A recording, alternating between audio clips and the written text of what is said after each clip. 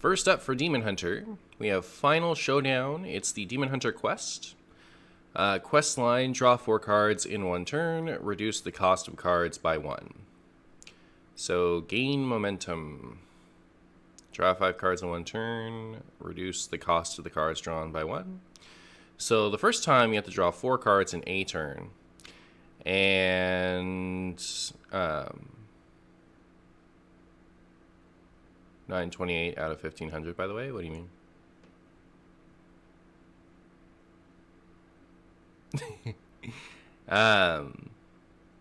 So the first time you have to draw 4 cards in 1 turn, and the second time you have to draw 5 cards in 1 turn. So that's like, Glide only gets you there on the first one. That's the most 1 card draws you, right? In Demon Hunter. So both of these would require more than 1 card? No, because it gets you there for both, right? Because you draw at the beginning of your turn. Draw at the beginning of your turn, and then you can glide. Experiencing bar on Hearthstone through deck tracker, I think. Oh, that is just kind of sitting there, isn't it? What if I close deck tracker?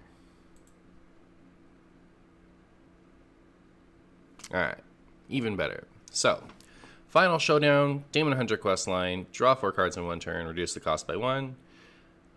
Reduce the cost of cards drawn by 1. On the second round, you have to draw 5. Third round, you have to draw 5 again, and then you get Demon Slayer, Kurtrus. For the rest of the game, cards you draw cost 2 less. 5 mana, 7/7. So the thing about Wild,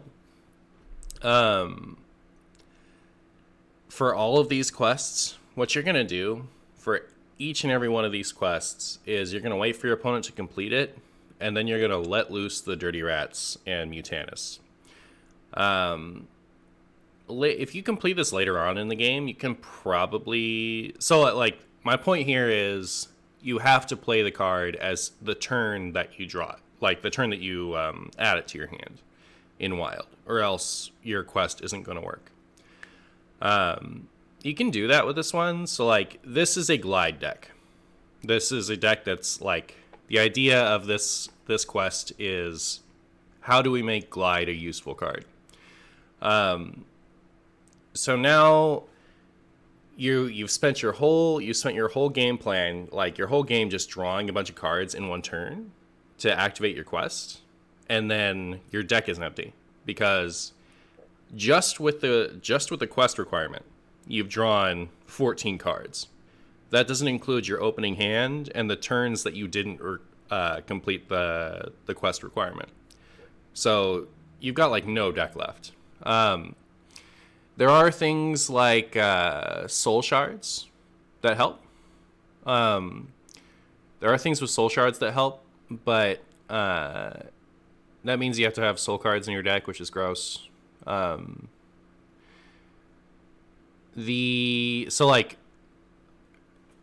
get to the ends, you have a large hand and a small deck. Then you play Glide and put all those cards back in to then be discounted by Demon Slayer Kurtrus. So what are you doing with this discount that late in the game? That's what I want to know. What is once you've done all this, is it like Il'gynoth? Because that's getting ratted too. Seems like slow Mizaki. That's what this deck is. It's slow Mizaki if you do it in Wild.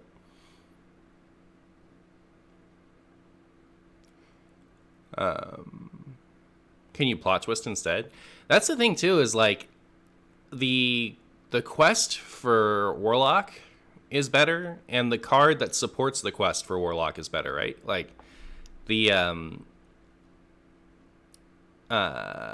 Supreme Archaeology or whatever it is. Plot twist is way better at Glide for enabling, way better than Glide for enabling this, and you don't have to actually play a 5 mana 7/7. So I don't know that this does anything.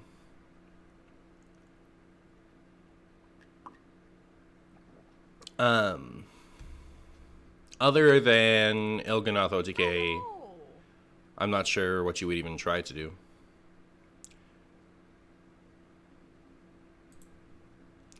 Metamorphin, 1 mana, 1/2, taunt, battle cry. If you've cast a fell spell this turn, gain +2/+2.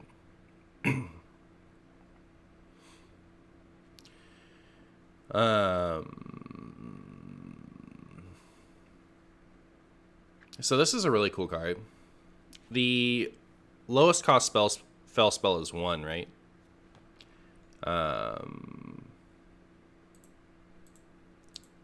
There's 1 at 2.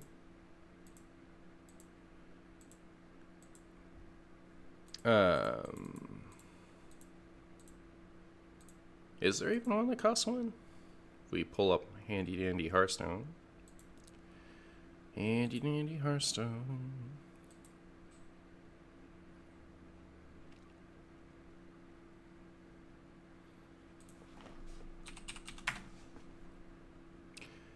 Yeah. So the lowest cost one is 1. So you can do this on 2. You can like cast a spell and then get a 3/4 with taunt. I think this card is good. What do we put it in?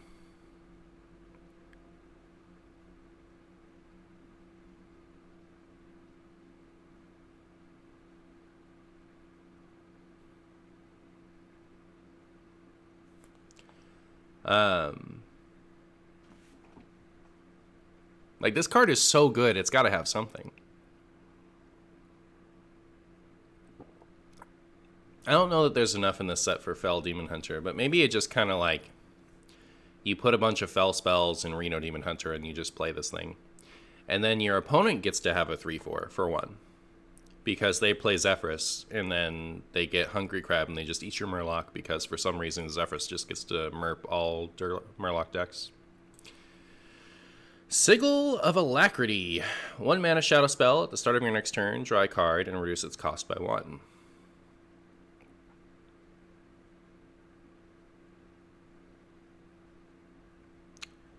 Sigil of Alacrity. At the start of your next turn, draw a card and reduce its cost by 1.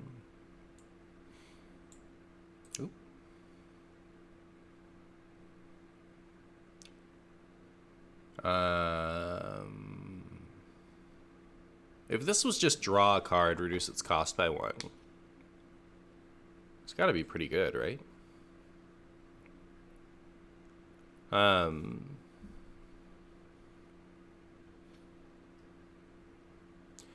mana draw a card is not something that, like, it's like almost good enough to see play, right? I'm still hesitant to put Flare in Hunter decks.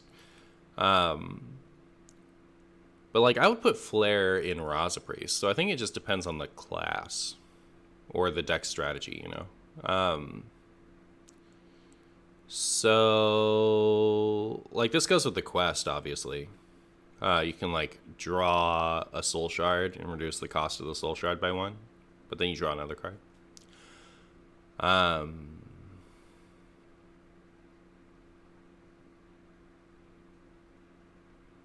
But it only draws 1.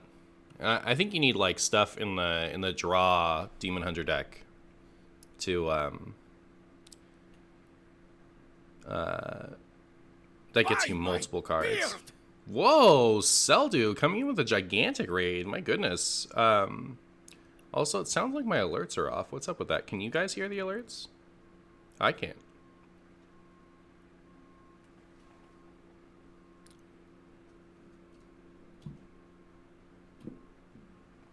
Huh. It's so weird. That happens every once in a while. Seldu, thank you so much for the raid. How you doing?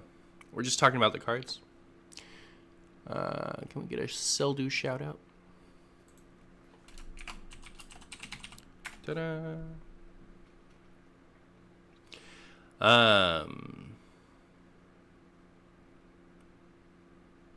So I don't know about in the Demon Hunter quest deck. This feels like it's just kind of -1 card in deck, which usually is good, but you actually need stuff to have discounted at the end. And this doesn't draw you a lot of cards, it just draws you 1.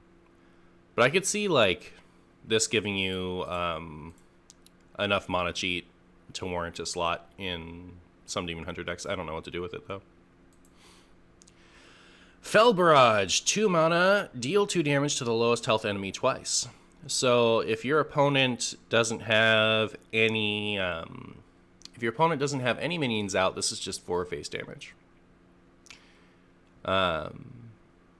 which is cool. If your opponent has like a battle friend on the field, it'll kill the battle friend and then hit them in the face for 2.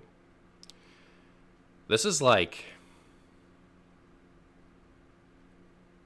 Cleave, but power crept out the wazoo. Remember Cleave, the warrior card?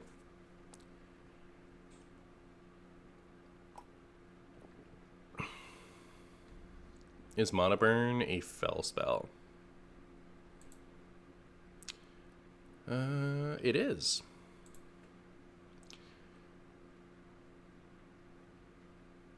Double spell damage, though. That's interesting.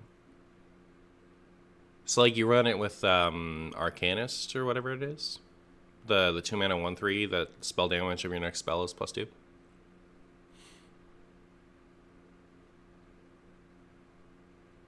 Isn't this really, really good? That seems like a really, really, really good spell to me. Thank goodness it's even costed.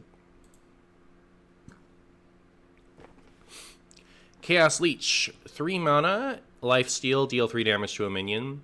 Outcast, deal 5 instead. So this is a lot like I-Beam, which is also 3 mana, lifesteal, deal 3 damage to a minion. But instead of Outcast, reduce the cost by 2, it's Outcast, deal more damage.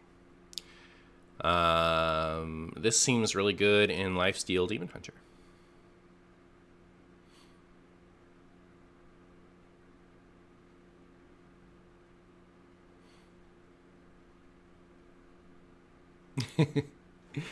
I don't know, dealing 5. Hello. No, I heard the alert that time. Dealing 5 is significant. You know, like dealing 5, healing 5 as removal is pretty good. I think the reason that this looks so bad is because we've had this exact same card with reduce its cost instead of deal more damage before. But I don't know that I think this is a bad card. I think that a slow Demon Hunter will be happy to have access to this. Lion's Frenzy, 3 mana 0/2 weapon, has attack equal to the number of cards you've drawn this turn. So you play this on 3, then it has 1 attack immediately. Next turn, it could have like 4 if you glide. 3 mana for a 4/2 weapon is pretty good.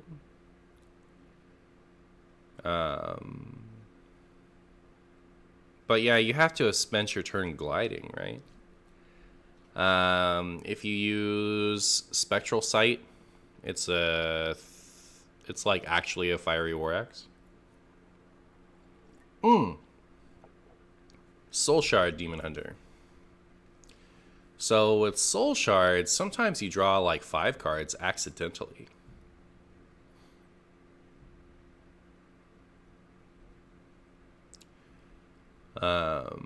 So are they like trying to revive Soul Demon Hunter?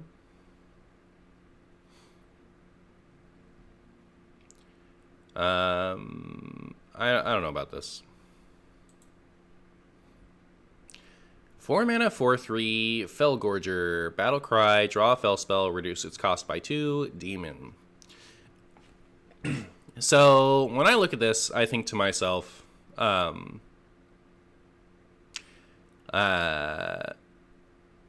only running 1 Fell spell in my whole deck if I'm running this card. So, this is the one that comes to mind immediately.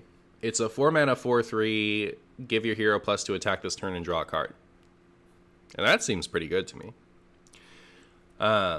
What else could we run? If we were going to have a tight Fell spell package. This at 3 mana starts to look a little better.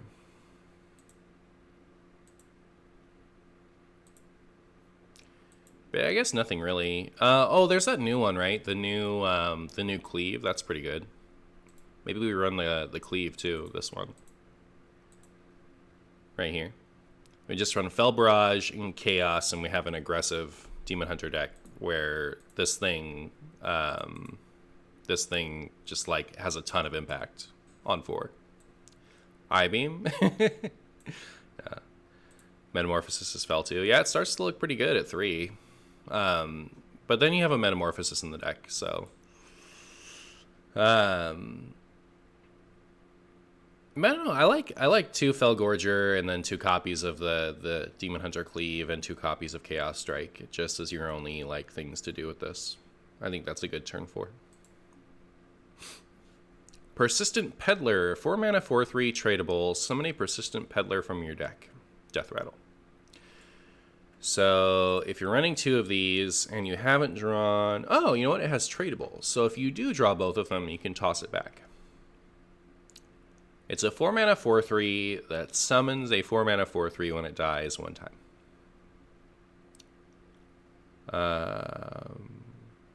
That's interesting. Really good in Reno Demon Hunter. Thank you! Ooh, Shamanistical coming in with the 8 months. Shamanistical, thank you so much. I really appreciate that, my friend. Considering having 27 bonsai trees or golden archetypes in Atrium, you prune and trim each expansion, hoping for your Shaman bonsai trees to grow, and then you get Command the Elements, Canal Slogger, and Overdraft. It feels good to be a gangster in Shaman. Well, very good. I really appreciate the sub, my friend. You're amazing. Boop. 4 mana 4/3. So like Death Rattle Demon Hunter is kind of like almost there, right? And this gives you another Death Rattle to put in. I just don't know that 4 mana 4/3 conditionally summon a 4 mana 4/3 is that great. I think that like in Wild we have Piloted Shredder, and that's just like more reliable and takes less effort than this does, but maybe.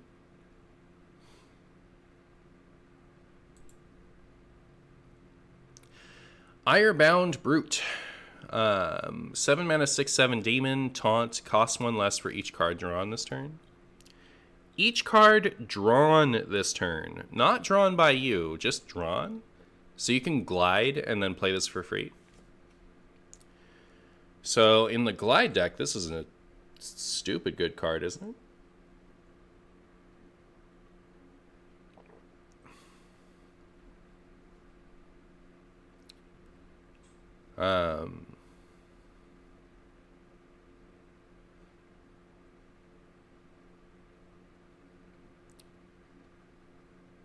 2 mana? Why would it be 2 mana? You play Glide, your opponent shuffles their hand and draws cards too. For each card drawn this turn. 9 cards are drawn with 1 Glide. Am I missing something?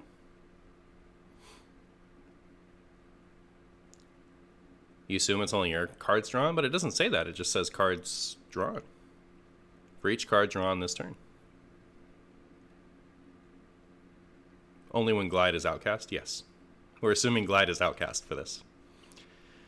How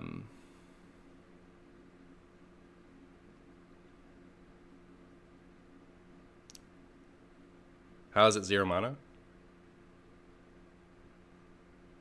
Alright. So, cast, Glide, outcast. Alright. You shuffle your hand in and draw 4. You've already drawn 1 card that turn, that's 5. Your opponent shuffles their hand into their deck and draws 4. In that turn, 9 cards were drawn. This costs -2.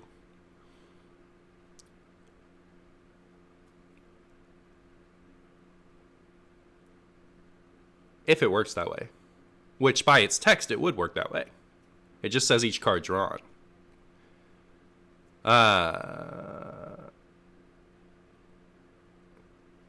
So, I don't know. Obviously, with Soul Demon Hunter again, I mean, we keep pointing to the shards, so if Soul Demon Hunter is ever a thing in Wild, I think this card starts to look really good.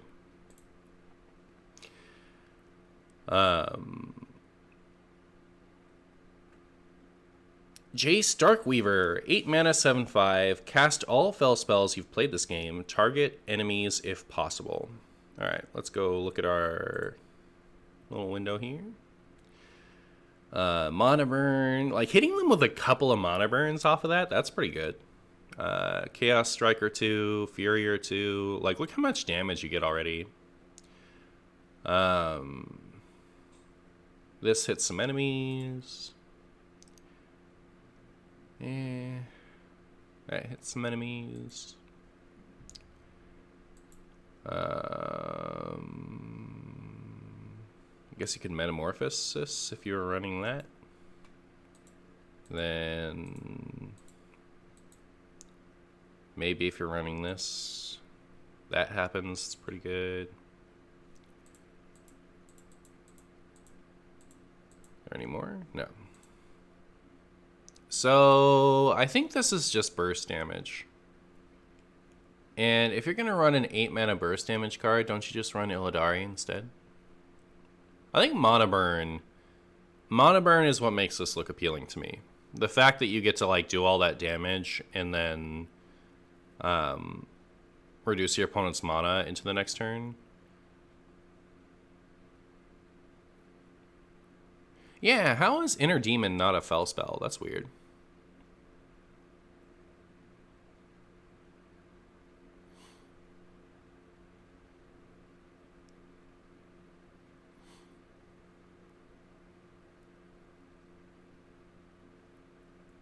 Should be absolutely broken in 2 to 3 expansions. Yeah, this is the type of card that gets better with time. That is true.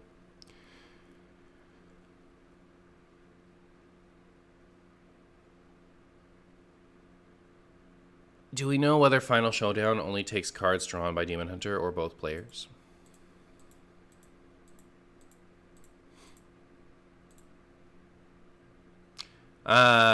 It doesn't matter, right? Because Glide completes this even if you don't cast it in Outcast. You know, you draw a card and then you draw 4 with Glide. So that's 5, 4, 5, 5. So Glide, like, no matter how it works, it still completes that with just 1 Glide. Oh, because you could Cold Light too. You could Cold Light the final. Cold Light Oracle. Draw 4 cards. No, this one says draw 4. That's not cards drawn. The other one says cards drawn. This one says draw 4. And you aren't drawing the cards that your opponent draws. But that would have been cute. Druid. Lost in the Park.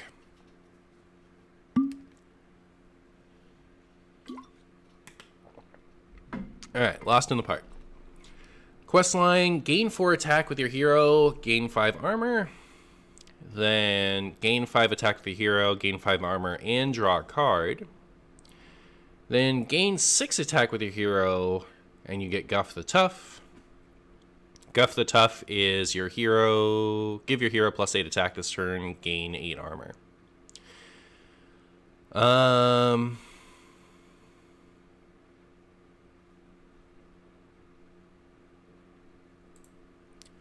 Why do they insist that all the Druid quests be terrible? I guess the old one wasn't bad, was it? Pounce, Claw. It's, what was it? It was gain 5 attack, gain 6 attack, gain 4 attack. All right. So Pounce, Claw. I guess you have Secure the Deck.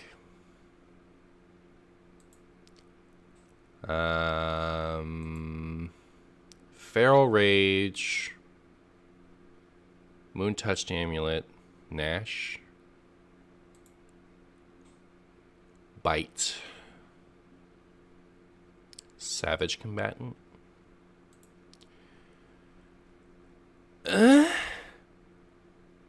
You know what the best activator for that quest is? Malfurion, right?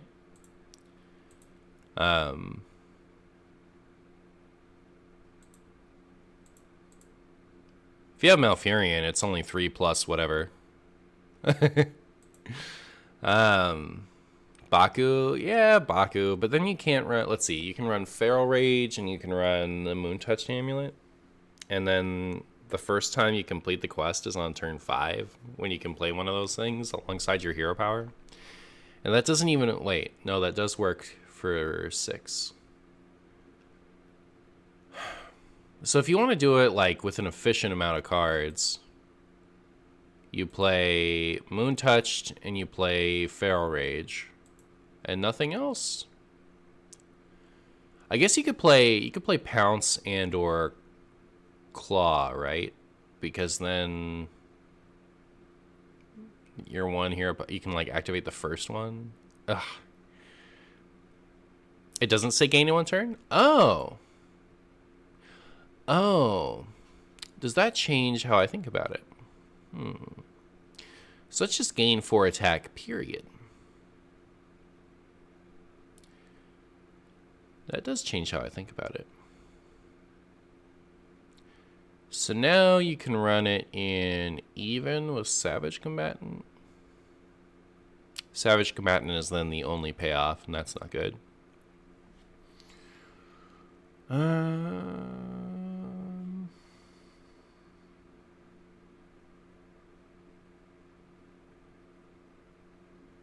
The thing is, like, all right, you play this, and then you get your 8 attack, 8 armor for the turn.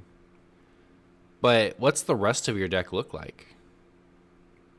Like, what's your game plan with this? Is it to, like, burst your opponent down with Guff the Tough? Are you trying to smack him right now? Like, I don't really see, like, Gonk? Gonk is 7 cost, and this is 8. Like, this is gonna get, like, ratted in Mutanist. I don't know. I think that this quest is, like, pretty bad.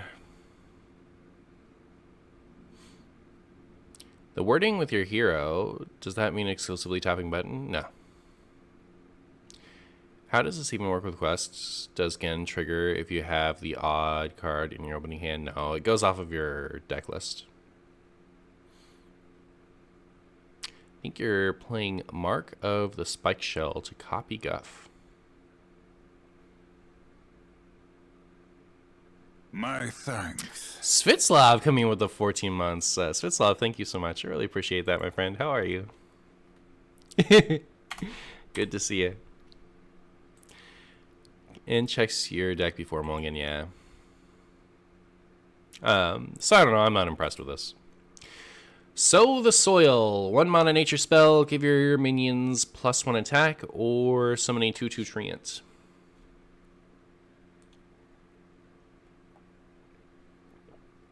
So Mark of the Lotus gives you a health and an attack, which is... like, the health aspect of that is more valuable than the attack aspect, right? But both are valuable.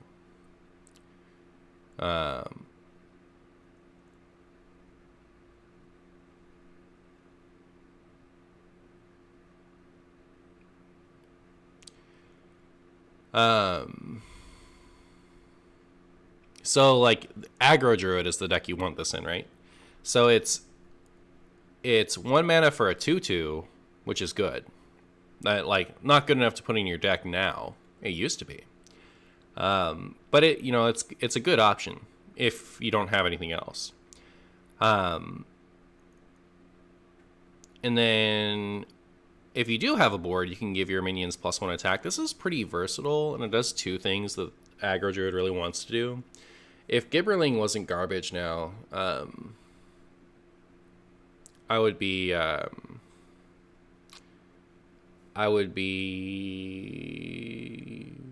have more faith in this, but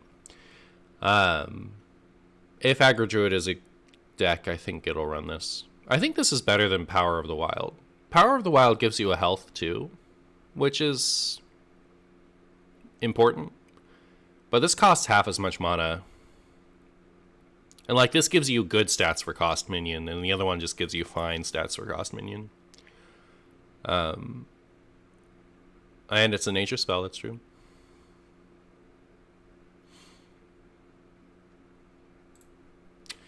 Vibrant Squirrel, 1 mana 2/1. Shuffle 4 acorns into your deck. It's Death Rattle. When drawn, summon a 2/1 squirrel. 1 mana 2/1. Shuffle some acorns into your deck. I don't think for wild. That just sounds slow to me. It is nice and resilient, but Aggro Druid doesn't have that much draw. It does now, though, right? Because you get the... we're about to review it. It's a 2-mana card. Gives your minions Death Rattle, draw a card. I think that's a good Aggro Druid card. So maybe, because you get all the extra draw from that, and you have Voracious Reader as well. Yeah, Composting. Give your minions Death Rattle, draw a card. 2-mana nature spell. I think this card's crazy good. There's a chance it's too slow, but I think it's really, really good, isn't it? Isn't this, like, super good? You get your big board going, and then you give them Death Rattle, draw a card, and if they respond to your board, you get a whole new hand. Imagine a Gibberling with this, like old Gibberling. Imagine they hadn't nerfed Gibberling, and then like turn 1 you make like 4 or 5 1/1s, and then turn 2 you just give them all Death Rattle, draw a card. Hey, Engine. Aggro Druid, I think, would play this. Almost certainly.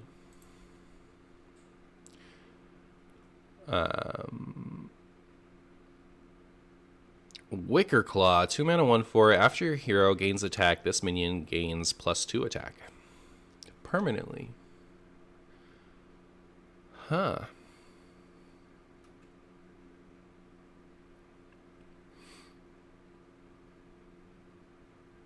I want to put this in Even Druid.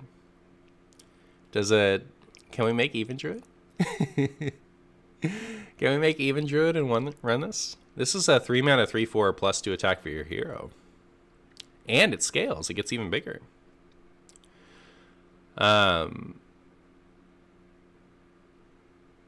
Also, it's after your hero gains attack. You don't even need to use your hero power. You could just run it in some kind of Aggro Druid that has Pounce, but I don't know about that. I like it. This card is good. I don't know what to do with it. It's good, though. Oracle of Elune, 3 mana 2/4. After you play a minion that costs 2 or less, just summon a copy of it. Penflinger.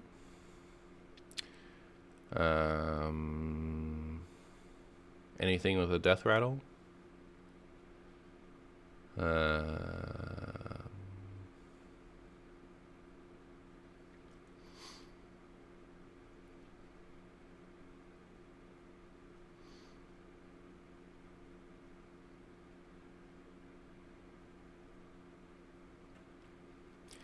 Everything after Celestial Alignment costs 1. Gross. I'm not too worried about that, just because after my opponent has played Celestial Alignment, I already assume I've lost. So, like, whatever extra you do to, like, really wreck me, I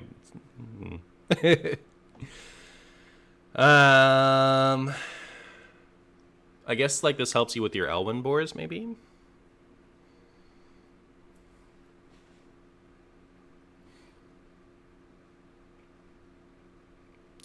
You play it with a 2/3 that discounts taunts. That's interesting.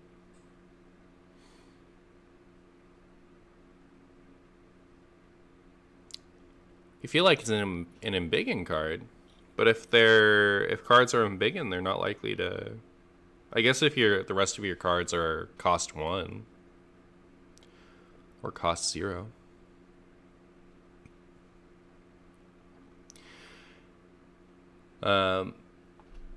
Nothing off the top of my head goes with this especially well, but it is interesting. I'm sure this will find some kind of home in something at some point. This is the type of effect that breaks something. I don't know what it is. Kodo Mount, 4 mana, give a minion +4/+2 and rush. When it dies, summon a Kodo. The Kodo is a 3 mana 4/2 with rush.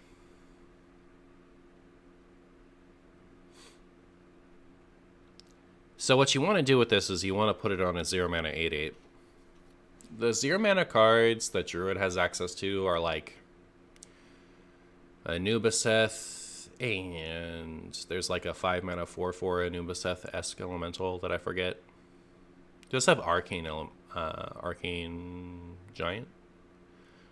But like the good one is the Owl, right? The 7 mana 4/4 that costs 1 less for, is it each spell played or each spell in your hand? I don't remember.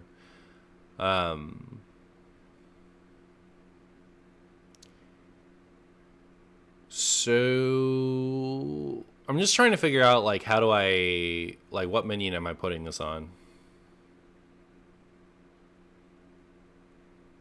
Like Anubiseth and Arcane Tyrant, they require you to play a 5-cost spell. So like this is a turn 9 play with those. Snow Flipper Penguin? Yeah, I don't know about that. Maybe you could have like eggs on the field, and then like if an egg dies, you can put it on the thing that comes out of the egg, or you just put it on the egg. Look at me making Egg Druid. I don't know about Kodo Mount. It's a really good card. I just don't know like what Druid deck would play this. Park Panther, 4 mana 4/4 Rush. Whenever this attacks, give your hero +3 attack this turn. Even Druid is looking spicier and spicier. Whenever this attacks, give your hero +3 attack this turn. So this is Storm Strike for 1 more mana, but it leaves a body on the board.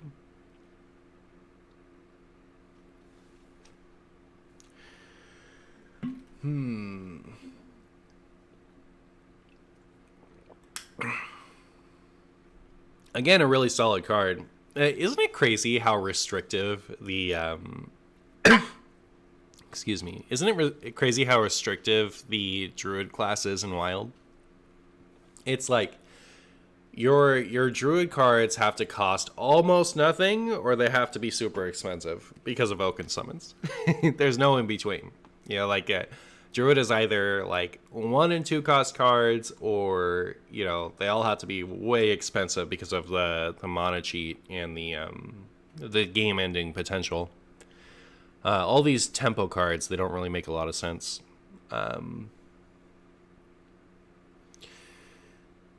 This off of Oaken Summons, though, isn't that bad now that I think about it. Like, you get this off of Oaken Summons, you get to trade into something, and then you get to trade into 2 things, and then you get 6 armor. But then you're running this in a deck with no other 4 costs, and that's kind of silly. So I don't know what to do with this.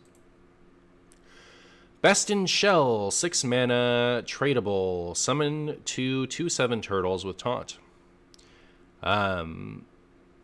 For 6 mana, I would rather cast, 6 1/5 taunts. Don't you think? Like 6 1/5 taunts a little better than 2 2/7s.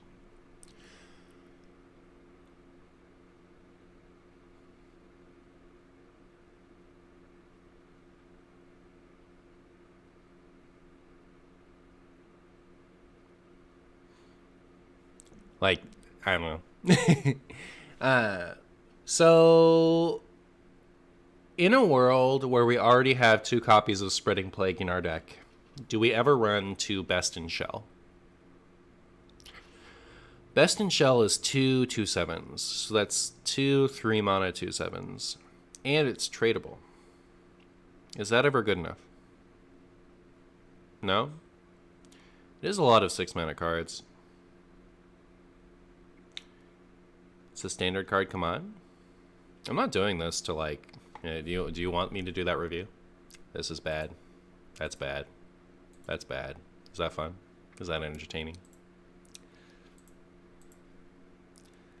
Or can we talk about how things might be used? Anyways, it's not like you're wrong. This is a standard card. It's true. Is it strong in standard? Probably. Sheldress Moontree, 8 mana 5/5. The next 3 spells you draw are cast when drawn.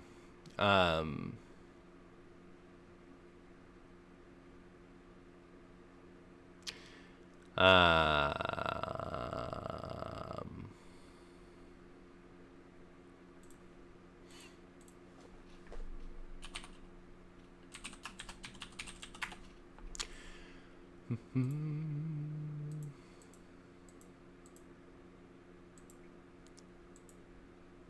know what? I was just thinking to myself, like, all right, what are the big spells? Like, one of my, what are the biggest spells? Like, not this one, right? Like, you don't want this hitting your own face and overdrawing you a bunch. I don't think this makes a lot of sense. Survival to Fit is pretty good. And like Guardian Animals. So if you're running like a Guardian Animals, maybe Cenarian Ward, Survival to Fittest, Spiteful Summoner, Primordial Potato deck, that card starts to look alright. But what is it? An 8-mana 5/5? No rush, no taunt, no nothing. It's not even good stats for cost. This card is terrible, isn't it? Isn't this terrible?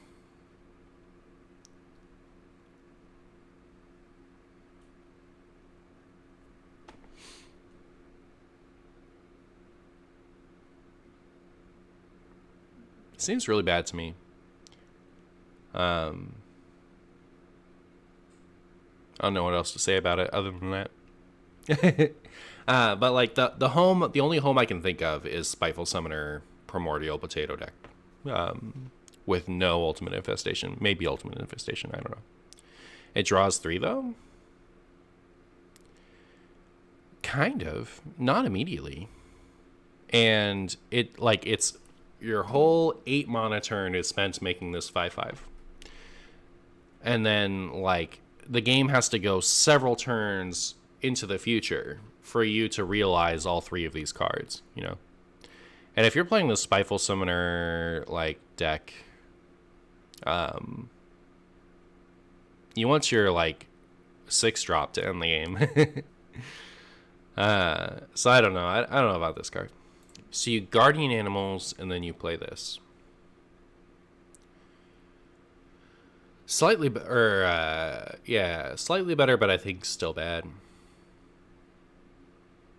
Dang, it's an 8-mana 5/5, doesn't do much. But maybe, I don't know. Like, it's enough that I want to experiment with it, but it's not enough to, like, make me think that it's going to be a powerful card. Devouring Swarm, Hunter. Choose an enemy minion, your minions attack it, then return any that die to your hand. So... Control Hunter card? I think this is a Tempo Hunter card. Like, all of your stuff gets to go face, or, like, trade up. Like, value trade, and then you can have them all attack into something, and then you get them back. So you don't lose value. And you don't lose, like, you don't lose face damage. Egg Hunter? It's true. It's like a 0-mana playdead almost.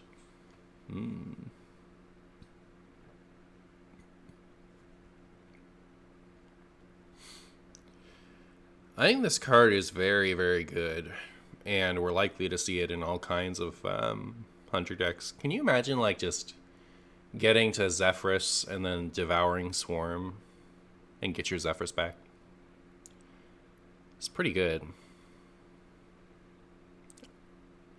You can, like, play Bran, summon your King Crush, go face with your King Crush, Devouring Swarm into something, get your Bran back and maybe your King Crush. I think this card is just good overall. Like, both from a value and from a tempo standpoint, it's just, like, really, really good. I think this is super solid. It is a Hunter card, so that might hold it back, but it's really powerful.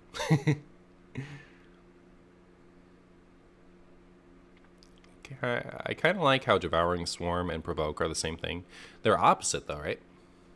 They're similar effects, but they're opposite. Defend the Dwarven District. This card has grown on me a lot since I first saw it.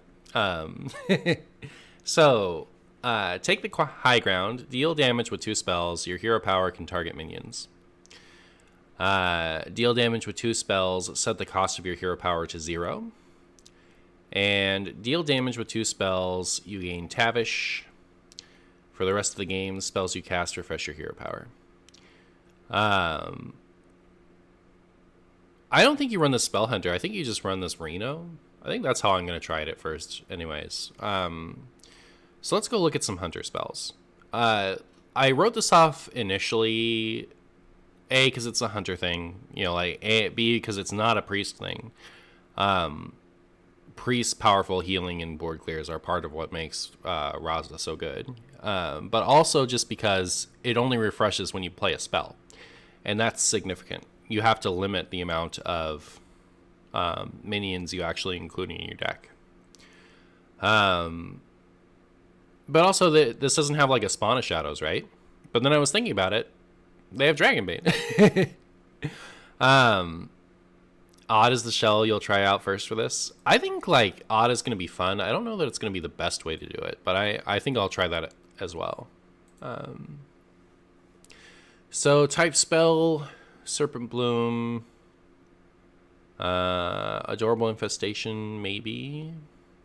So with the rats thing, there's where is it? Toxic Reinforcements. So like you get to play and complete Toxic Reinforcements in the same turn, and then you like rat swarm them into something to deal 6 additional damage on top of the refresh that you get from having played the spell. Tracking, deal damage with a spell, deal damage with a spell. Oh, and then there's like this card's really good for it. This card's alright. Even this card's good. There's Arcane Shot. Maybe that makes the cut. Maybe put in some dragons and you get Corrosive Breath.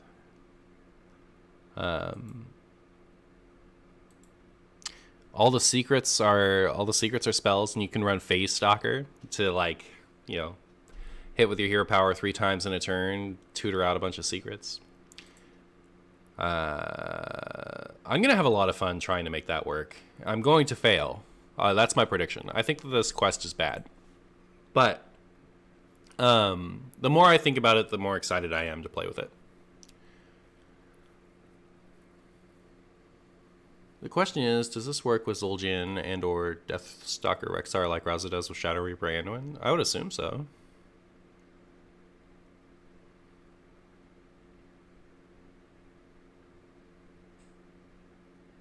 Maybe not. Because remember with Wildfire when they were like... Wait, for the rest of the game. This one says for the rest of the game. This one says set the cost of your hero power to 0. I think it won't be 0, but it will refresh. That's my guess. Because they on the Wildfire doesn't say for the rest of the game. And that's their excuse for nerfing it. So like this doesn't say for the rest of the game, but this does. So I would assume it refreshes Rexxar and Zul'jin, but it does not cost 0. That would be my guess.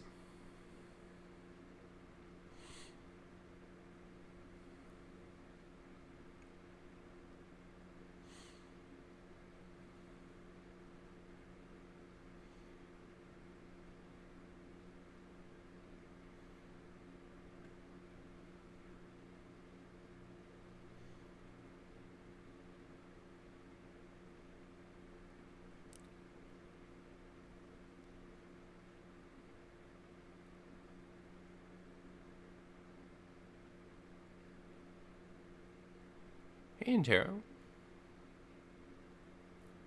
Just completing step 1 is pretty good. That is true. Leatherworking Kit. 2 mana 0/3. After 3 friendly beasts die, draw a beast and give it +1/+1. So you run this in the beast deck. Is that worth a slot, though? It's like, as you play, you draw 3. You can't... is it Desert Spear? Is that the 3 mana 1/3 that makes a Locust with Rush? You can't have them both out. And you're spending your turn 2 doing this. So, like, you play your Alley Cat on 1, and then you play this on 2, and you don't swing with it. Your Alley Cats die, and you haven't even drawn a beast yet. Meh. Aim shot, 3 mana, deal 3 damage. Your next hero power deals 2 more damage. So this is designed to go with the Hunter quest from this expansion, and you might run it with that. But I'm just thinking about Odd Hunter with this, right? Odd Hunter needs more burst. This is 3 mana, 5 damage.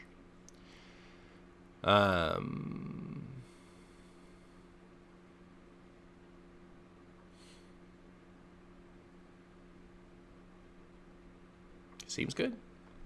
I think a Hunter deck that can run an Odd card will play this. It's kill commands. Kind of. You can't kill a 5 health thing with this. And you have to spend 2 mana, probably, to get the full 5 damage. But it's your next one, right? Not your next one this turn. So you can just play this on 3, and then whenever you hero power next, you get that extra 2. Good card. Ramming Mount. 3 mana, +2+, give a minion +2/+2, and immune while attacking. When it dies, summon a ram. Ram is 2 mana, 2/2, immune while attacking.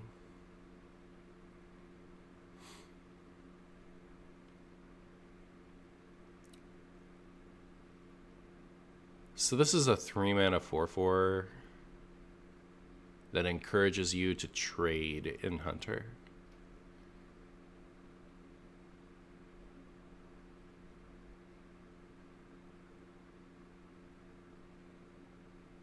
I think you don't want to trade in Hunter, do you? Good with Pack Runner.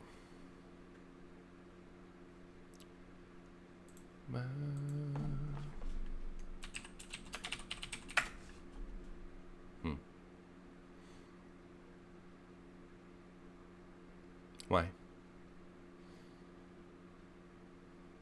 You lost me a trade with Hunter. Yeah, I don't know. This seems a little slow. Stormwind Piper, 3 mana, 1/6. After this minion attacks, give your beasts +1/+1. So you play this on 3 because it has 6 health. It has some likelihood of sticking. And then you can like unleash the hounds, swing with this, and then your unleash the hounds are +2/+2, or are 2/2s.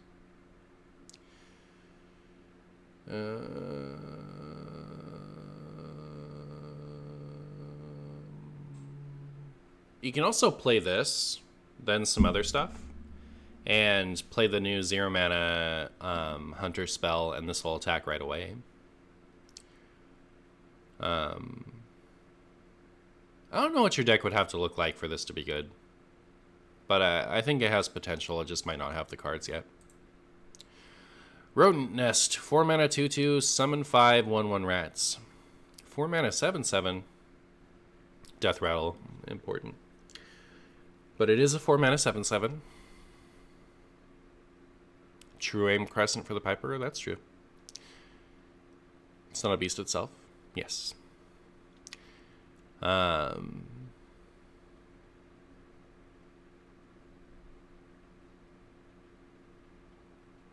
Pretty bad.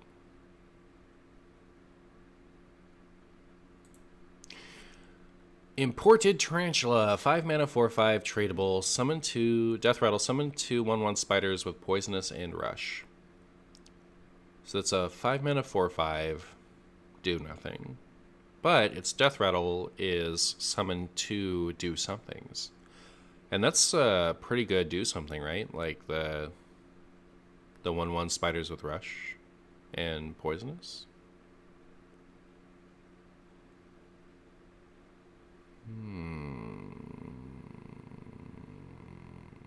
Guardian animals? Oh, that's true. This could have rush.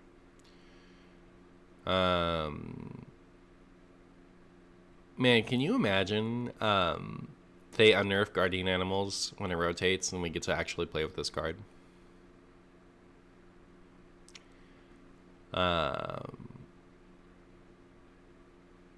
This is interesting because it has tradable. You know, like if you draw it early on, you can trade it away and get something more playable.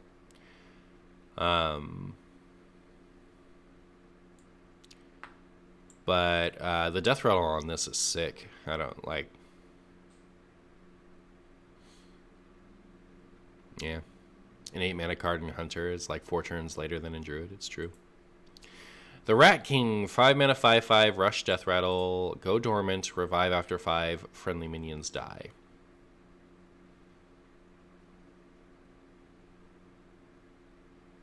A lot of these cards look like they're Oldhim quest support, which is a quest that I think just needs a little bit of support, and then it's good. Because, like, 2 mana Savage Roar every turn, that's permanent, is pretty good. But, I don't know that this is enough. 5 mana, 5/5 rush beast is already, on the map. It's already alright. And then this just comes back every time your board dies. You don't want this in your deck. Yeah, me neither. But it's cute. I don't know. I enjoy this. I think it's like, it would have to at least be, like a 5/6 or a 6/5 to be really good. But even then, I don't know about this for a while.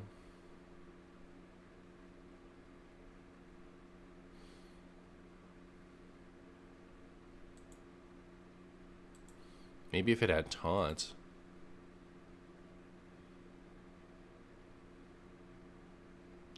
I think a deck built to take advantage of this doesn't care about having taunt minions.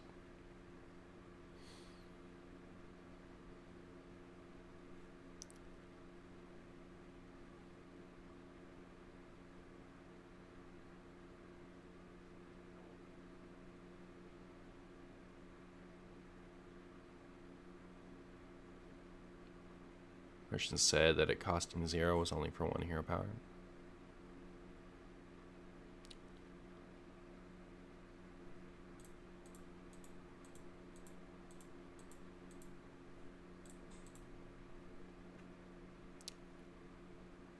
Set the cost of your hero power to 0. So, why I brought that up is because Wildfire is current hero power, because it does not specify for the rest of the game. I did not mean to imply that I thought that this was only for 1 hero power, because I don't think that.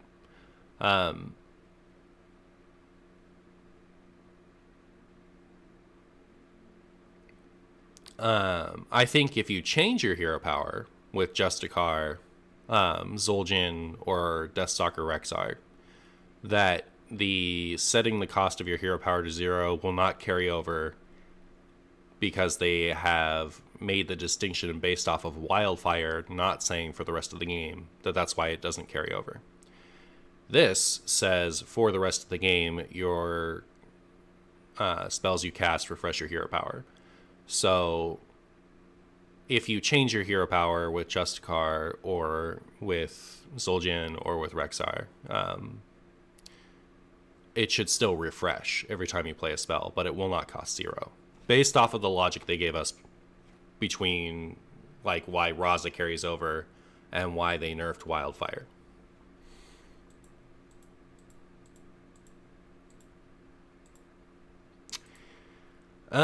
Rats of extraordinary size. This is a Princess Bride reference. 6 mana, summon 7 1/1 rats. Any that can't fit on the battlefield, go to your hand with +4/+4. So you play this hoping that you can't fit things on the board. So you're running a token deck alongside this. A token deck could just be a Starving Buzzard Kolkar deck. And then in your Starving Buzzard Kolkar deck, you run the Rhino, so that your hand is filled with 1 mana 5/5s that you can then have rush at the face. I think this is too slow. Show token. It's pretty gross. What do you think about the power level of this expansion? It seems high. I think this is slow, but it's interesting. I think you run this in a deck, like for this card to be good, you have to run it in a deck that cares about tokens.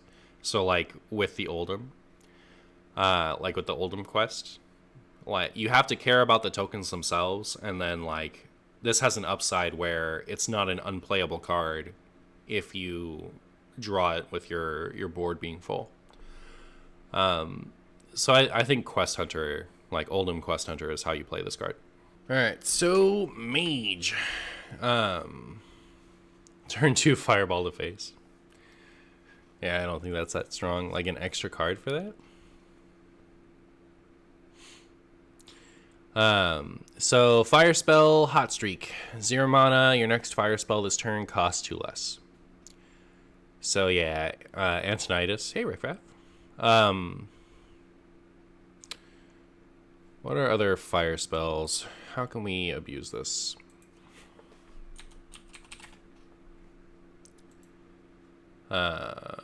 Keck, Flame Geyser, Flame Cannon, Wildfire, Explosive Runes. So if you're running Runes and Fireball, it's more mana cheap. Molten Reflection. I think that's the first one that you really have to think about. Molten Reflections, interesting. Yeah,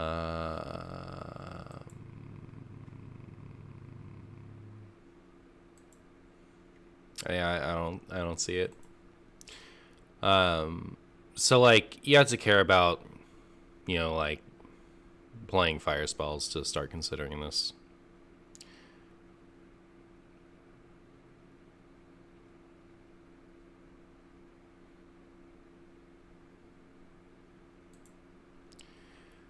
People arrive. What is the theory craft? Oh, we're not theory crafting yet. We're just talking about stuff. First Flame. 1 mana, deal 2 damage to a minion. Add a second flame to your hand. Fire spell. Pretty good, right? 1 mana, deal 2, and then 1 mana, deal 2. This actually might like make the cut in LPG, to be honest. Like LPG doesn't want to run that many spells, but this is a really good spell. And it really wants to be able to remove stuff early on.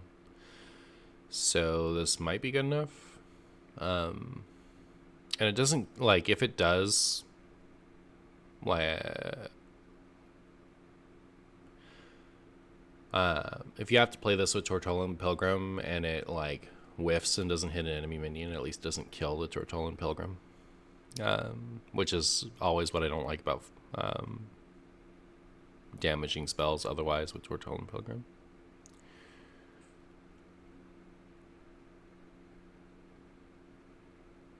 Not as good as Ray of Frost. It's different though, right? Like Ray of Frost delays and can kill if you use both on the same target. This kills 2 things. Like this deals 4 damage, the other one deals 2 damage. Freezing twice is the most interesting part about Ray of Frost. First Flame is like if you need removal.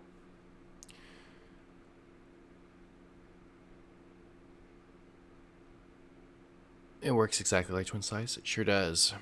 Except it can't go face. Sorcerer's Gambit. 1 mana. Obviously, it's a quest. Cast a Fire, Frost, and Arcane spell. Your reward is you draw a card. Cast a Fire, Frost, and Arcane spell. Then you get to discover a Fire, Frost, or Arcane spell. Cast a Fire, Frost, and Arcane spell, and then you get Arcanist Darn Grasp. And 5 mana, 7/7 for the rest of the game. You have spell damage +3. So, once you have played 9 spells of Fire, Frost, and Arcane, you get to have this thing. And this is not Mizaki. Like, it's so much easier to just play Mizaki, right? It's like, Mizaki is, you get to shuffle Arcanist Dawn Grasp into your deck at the beginning of the game. You don't have to jump through these specific hoops. And,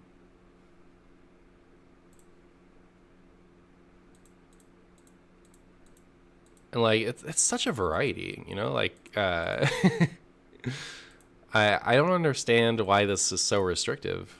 I guess spell damage +3 is pretty crazy, but I don't know. Maybe it's just a standard card. The reward is very good, but the setup is insane. Yeah. Celestial Ink Set, 2 mana 0/2. After you spend 5 mana on spells, reduce the cost of a spell in your hand by 5.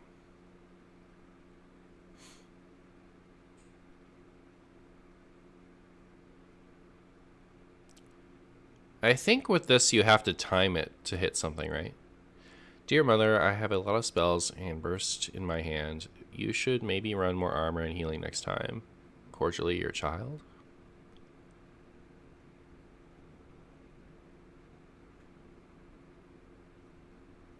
Huh. I just realized refreshing spring water isn't a nature spell. It feels like it should be.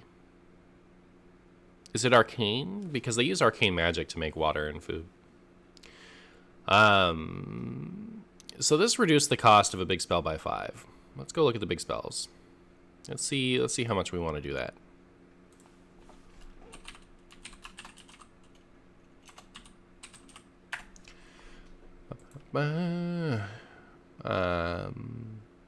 There is this, but in a deck that runs this, you're not gonna you care about getting this out early, not so much doing stuff the turn you play this. And the way you build your deck with heavy minions, it's not gonna work out. So that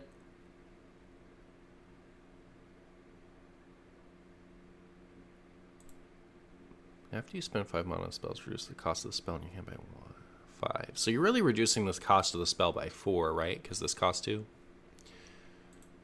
But you could like play a deep freeze and then your next deep freeze costs 3. If you're going like deep freeze, power variation, puzzle box, grand finale type deck, it's not good.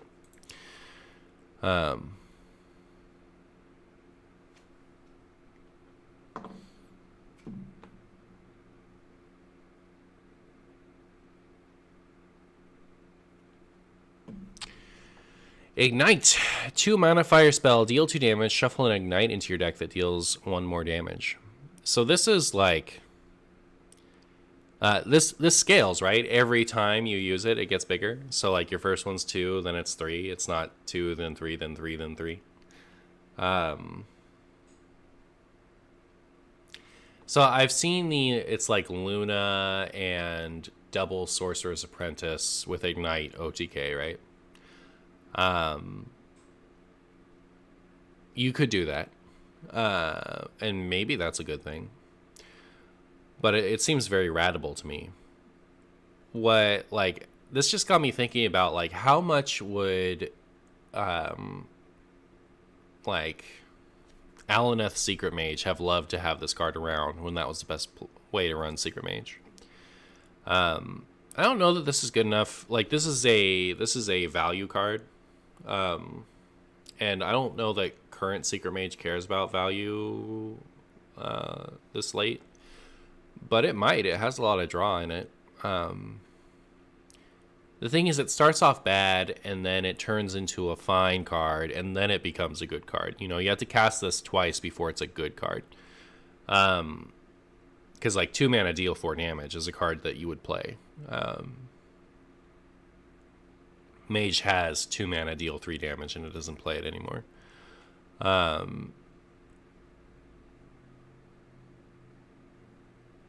This card will find a home. I just don't know that it's going in anything currently. Merino Secret Mage does? Secret Mage used to run Forgotten Torch. It did, but it had less access to good cards back then. Prester's Pyromancer. 2 mana 2/3 Battlecry. Your next fire spell has spell damage +2.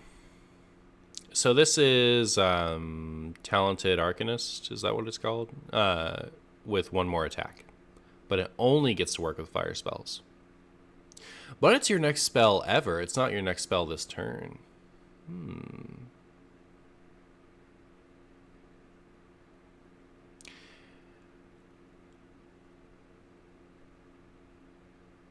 How does this work with Flame Ward?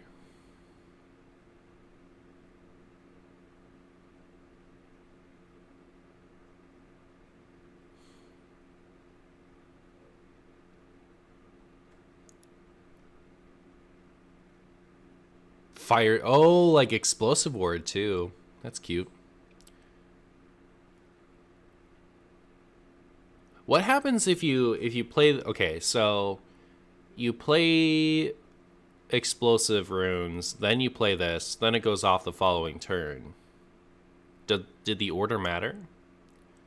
If you play this, then play a fire spell, a fire secret, then play a fire spell before the secret triggers, which one gets the spell power? We'll find out when we play it. Logic would dictate it's on the secret. So like you play this, then you play a secret. They don't play a minion. On your next turn, you fireball. It only deals 6 damage. They know that it's runes. I don't know. This is an interesting card. I went into I started looking at this and I thought, why is this so bad? But after some thought, I think it's very interesting. Fire Sale. 4 mana, deal 3 damage to all minions. Fire, tradable. This card is the early game AoE that LPG did not have and desperately needs. This card is really, really good. Any class would run this for a control deck, and Mage really, really needed it. So, what's really cool about this is not only that if you're up against a deck where you don't need this, you get to toss it back for 1 mana and get a new card. But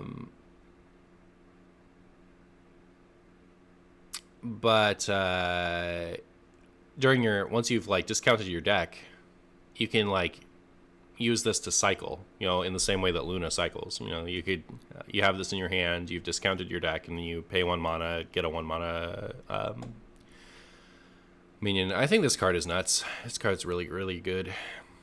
Hellfire, yeah, but it doesn't deal 3 damage to your own face. I think that's important. Does this replace Flame Ward in LPG? No, definitely not. It supplements it for sure. Flame Ward is still better than this. Like, if I only get to run 1, I'm still running Flame Ward over this. LPG needs more, not different. Lasagna's top 8 at DreamHack. Well done. Sanctum Chandler. 5 mana, 4/5 elemental. After you cast a fire spell, draw a spell.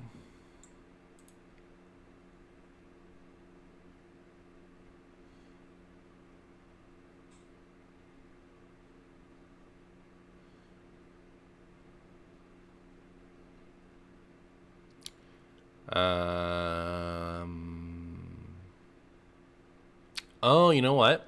This works for the Luna deck, right? So like you don't just need Stargazer Luna. You can run a Luna, 2 Ignite, 2 of this card, and 2 Sorcerer's Apprentice. Have some redundancy. What do you do if Sorcerer's Apprentice gets destroyed? You can like Molten Reflection 1, but then you have Molten Reflection in your deck that's already heavy with combo pieces.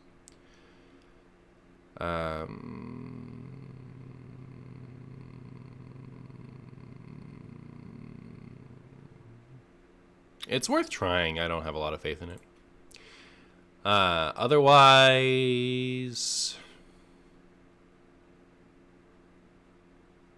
yeah, I don't think it's quite good enough.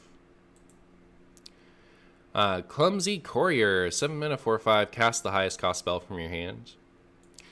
So this is, if you remember, Dragoncaster became unplayable once they changed it to 7 mana. Merino Mage already has 7 mana, 5/5. Your next spell costs 0. And in both of those cases, you had, like, you were able to dictate what happens with that spell, right? Like, you got to pick the spell, and you got to pick what it targeted. Not the nacho cheese, that's funny. Yeah, this card's like, am I missing something? Is there something you could do with this that you couldn't do with the others?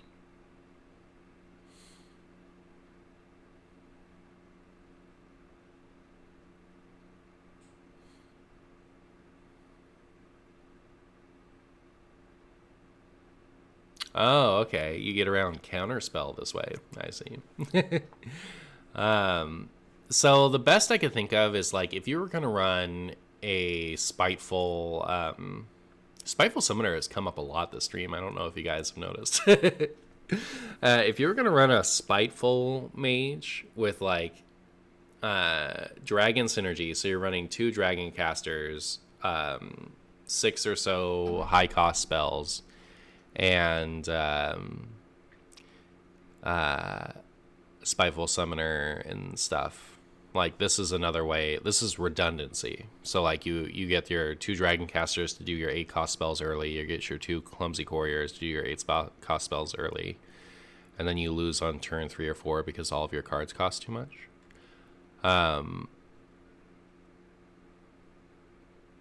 Pyroblast. So like if the Pyroblast targets clumsy courier, if this says like targets enemy hero if possible, this card would be nuts. But I think this is pretty bad.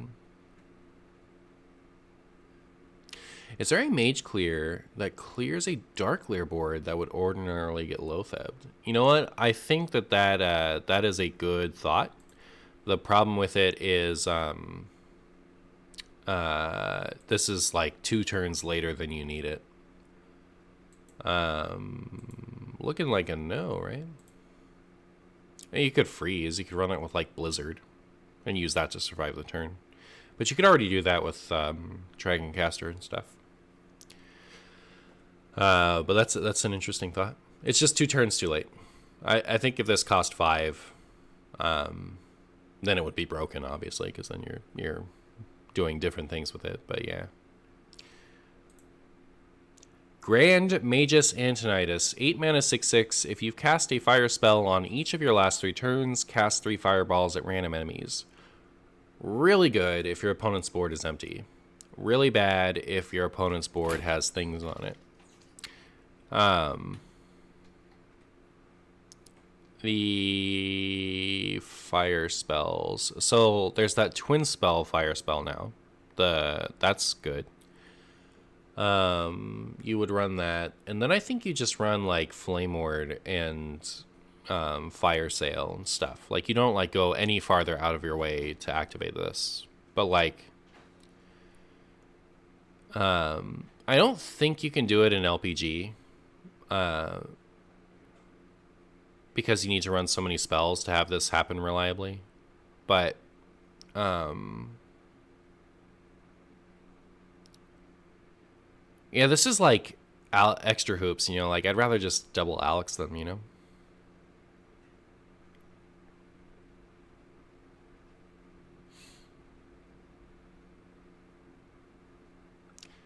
I would love to make this work, I just don't know how. It's a cool card. It's a cool idea. Maybe in standard maybe in standard that sees some play. Alright, Paladin, Blessed Goods, 1 mana, holy spell. Discover a secret weapon or divine shield weapon. Divine shield minion. 1 mana, discover a card is not good unless it does something else. Prismatic Jewel Kit, 1 mana 0/3. After a friendly minion loses divine shield, give minions in your hand +1/+1, lose 1 durability. There's a lot of hype over this card, and it's getting a lot of support, so it might be really good. So just to be clear, I think this card might be really good. My concern with it is you have to be playing your minions out and having them lose their divine shields before they buff your hand. So it's not like you're playing this and then it buffs your hand. You're playing this and other things to buff your hand. So if you're playing a bunch of cards, your hand is smaller, so less things are receiving the buff, right?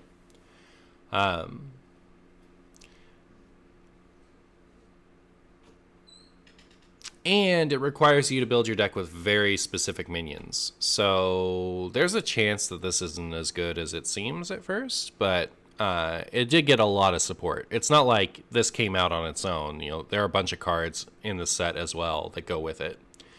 So it might be the nuts. Rise to the occasion. 1 mana quest line. Play 3 different 1-cost cards. Get a Light's Justice. Play 3 different 1-cost cards. Upgrade your hero power. Play 3 different 1-cost cards. Get Lightborn Cariel. For the rest of the game, your Silver Hand recruits have +2/+2. So you get a Quartermaster that affects the rest of the game. So if you're playing this in Odd Paladin, first of all, noteworthy, this is 1-cost cards. It is not 1-cost minions. So like your Christology and your like Conviction also works. The new 1 mana spell actually makes it super easy to complete. Hi Otters. New one, like this one? Because you discover a secret. There's also that twin spell thing. But like, okay, so first of all, you don't run this in Odd Paladin. Second of all, I guess my first of all was any like 1-cost cards. That's important. So your spells and your minions will both do it. Second of all, you don't run this in Odd Paladin because the second payoff is upgrade your hero power. You don't need to run it in Odd Paladin. And then my third thought on this is I tried to build it. Like I did a little theory craft of it the other day. And for all the cards it takes to like you have to run a 1-cost heavy deck to do this.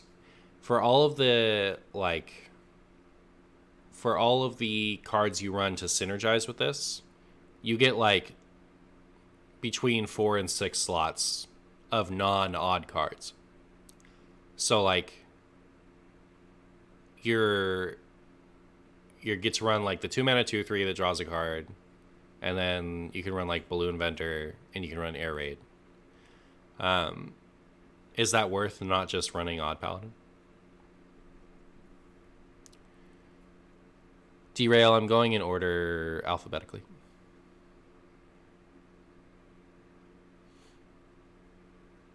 It has to be 9 different ones, not 3 different ones twice. Like not 3 different ones 3 different times.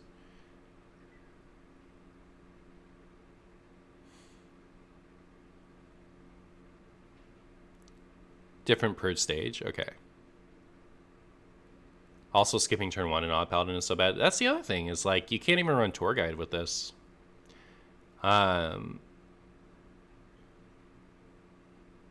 Like, is there ever a Reno Paladin that runs all of the payoff cards and just intends to do this slowly? But then you don't get to run Sir Finley of the Sands. I don't see it.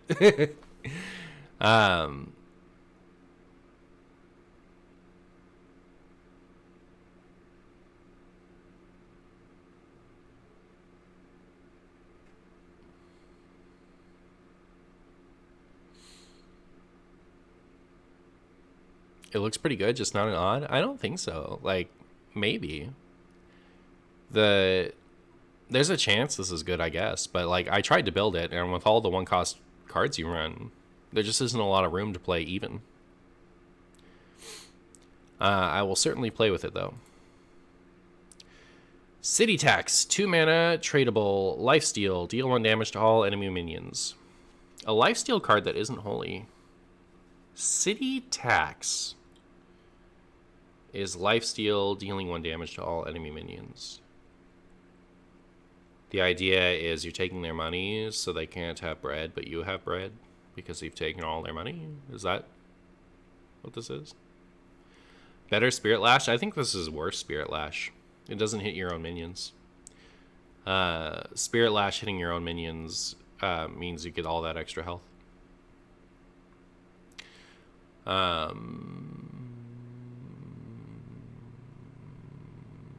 but it is tradable.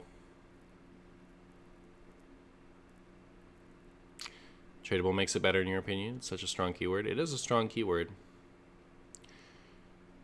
I don't know. I'm not saying this isn't a good card. I think it's a good card. Goes with, it's an extra thing to go with Equality and Barov and Justice. Dealing AoE 1 damage in Paladin is huge. So you can, run more Barov-esque effects in, Reno Paladin and run this too.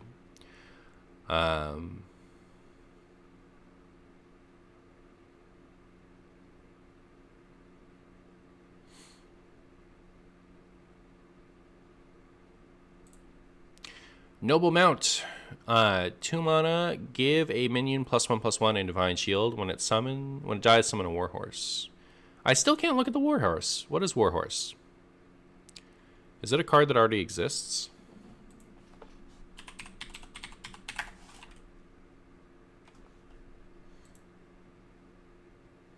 No.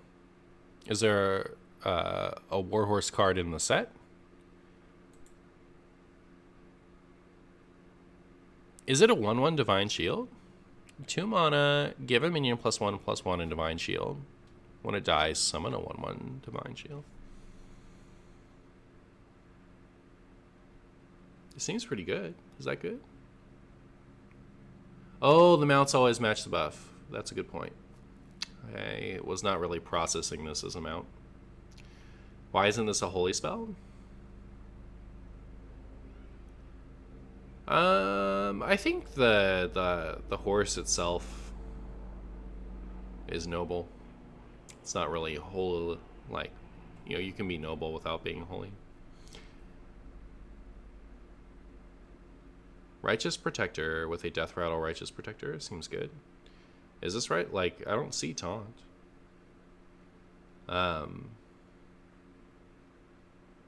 This is Argent Squire, double the cost so that it has Death Rattle Argent Squire. If this was holy, you think it would be playable? Because then you could go Knight of Anointment into this. Is that Divine Shield Handbuff Paladin? But Potion is probably better. I think you don't run either of them, right? Because you don't want spells, you want minions. Interesting card, though. Alliance Bannerman. 3 mana, 2/2, Battlecry, draw a minion, give minions in your hand +1/+1. So 3 mana, 2/2, draw a card. Pretty good. And then on top of that, it draws specifically a minion, and then it gives all minions in your hand +1/+1. Card's really good, right? You always run this in Handbuff Paladin.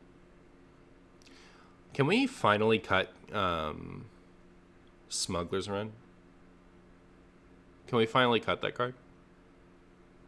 I think we have enough minion-based hand buffs that we can cut the bad one now. But this card is really good. Catacomb Guard. 3 mana, 1/4 lifesteal. Deals damage equal to this minion's attack to an enemy minion. This card is stupid strong, isn't it? And this is super strong. You think this is bait? So if this has been... Behold my gratitude. Ooh, Dark Pandemonium coming in with the 7 months of tier 3. That is crazy. Thank you so much, Dark Pandemonium. That is crazy. I really appreciate it. You're amazing.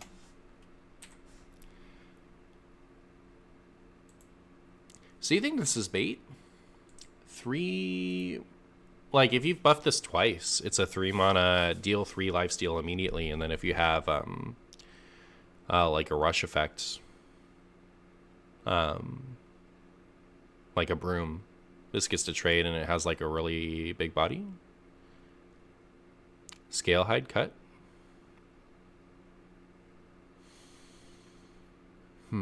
So Scale Hide only has 1 less health, but it has to trade for the lifesteal. This does damage initially, and then still has all its health.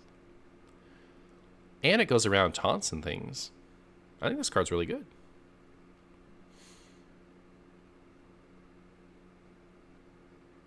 If your opponent doesn't have a board, you're forced to use it on your own board if you want to tempo play it.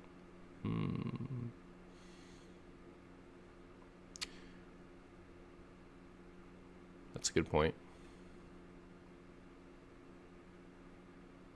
I don't know, I think this card's really nutty. Lightbringer's Hammer, 3 mana, 3/2, lifesteal, can't attack heroes.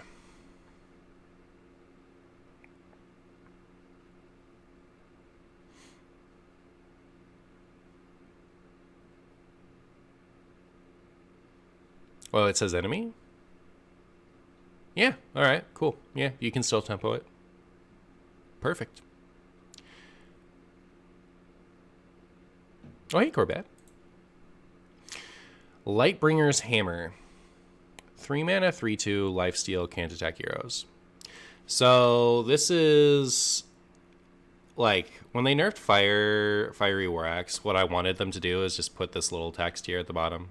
I wanted them to just put that on there instead of actually changing the mana cost of the card. Because, like, I wanted to play Control Warrior with my 2 mana Fiery War Axe. But this weapon gets both treatment, right? Like, it gets to be a 3 mana 3/2 and it can't attack heroes.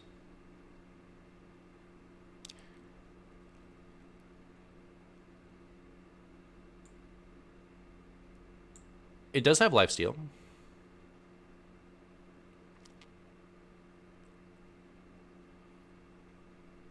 So bad? Yeah, I mean, like, I'm not convinced that this is anything, but it does let you trade twice and not take that much damage. In which case, like, don't we want it to say immune while attacking more than we want it to say lifesteal?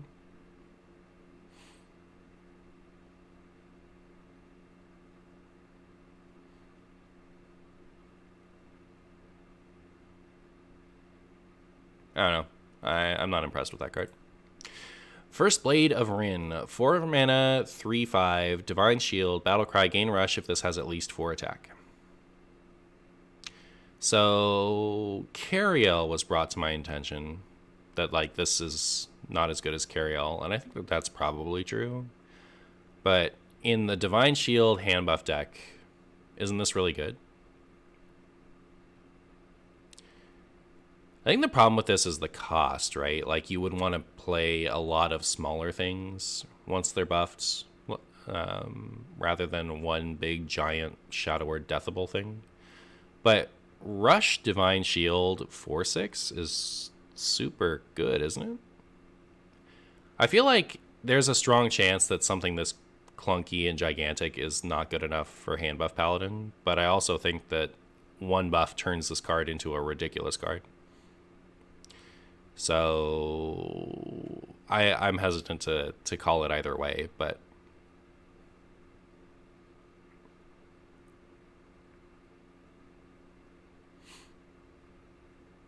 this does seem like it might be a Big Game Hunter expansion. I don't know about that. Can't search for this in hand buff? Is that... like, cards aren't only good in hand buff because they're searchable.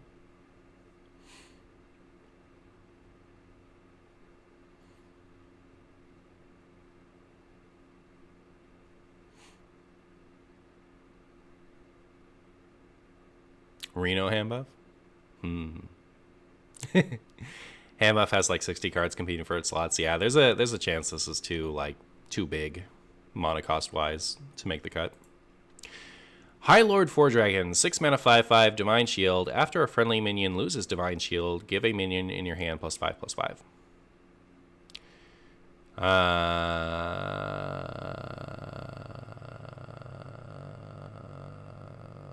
Really good, right? Maybe? Maybe not. It is 6 mana, that's huge. But, like, if one of these hits a charger, isn't that stupid? Samuro is just better? I mean, you still run Samuro. You never cut Samuro. Does it include it itself? I assume so. So this being as expensive as it is, like, it has no immediate board impact either. It doesn't have taunt, it doesn't have rush, and it takes up your whole turn. So this is a really greedy card. This is a super greedy card.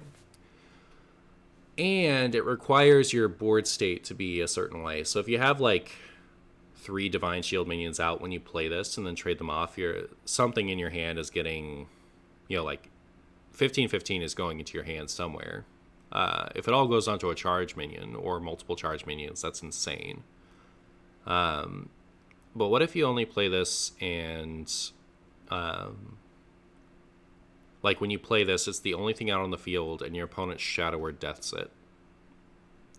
And then you cry about it because they had Zephrys to Shadow Word Death it.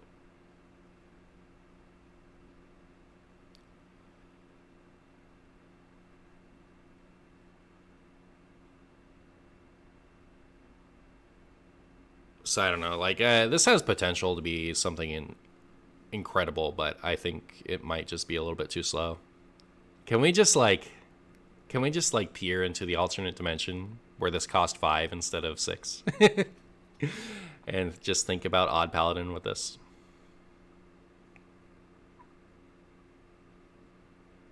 I don't know that you'd even do that. Like, you play your Lithraxian on 5. But what if you, don't have it? I don't know. I don't know. This might be a little too expensive, but it could also be, just incredibly nutty. Call of the Grave. 1 mana, discover a Death Rattle minion. If you have enough mana to play it, trigger its Death Rattle. Shadow spell.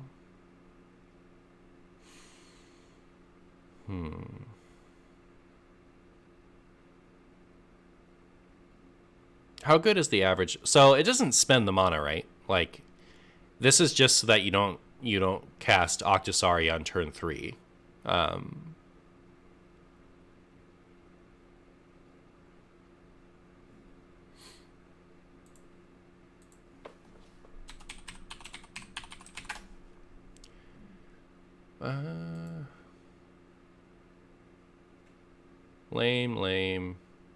Lame. Fine.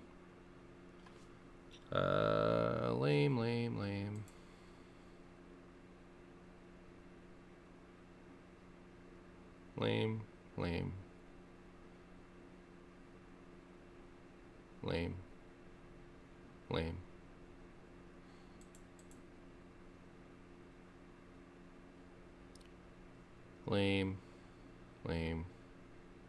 Not that lame. A little lame, but not that lame. Depending on your deck, lame. Oh, that's pretty good. All right, we found one that's pretty good. Depending on your deck, lame or not. Expensive but good. Lame. All right, so my conclusion is unlikely.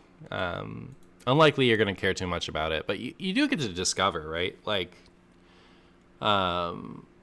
So if you discover Piloted Shredder, get a 2 cost. It's so bleh. It's Amara quest support, is it though? Wouldn't you rather just run the good Death Rattle minions?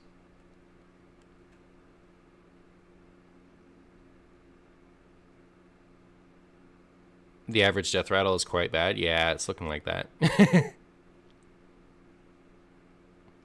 Discover Stalag Fugan and the enemy hero, deal 5.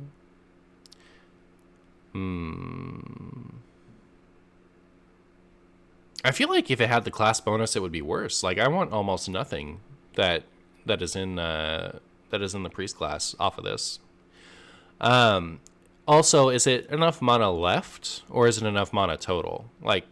I feel like that clause is so that you don't cast, Octosari or something way too early. But if I discover Octosari on turn 8, so I only have 7 mana left, does it trigger the Death Rattle or no? Do we know? I feel like this card is bad, but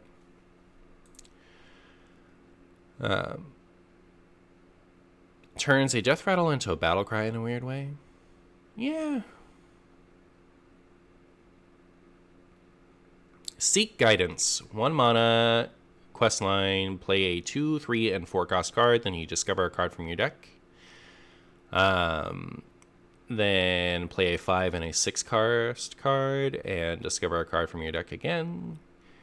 And play a 7 and 8 cost card, you get Xyrella the Sanctified.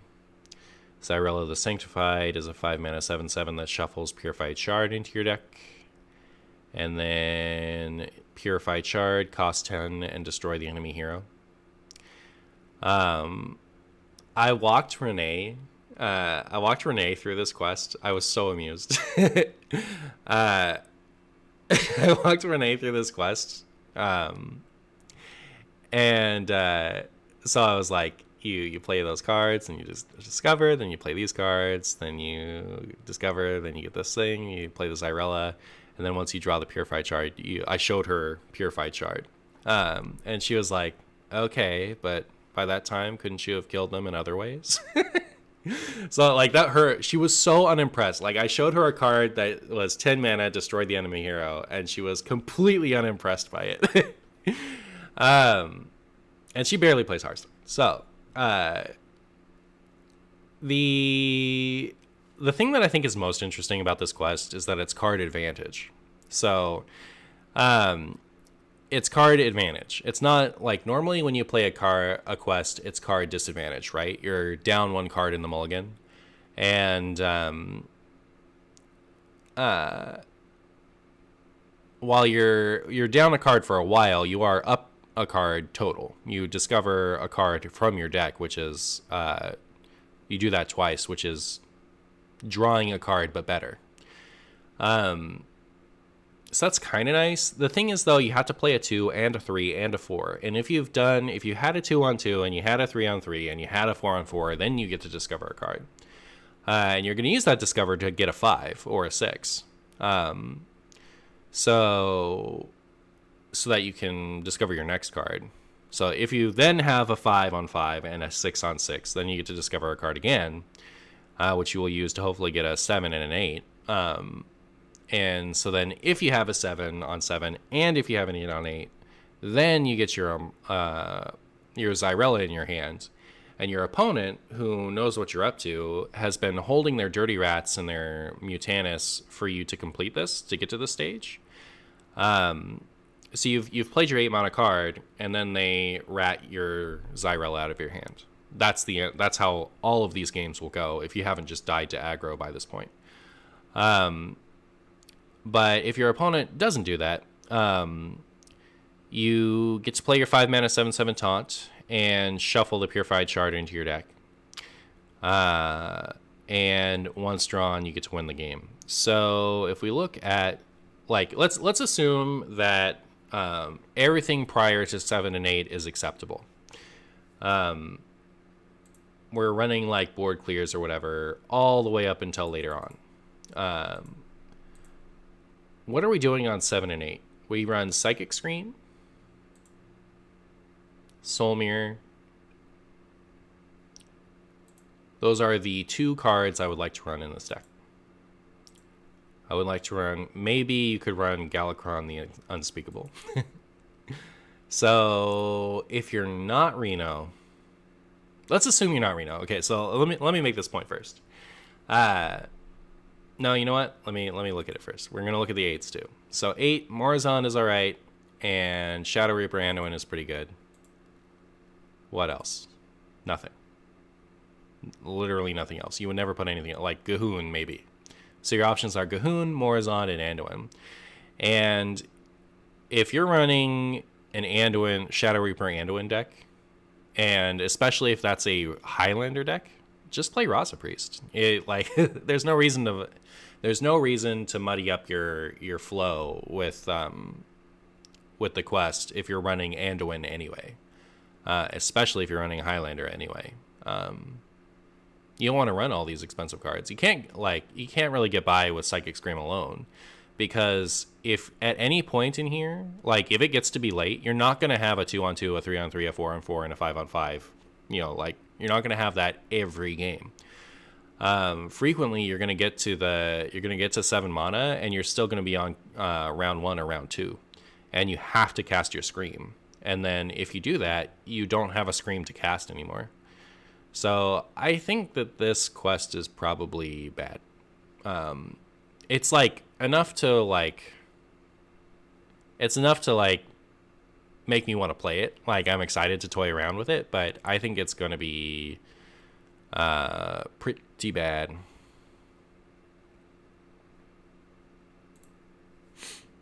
Shard of the Naru. Holy spell. 1 mana, silence all enemy minions, tradable. I think that the big priest decks that were playing Mass Dispel for the Mirror will cut Mass Dispel for Shard of the Naru. What do you want to silence as a priest player otherwise?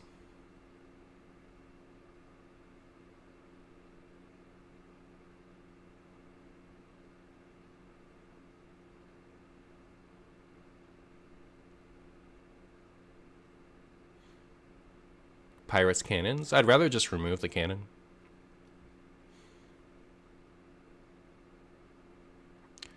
Death Rattle, Demon Hunter, Marina Lock. Again, I think clears are better.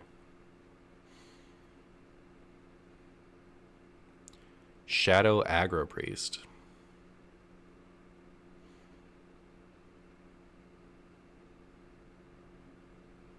Watch post. I know what I'll do. Cho into Quest, into Opponent Completes, into Brand, into Scoundrel, into Neophyte, into Shard.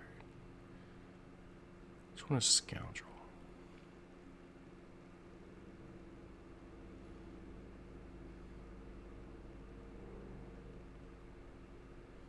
It's like a better Master Spell. I agree. It's just the only time Master Spell was good is in a big priest deck, in a big priest heavy meta. Tradable cards do ruin Polka, yes. Oh, it's the 4 mana 5/5. I see.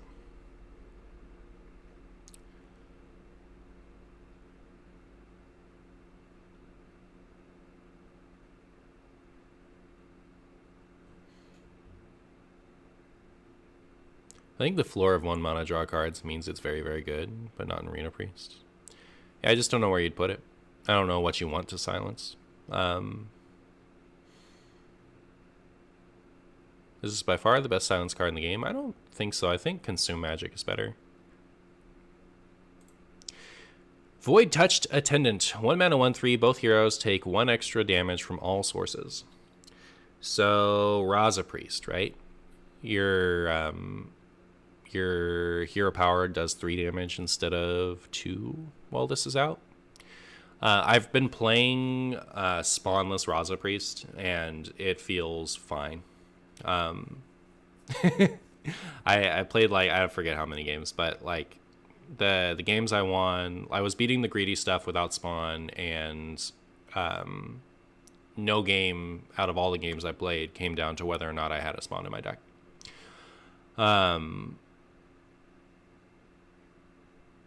So that was not enough for me to declare like spawn is definitely not worth running in Raza Priest. I'm not like ready to make that statement, but I am kind of I'm leaning towards spawn. Like you could have a finisher that does not deal as much damage as spawn does, and while this deals significantly less damage than Spawn of Shadows, it also costs significantly less mana. So like this with you run this and Penflinger and Seance in your deck, and then you can Seance the Penflinger, or you can Seance this, and then your damage potential is huge. And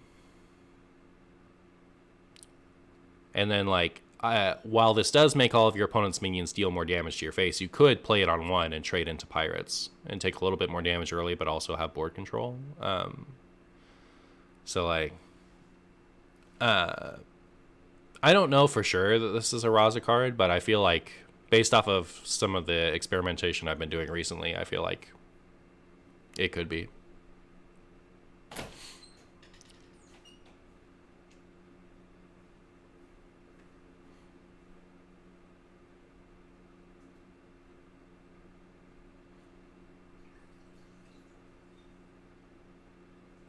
You can play Spawn out on 4. If you play this out, you die. If you play this out on 1, it trades into Pirates, and you take a little bit extra damage. You don't die, though. You've removed the Pirates. Spawn on 4 is a truly awful play.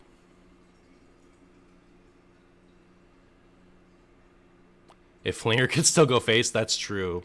Oh, hopefully they won't unnerf Flinger now. That'd be sweet. This is going to be a disaster if they unnerf Flinger. See you later, ulti. Shadowcloth Needle, 2 mana, 0/3. After you cast a shadow spell, deal 1 damage to all enemies, lose 1 durability. So not every, but the vast majority of spells in Raza Priest are shadow spells. And several of them are shadow spells that get you other spells.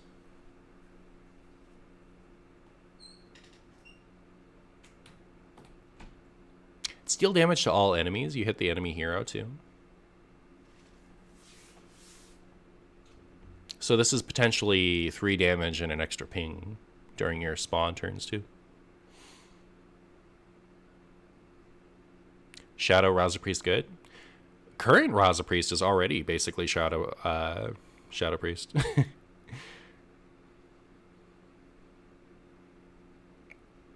A handful of them are already clears and removal though. But like, you play this and Spirit Lash is now dealing 2 damage. It's still only healing 1, but like, you play this and your Spirit Lash next turn is really good. Your Breath of the Infinite next turn is really good. Breath is Shadow, right? You play this and Smite on 3, so you kill the cannon and you kill all the little squibbies that go with it. I don't know. Like, I feel like this card is actually pretty decent. I'm expecting this card to see play, I think. It might not, but I'm expecting it to. Unironically, not a bad card, but is it good enough if all shadow spells are already clears? It makes the clears better. Like I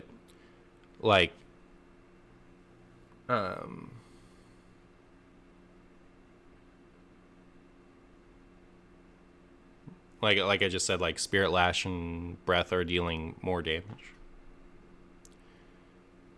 Smite is holy.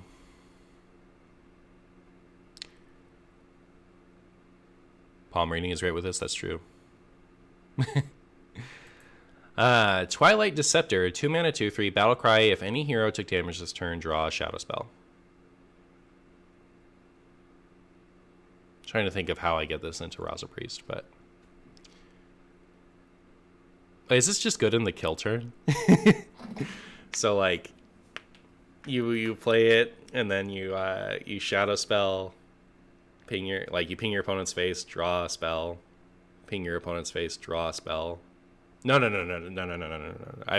misevaluating the card. I take it back. No, this card's not good. Not good for Raza. I was thinking of ambient effect. It's a battle cry. So yeah, I mean, Smork Priest. This would be good in a Smork Priest deck. If Smork Priest is good enough, it plays that. Is this being posted on YouTube? Yeah, I will.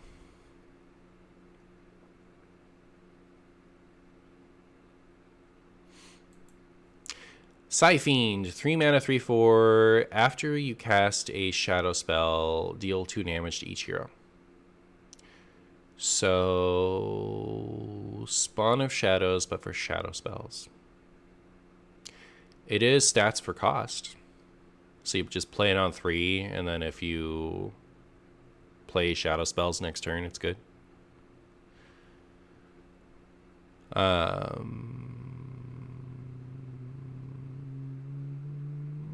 Does Shadow Priest have enough support?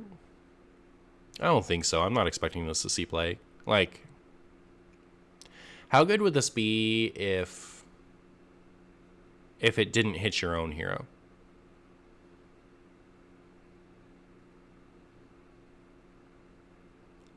Like, 3 mana, 3/4, conditionally deal 2 damage to your opponent's face only.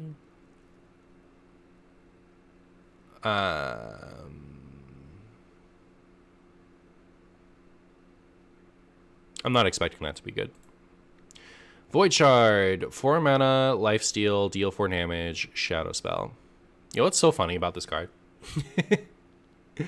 Can you guys tell me what's funny about this card?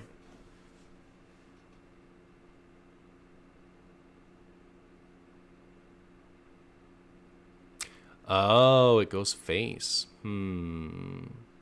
That changes things. That makes it less funny. I was going to say this card already existed and was recently buffed. Tidal Surge. But Tidal Surge doesn't go face, does it? I just completely didn't think about that. This goes face.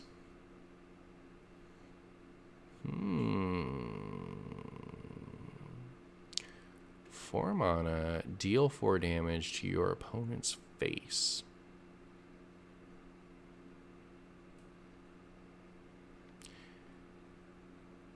So, in an aggro Smork Priest deck, I don't think you run this still, because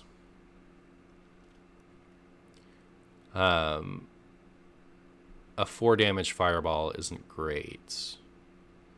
But is it good enough in Raza Priest because it's removal with lifesteal early on, but later on it helps you kill your opponent? It costs 4 mana, and that's like a point that like you don't want for your pull count curve.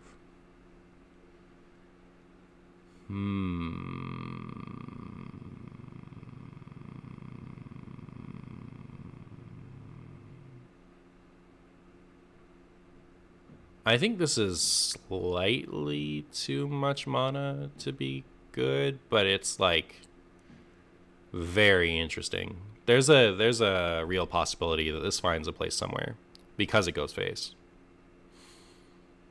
Big Priest? I don't think so. Will be a solid discover option for a priest, that's true. Penance buff to hit face win. Hopefully never. Dark Bishop Benedictus, 5 mana, 5/6, start of game. If the spells in your deck are all shadow, enter shadow form.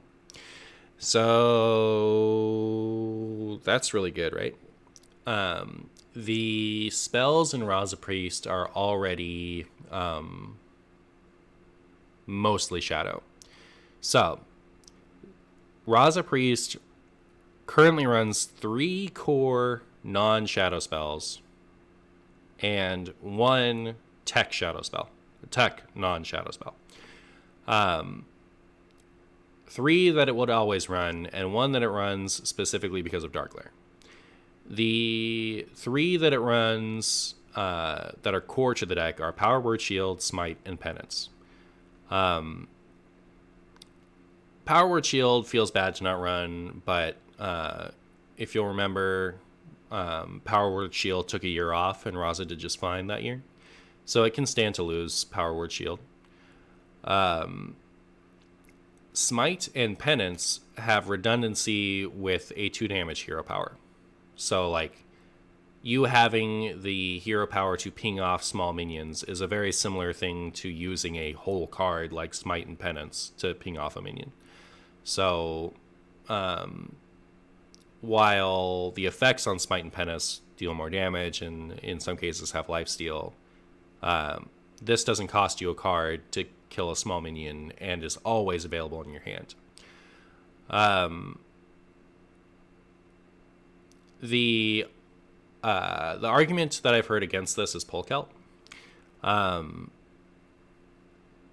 I've heard some talk of like running a non-Polkelt version that runs the Dark Bishop Benedictus. And I think that the worst thing that you can do to your Polkelt curve is take Polkelt out of your deck.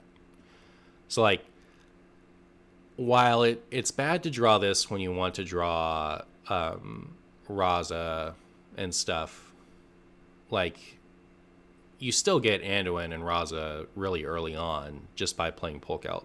So I think the card that I would cut to add Dark Bishop Benedictus is actually Talon. Because then Talon doesn't always get you Raza and Polkelt if you're already drawn your Reno, but even then, maybe not. I think I would just play this in Raza Priest if it weren't for Wave of Apathy. Like, Wave of Apathy is 100% of the reason why I wouldn't do this. Wave of Apathy is mandatory for surviving the Polkelt turn, or the Lotheb turn against Darkglare. And until Darkglare is less frustrating, less pervasive, you can't cut Wave of Apathy. So that, I think, is going to hold Dark Bishop Benedictus back from Raza decks. But in a world where you can cut Wave of Apathy, I think you just slot it in. Deal 2 damage early on to, like, stave off aggro is really, really good. And you lose almost nothing.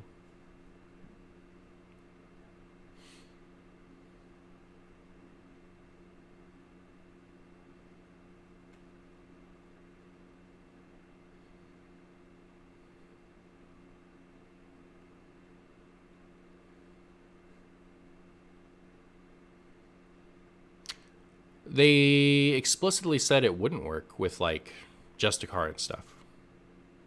They said that there will be no way to upgrade it to Mind Shatter. Like, the devs said that. Why are they listing it here?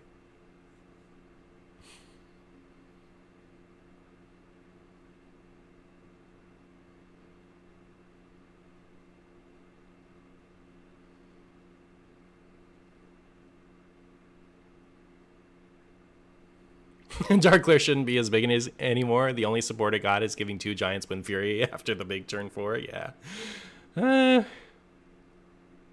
No Penance or Power Word Shield is rough, though. Like I said, Power Word Shield was missing from Raza Priest for an entire year, and it did just fine. And Penance has redundancy with your upgraded hero power. I don't think it's that rough. Lose Renew or Desperate Prayer plus Xyrella combo board clear. I think that, like, even with 1 mana Renew, Xyrella was because you had to run Desperate Prayer. Desperate Prayer is hot garbage. Xyrella was an all-right way to play Raza Priest, but, like, Raza is not crying for not getting to play Xyrella, and I think it's already in that position now that Renew is bad.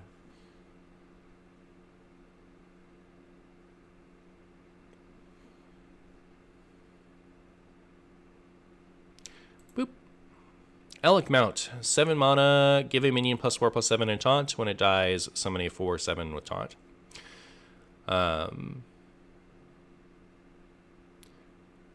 Spikered Steed is too slow for Wild in a class that is much more board-centric than Priest is. So a slower Spikered Steed, probably not good.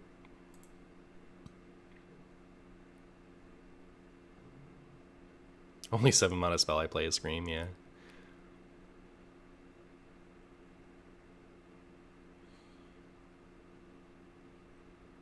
The new Shard at 2 mana more is a decent replacement for Penance? I don't think so. It's, I think they're not the same card, really. 2 mana more is so much more for 1 extra damage. I think if you're looking to replace Penance, you go with, like, Shadow Word Pain. Alright. Find the Imposter. Questline, play 2 SI7 cards, add a Spy Gizmo to your hand. Spy Gizmos are 1 mana, return an enemy minion to its owner's hand. They can't play it next turn, which is kind of decent. Spy-O-Matic. This looks like if a robot wanted to be Superman. Like, that robot gained intelligence and all it wanted to be was Superman. That's what I see when I look at this picture. Look at 3 cards in your opponent's deck. Pick 1 to put on the top. 1 mana, 3/2. It's pretty good. Noggin Fog Generator. 1 mana, give a minion +2 attack and stealth.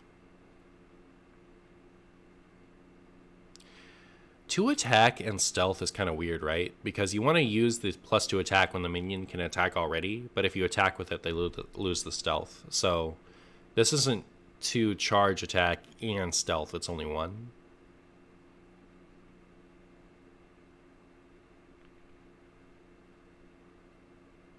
It puts the card on the top of their deck, I would assume. So it's like, you play this and you put like something stupid on the top, like I don't know,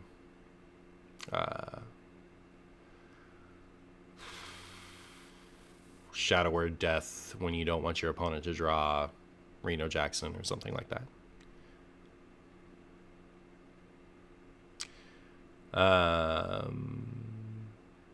One mana, 3/2 weapon, death rattle. Throw this at a random enemy minion. So it deals 3 damage to a random enemy minion. If you gave it life steal, you would heal 3. 1 mana, 2/3 beast. After this attacks, add a random card to your hand, and it has stealth. So this is Shaku minus 2 mana. So you play 2 SI cards, you get a gizmo. You add a gizmo. You play 2 again, you add a gizmo. You play 2 more, you get Spymaster Scabs. And then Spymaster Scabs gives you 1 of each.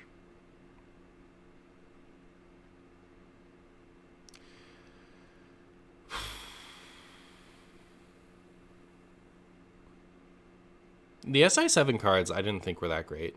So we have like Agent, which is alright. It's a card that started getting cut a long time ago. Even in Standard, like Standard doesn't even run SI Agent most of the time now.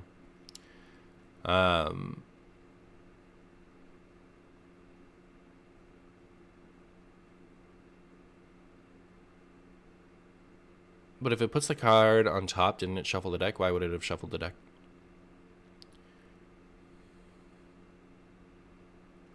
If you give Akanai Soul Priest lifesteal, does attacking with it mean instant death? No, it used to, though. They changed how it works. I can't imagine that this sees any play in Wild, but maybe Standard is fine with it. Is Edwin an SI card? It's not SI Edwin. It's the ones that have SI in the title.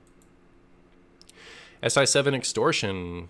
1 mana, deal 3 damage to an undamaged character, tradable.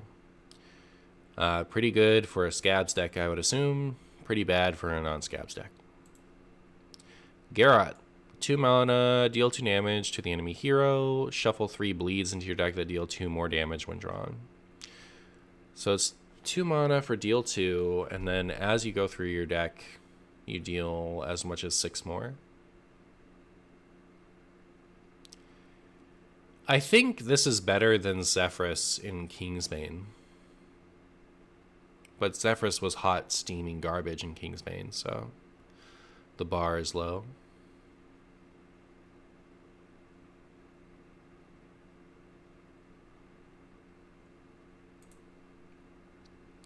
Maestra of the Masquerade. 2 mana, 3/2. You start the game as a different class until you play a rogue card.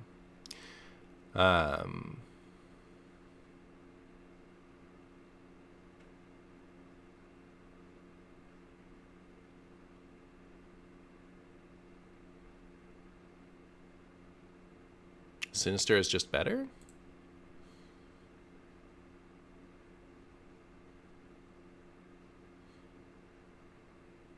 I guess, but like Sinister is a really, really bad card. I think that it's probably a similar quality to Sinister, and the only benefit that Sinister has on this is that you can run it in Odd, and Odd Rogue with Sinister Strike in it is an Odd Rogue that I don't want to play, so I don't know about that comparison. This card is like annoying, but I'm not like that annoyed about it because here in Hearthstone, the mulligan is already frustrating enough because when you look at your opponent's class, you don't know what type of deck they're playing, unless that class only has one good deck. The classic example would be like Control Warrior versus Pirate Warrior. Like you see Warrior, you don't know whether to keep your greedy cards or whether to keep your aggressive cards, so you always mulligan against aggro.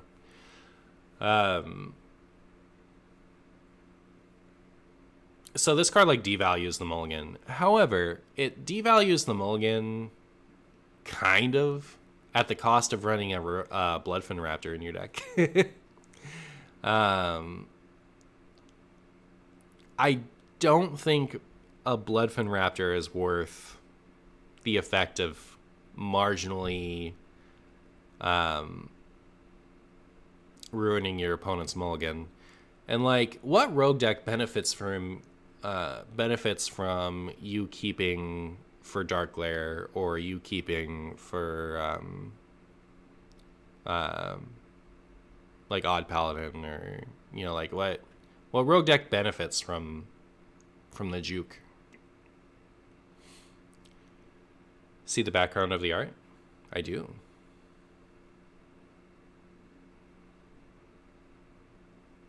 Dragon Road? It benefits from it? Kingsbane and Reno Rogue? Why would they benefit from that?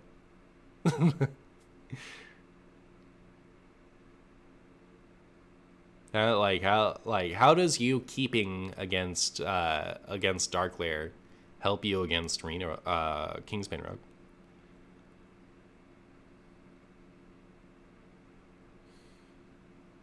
So I don't think this card has a spot. Like I think it's this is the type of card where if you open a pack and you see it's a legendary and you get really excited, and then it flips over and you're like, oh, it's a Bloodfin Raptor that doesn't even have the beast tag. Sigh.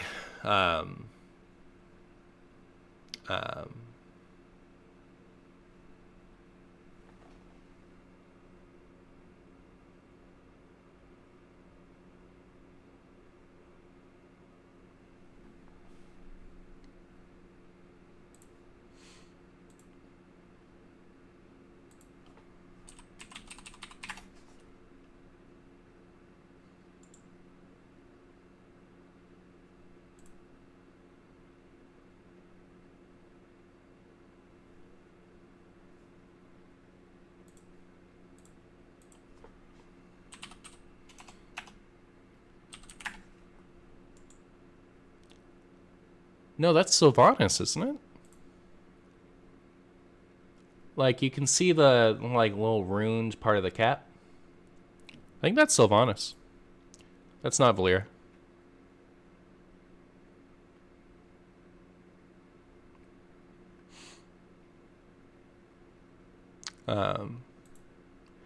Anyways, I think this card is going to be more depressing as a waste of your as a waste of your legendary than it is going to have any actual impact on the meta. Lone Shark, 3 mana, 3/4 beast. Give your opponent a coin. Death Rattle, you get 2.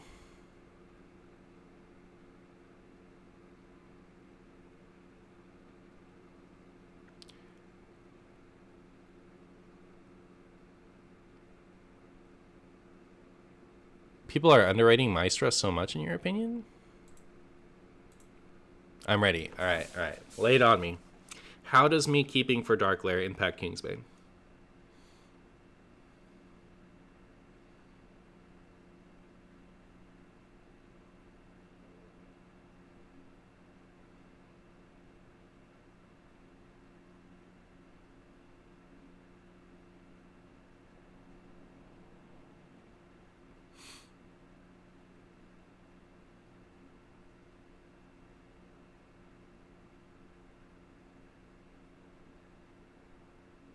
You don't keep Reno versus Glare. That's reason 1.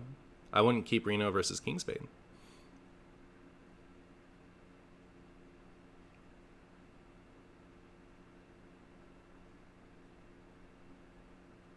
I guess maybe, depending on the rest of my hand. Depending on whether or not I had the coin.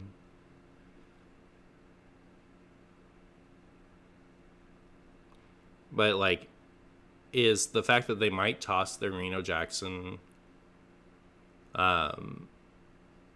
worth having a Bloodfin Raptor?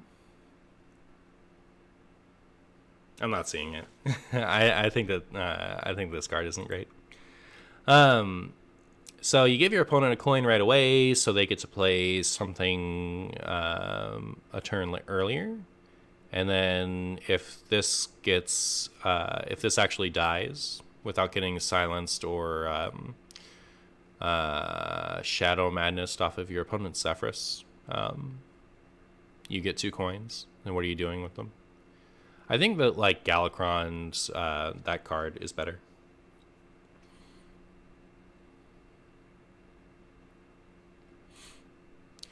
SI7 Operative, 3 mana, 2/4 rush. After this attacks, a minion gains stealth.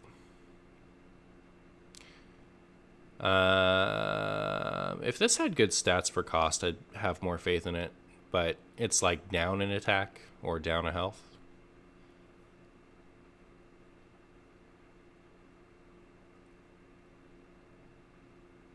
But maybe? I mean, like if your deck cares about stealth, can you run this?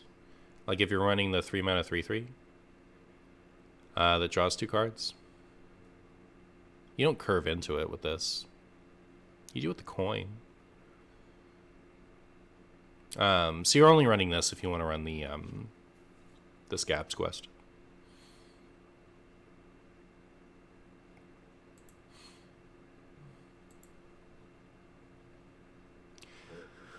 Sketchy information. 3 mana, draw a death rattle card that costs 4 or less, trigger its death rattle. I was scared of this for a split second. Like, forget the trigger its death rattle. I saw draw a death rattle that costs 4 or less, and I thought to myself, tutor Necrium Apothecary, but Necrium Apothecary is not a death rattle minion until it's already on the field, so you're not actually tutoring it.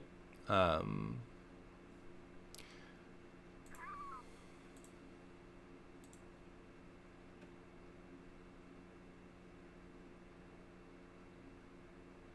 can't find it. There it is.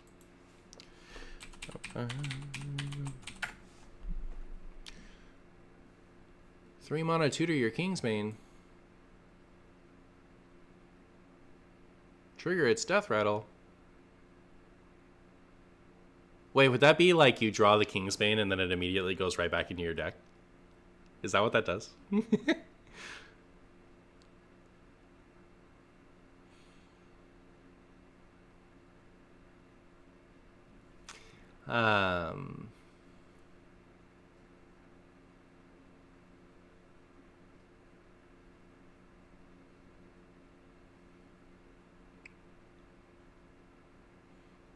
Ooh, Jade Rogue support.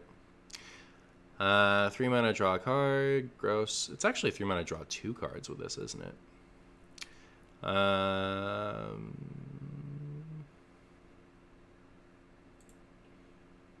Get a fork. Get in a comma. Return a random friendly minion to your hand. Pretty bad. Get a poison. Get a 1/1 poisonous with rush. That. Oh, what about in Shuffle Rogue? You go tutor this, and then you don't get the body, but you do get the shuffle right away. It's probably bad. Oh, I can go get your Necrium Blade.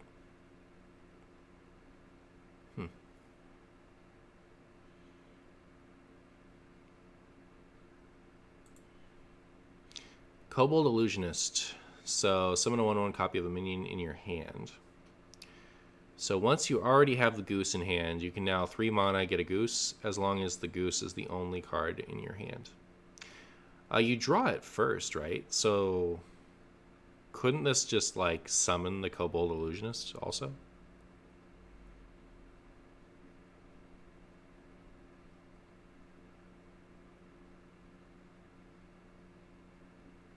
Get a coin. Return a random enemy minion to your hand. So sap for 1 extra mana, but you don't target. Kingsbane. Right. So like, you never run it with Kingsbane, right? Because you draw the Kingsbane and then it shuffles it back in, and that's annoying. But can you imagine? I don't know. Kingsbane would have to be pretty desperate for attack buffs to play that wombo.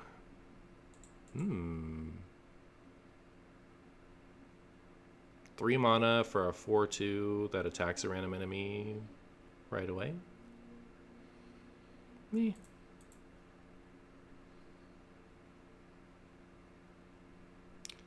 3 mana Shadow Step.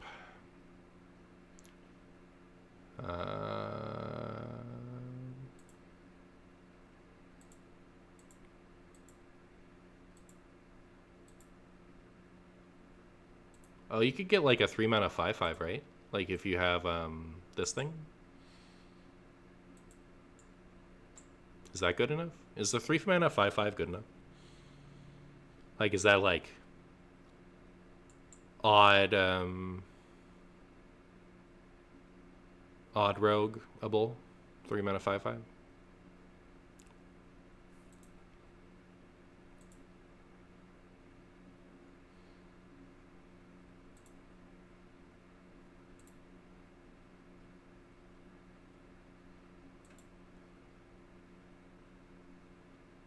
Three mana, draw 3 cards.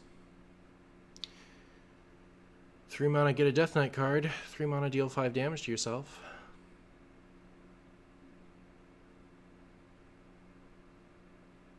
Three mana, draw 2 Murlocs. Mill Rogue? Mill Rogue, anyone?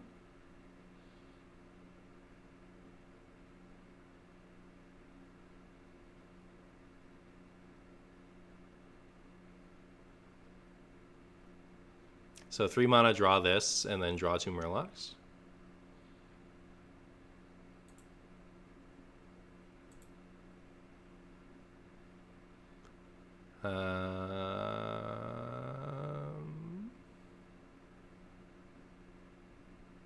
Three mana, give your opponent a 5/5.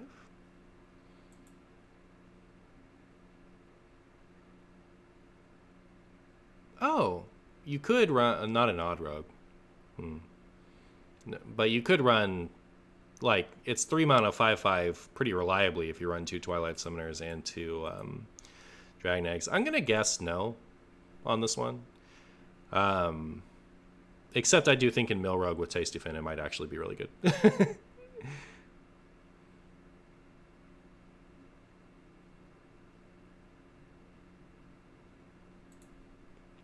Counterfeit Blade, 4 mana 4/2, gain a random friendly death rattle that triggered this game.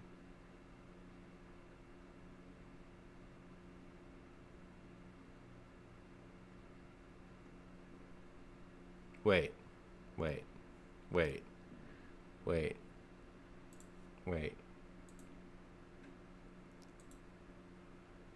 Oh.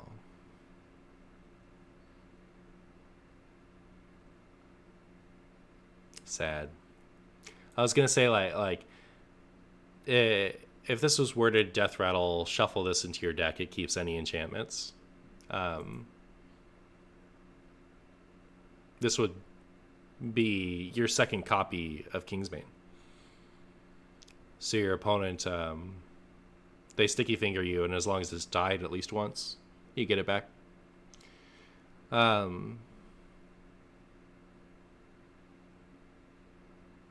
But it doesn't work that way. More Jade support? That is more Jade support. Yeah, no matter how much Jade support Rogue ever gets, it's like you still have to run a 2 mana 1/1 in your deck. And you still have to run a 2 mana deal 2 combo. It's like the original Jade stuff is so bad that you just kind of need a completely new set of Jade stuff to make Jade Rogue a thing.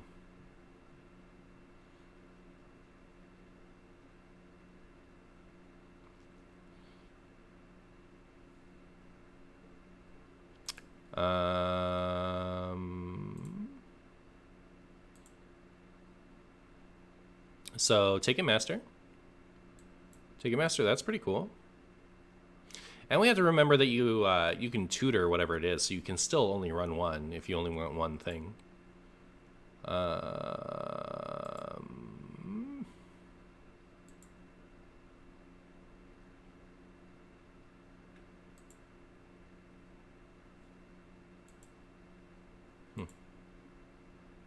Oh, wait. What am I doing in Shaman?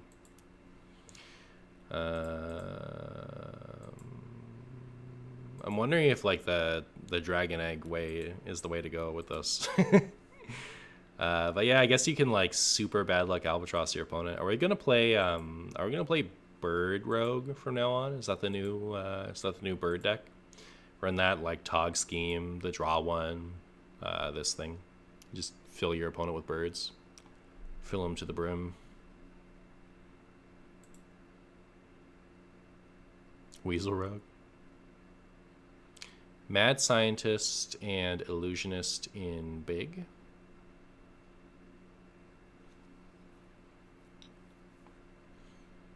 Not super seeing it. SI7 Informant. 4 mana, 3/3. Battle Cry. Gain +1/+1 for each SI card you played this game. So if you played 2, it's like above cost, but not above cost to run. If you played 3, it's starting to get spooky. Yeah, I think you play this with the quest, and otherwise you don't. SI7 Agent, or SI7 Assassin, 7 mana, 4/4, costs 1 less for each SI7 card you play this game. Combo, destroy an enemy minion. Now that is a payoff. Remember how good Vilespine was?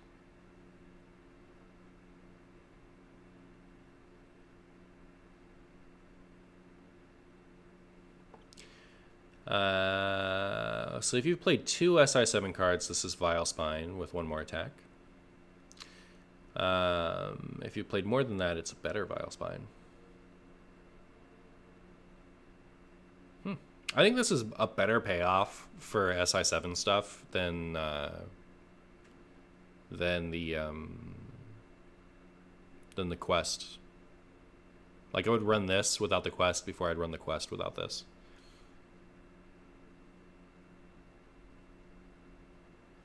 But like, you do have to run a lot of really bad cards. All right. Shaman, command the elements. Play 3 cards with Overload. Reward, unlock your overloaded mana crystals. So you're down card advantage, but you did get to play Overload cards without consequence. Oh, where are the other quests? Where are the other stages of this too? Why do you do this to me? Why do you do this to me, Hearthstone? Where's the rest of it? Where is it? What'd you guys do with it? Out of cards? I don't want to go to another site. Meh. Oh, or the Discord? Ah, Salty to the rescue. Thank you. All right.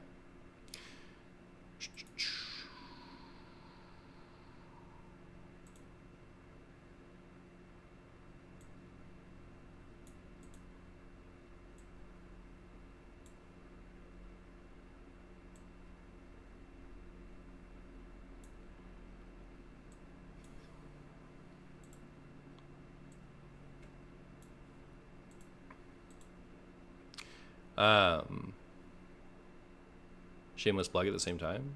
Was it? I think, wouldn't that have been like, you can also join my Discord, blah, blah, blah. I was just responding to Salty's suggestion. Anyways, yes. Now, here's the shameless plug. If you join the Discord, all of the card reveals are very attractively put in the card reveal section by Mr. Salty the Pirate. They're organized as such and by rarity. It's very good. So, round 1, play 3 overload cards, and you get to ignore their overload. Round 2, you play 3 cards, and then you summon a 3/3 elemental with taunt, but you're still overloaded. And then for round 3, you play 2 more overload cards, and you add a 5 mana 7/7 to your hand that your opponent rats or mutanuses. And then 5 mana 7/7 for the rest of the game, your spells cast twice. Show. Oh, Discord disappeared.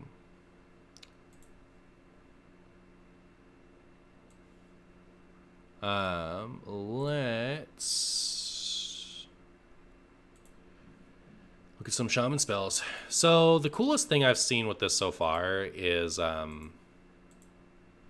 this. So you get this upgraded twice so that it summons 3. You play your Elwyn Boar, and then you summon copies of it twice, and then you play this card to kill them all, and then you get the sword. That turns off your opponent's mana crystals. and is it's like a 15-3 weapon. So how do we make that happen? Well, we run this, probably 2 of them. Lightning Bloom.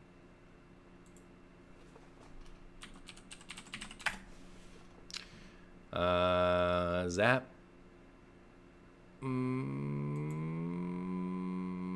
Perpetual Flame, maybe, except it makes Primal Engineer worse. Ancestral Knowledge to draw.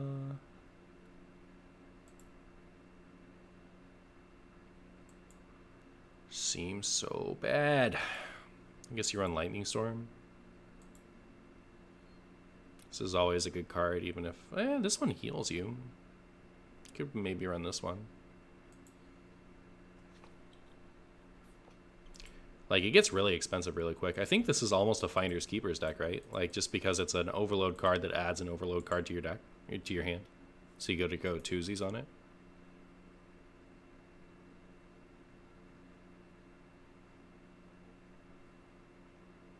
Really wish the rewards for first and third stage were switched, because if you overload for the final reward, then you may not be playing it in the following turn. Yeah.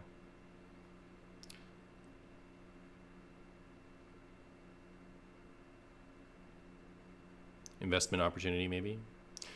So I think that, like, anything you're trying to do with this deck is going to be hard. You could also just go, like, super aggro hyper style with it and just run, like, Tunnel Trog and all the good, like, overload cards with it. Skip your turn 1 in your aggro deck so you already lose. But you later on in the game you get to cast, like, double Serpent Shrine Portal, double... Yeah, it just seems bad. I don't know. I have no faith in this. Note Taker? Yeah. Investment opportunity. Draw an overload card. So people like this with Fireheart, right? Like, you can now draw cards with your Fireheart.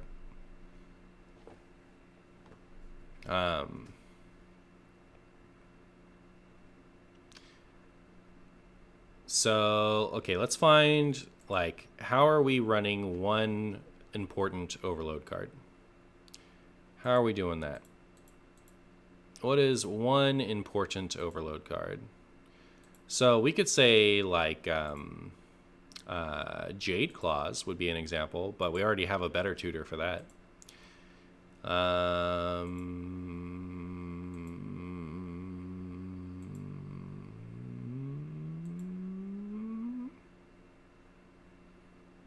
Again, better tutor for it. Did I miss something? Not really.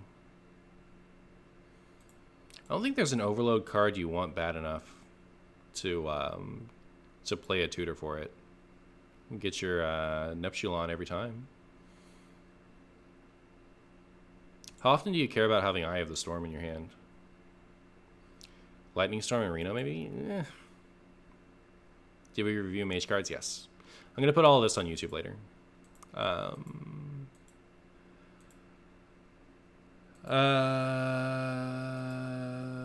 don't think this card's good. Oh, this one. I think this card is insane in aggro.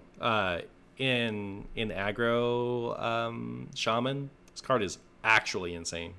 This card feels nutty to me, but I don't think it's nutty if you spend 1 mana to find it. So, plus it goes in a deck that requires you to run other overload cards, so I'd say never mind.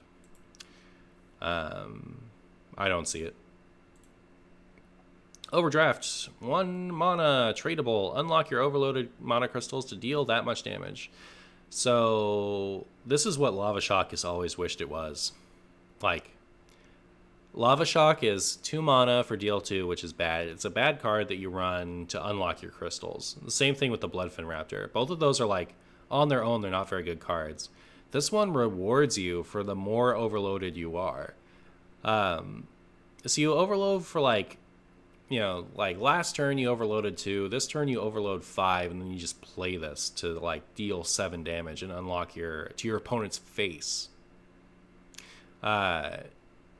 Deal 7 damage and then, like, unlock all of the overload that you already did.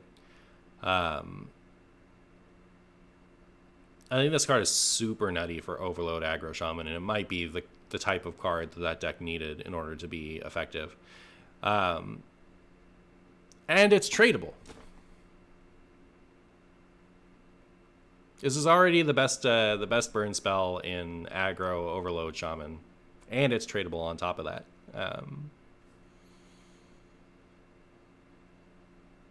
It's nuts.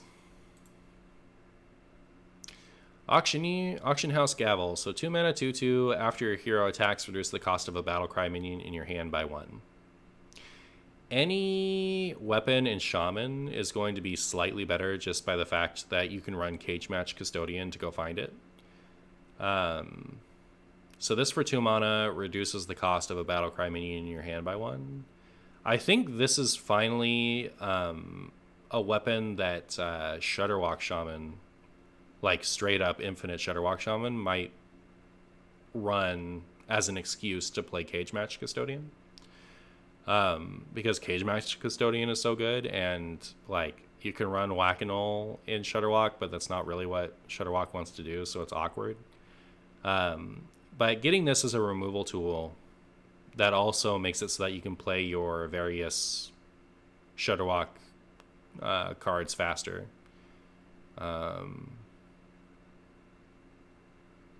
Run Sphere plus this? Why do I run Sphere? So it's free basically, spend too early, save too later. Yeah, but it's like moving the curve, your high cost curve down, right? Like maybe your Shudderwalk comes down early if you're running it Reno style, maybe that happens earlier. There are just like, there's so many turns where like if you had 1 more mana, you could have done something like Serenite Zola or like Grumble and then Zola the Grumble or something like that. Like they're 2 hits for Cage Match. Oh, you're saying like in Reno, like do you run this in? I don't think you run Sphere ever. I'm not a believer in Sphere. I think if you want 2 hits for Cage Match in Reno, you run Whack-A-Null and just use it as removal. But either that or the Rune Dagger that gives you spell damage for the turn.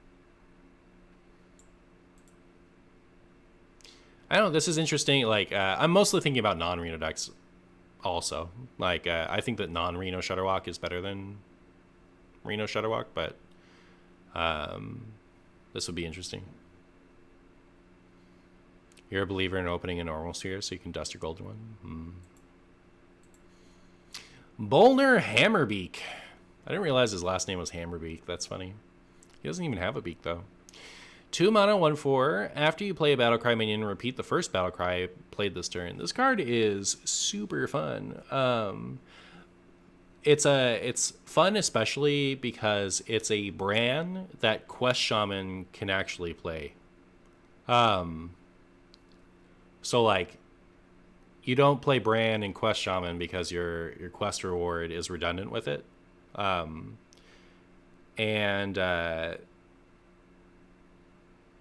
This lets you, like, you can still get extra battle cries off of this, even with your Quest Shaman.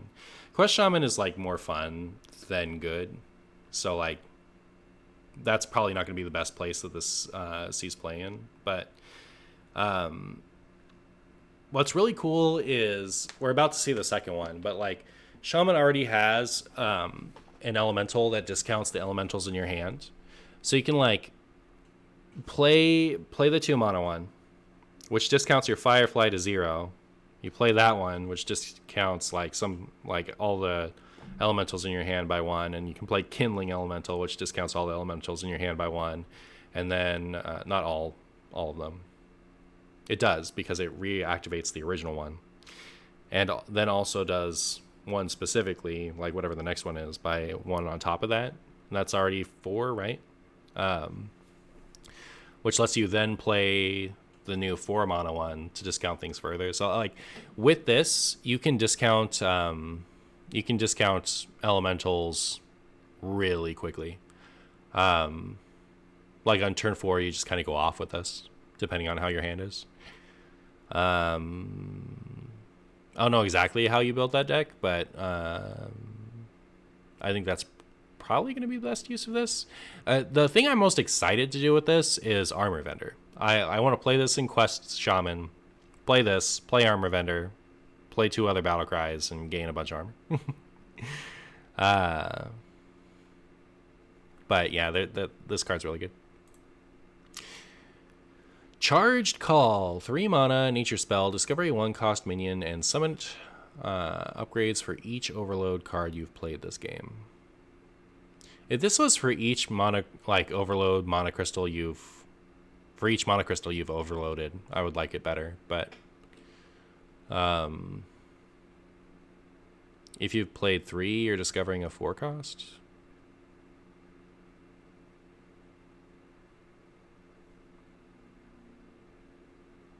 You don't run Bran and Reno Shaman, right? Oh no, I don't play much Reno Shaman. Flavor text. You have a collect call from Alakir, Lord of Air and the Four Winds. Do you accept these charges? I get it. Canal Slogger, gross. 4 mana, 6/4 elemental, rush, lifesteal, overload 1. Is this the overload card that's worth running as your only overload card, and then you get to tutor it?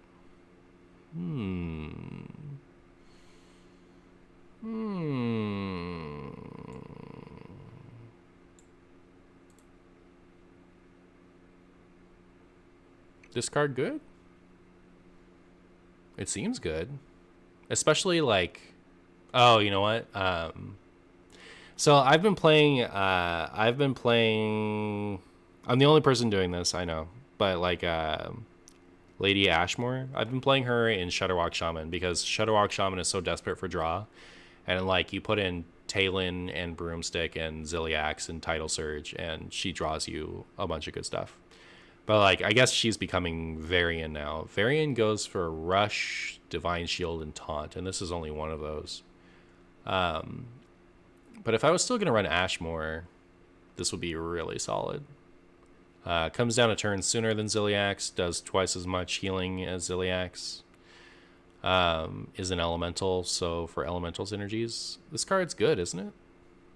I think this card's really good. Like, anytime I see Overload, I want to kind of like write it off completely and be like, this card is bad because it has the worst text in the game on it. But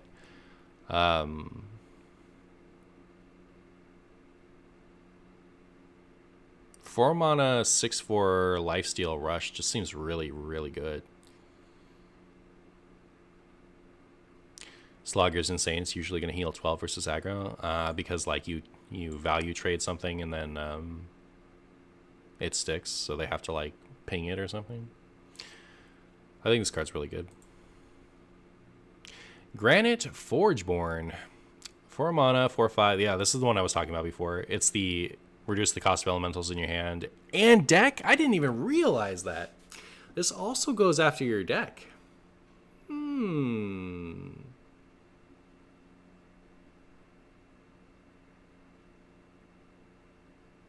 Calamos finally good.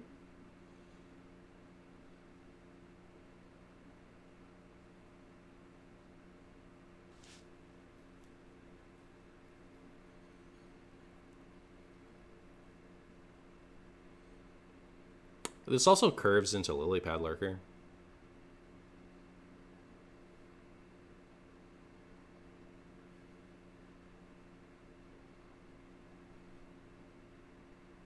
Definitely need a Shaman Luna.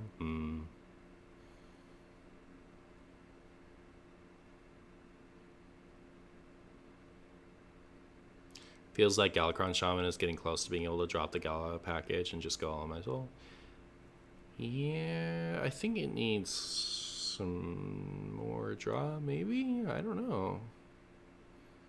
This is pretty cool, though.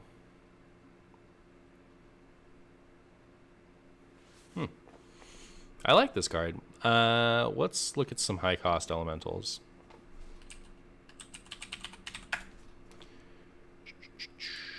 So this is the other one, right? Discounts the elementals by 1. You run them together. You probably run this and this. And then then probably this.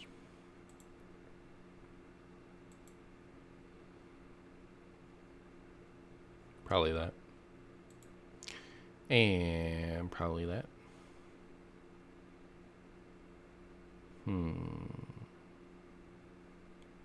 Yeah, I think like the biggest thing you worry about with this is running out of gas. Alakir starts to look really good once he's been discounted by 2. That even. I don't know. Maybe it doesn't work because there isn't enough draw, but I'm looking forward to it.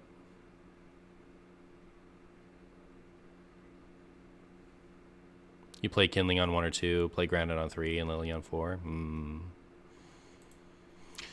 Spirit Alpha, 4 mana, 2/5. After you play a card with Overload, summon a 2/3 Spirit Wolf with Taunt.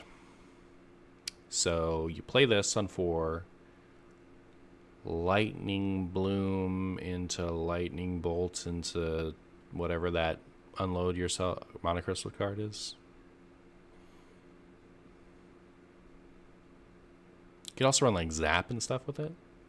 You know what else costs 4 is that 4 mana 3/6 that whenever you overload you get like 2 1/1s with Rush. Is this better than that? Which one of them is better? The other one has more stats on its own, and it's an elemental. You could run them both, though. I don't know. I don't see it. Interesting card, though.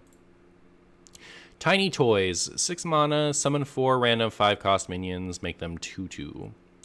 So this is like, you run it, Bog Spine on 5, this on 6, attack with your Bog Spine. Doesn't this look like Anduin? Is that supposed to be Anduin? No, right? Because Anduin's not a shaman. Wait, why is this a shaman card? So weird. Why would this be a shaman card? Pictured is a race that can't be shamans.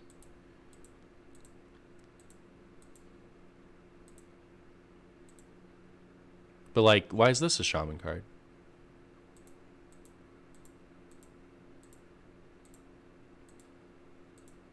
I'm not getting any shaman flavor from this.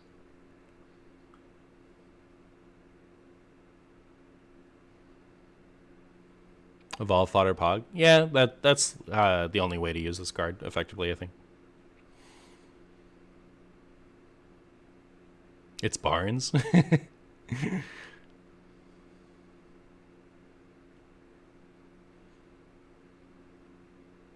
think Hunter and Shaman in a city is kind of weird flavor, but like, look, like that's a shaman flavor thing, shaman flavor thing, shaman flavor thing.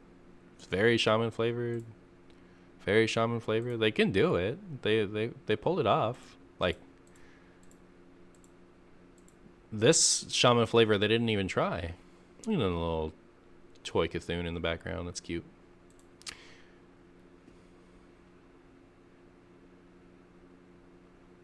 Geppetto's daughter. All right. This is the quest that I have the most faith in. For most of the quests, I think like they're a little bit too gimmicky, or for example, the priest one, it's gonna get ratted every time. Like 100% of the time that you complete the priest quest, you're gonna get it ratted. Your opponent's gonna rat your Xyrella. This one, I think, has some potential. So, take 6 damage on your turns. Reward is deal 3, heal 3.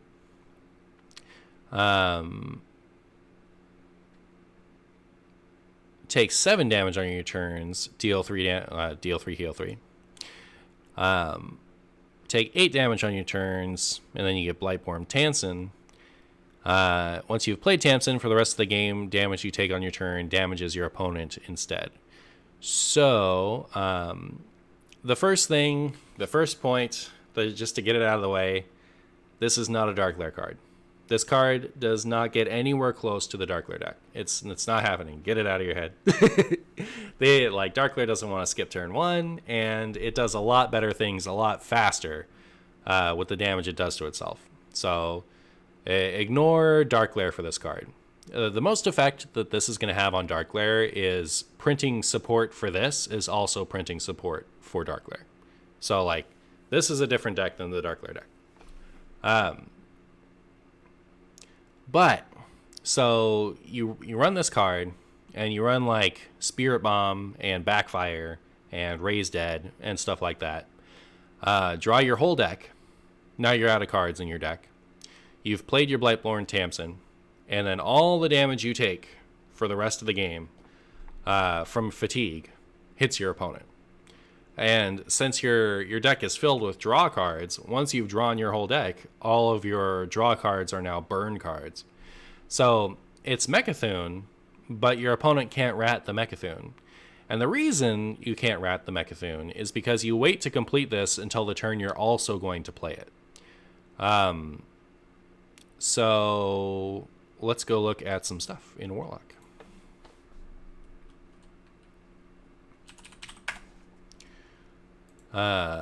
So Raise Dead, you would run with like some like Armor Vendor and Mistress of Mixtures. Kobold Librarian also, and the Quest one, the 2-mana 2/3. You can run that.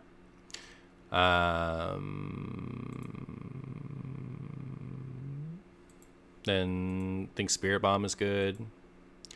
Run Drain Soul. You can run Unstable Fellblast. Backfire, definitely. Sometimes Chittering Tunneler, maybe. Since your deck is going to be so draw heavy, you can consider this card. I think this is a gimmick. I don't think you run this one. But then you could almost run this one. And because you want to empty your deck and you don't really care about any specific card, you can consider Soul Rend. Where is it? Oh, I typed in Deal. I don't think you run that. Remember when this was a really good card? Crystallizer, something to consider. So this is just like a 1-mana 1/3 that does a lot of quest progress. So like, maybe not. You say Bloodbloom Kappa, but like I think Bloodbloom is actually worth it. Like, the next spell you cast this turn costs health instead of mana. All right, so you play that, and then you play this card. All right, so for 4 mana, you get to activate any one of your quests. And then, like, any level of quest is going to get activated by Bloodbloom Doom. And you clear the board, and you draw a ton of cards. And if you've already completed the quest, you do this later on, you'll deal 10 damage to your opponent, and you'll draw Fatigue. So, like, this is just... Bloodbloom Doom is probably enough damage on its own to just kill your opponent. So, I think Bloodbloom Doom... Tamsin Doom. Would that work? Because the Tamsin would get destroyed. Anyways, you probably will run original Tamsin as well. I don't know that this is going to be like a tier 1 thing or anything like that, but I think this is going to replace Mechathune. Like, this is going to be a better version of Mechathune because it can't be ratted. Stealer of Souls with this in Standard is bonkers? Maybe. Can already see I'm running out of dust for a meme deck.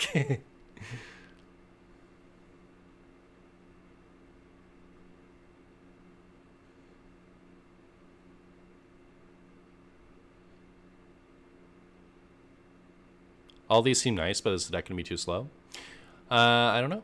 It gets to run a lot of removal. It gets to run a lot of draw. I think in a greedy meta, it always wins.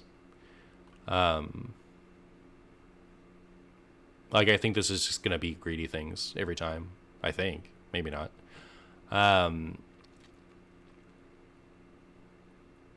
Because it's a solitaire deck that can't be ratted. Literally cannot be interacted with. There's nothing you can do about it. So the only hope is this can't beat aggro, and like you get Defile, you get Plague of Flames, you get to run like Vendor and Mistress of Mixtures and Drain Soul and Tamsin. I don't know. Like, we'll have to see.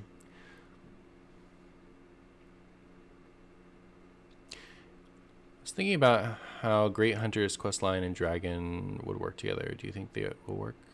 You mean Dragonbane? Ah, yes. Yeah, I do think that Dragonbane will be Quest Hunter Spawn of Shadows. Touch of the Nethrazim. 1 mana, deal 2 shadow spell. If it dies, restore 4 health to your hero. This card's really good, right?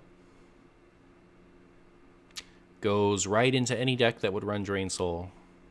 Sometimes in Drain Soul's spot. I think this card's really, really good. If you missed my thoughts on any of the previous cards, there will be the VOD today, and tomorrow there will be the YouTube video. 2 mana, 2/5 demon. Whenever this attacks, deal 2 damage to your hero.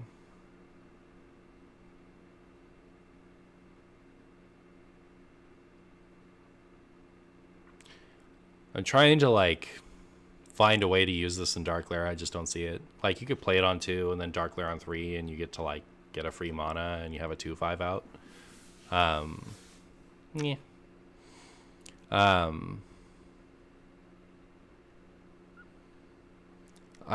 Maybe standard quest Warlock plays this. Oh, and you can do the tiller thing, right? So you play this for 2. You play Death Potato for 3, giving it immune. Treachery for 3, giving this to your opponent. That's 8. And then for 4, you play Hysteria. So you have to have an Emperor discount. But then this would work like the Tiller combo used to.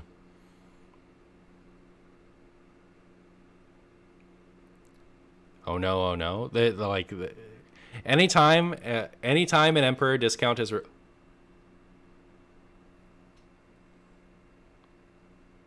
I was about to say, anytime an Emperor discount is required, don't fear. But I just realized we haven't encountered it yet, but Warlock gets a better Emperor. 3 mana, give a minion +1/+1. When it dies, summon an Endless Dreadsteed. So this is Dreadsteed -1 mana and +1/+1 gets to charge. I don't think you run this in anything ever. It's a weird card.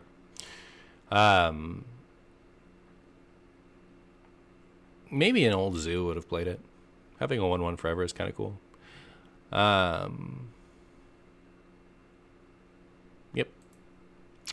This is the one. Ruined Mithril Rod. 3 mana, 0/2. After you draw 4 cards, reduce the cost of cards in your hand by 1.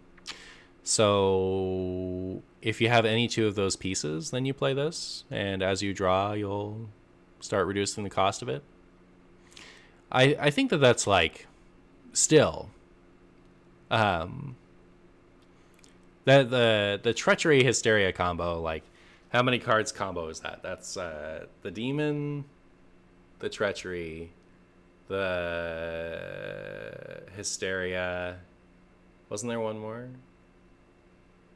Oh, and the Death Speaker. So that's 4 cards already that you have to pull off Hysteria. And if you hit 2 of them, it's still a 10 mana combo. Never fear. Elucia will keep that from ever seeing play. But Elucia and aggro. This card just, like, on its own, right? You just play this in Reno Lock, don't you? Like, Reno Lock already sometimes runs Emperor Thorson. Why wouldn't you run this? This is 2 Thorsons at half the cost in a deck that just draws.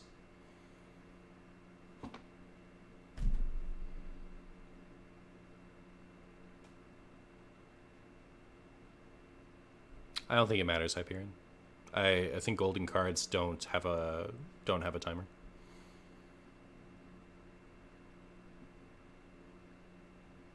It's okay to panic now. I wouldn't. Does Glare run this? So the Giants get discounted regardless. If you're already after turn 3, you want to be, like, playing your Giants next turn or the turn after alongside Lotheb. I don't think so. I don't think that this discounts anything meaningfully in Dark Lair. Like, even if you have it on curve, I don't think it matters. This is a nutty card, though. Reducing the POs are kind of bad, too. Oh, yeah, that, like, ruins your Tamsin. All right. This is the poggiest part of the expansion, all right? We're getting into the pod cards. Even Warlock back on the menu, maybe. Probably not, but it's getting a lot of tools. So, 4 mana, Shadow Spell, summon a fiend with stats equal to your hand size. Does this work like Dark Skies, where if your hand is full, it summons a 10/10? Also, the coin Mountain Giant Dream. You can finally coin out your Mountain Giant. I'm really excited for this card. Plus, like, the Fiend is a demon, right? So, like, there's a few demons this expansion that are worth running, and so, like, even Warlock can start to consider Blood Reaver Gul'dan.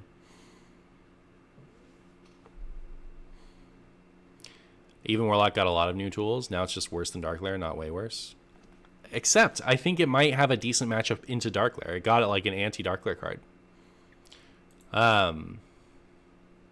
This card, I have no idea how to evaluate it. Like, sometimes cards like this are just super nutty, and I'm not built to process them. So, like, 4 mana, deal 3 damage, summon 2 Voidwalkers seems bad to me, like, looking at it. But, like, that is a lot all in one card.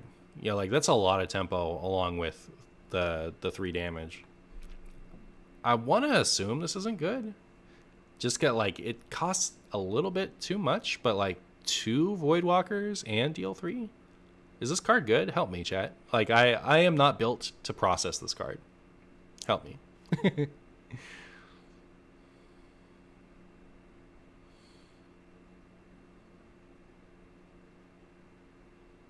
Oh, I see, Exilium.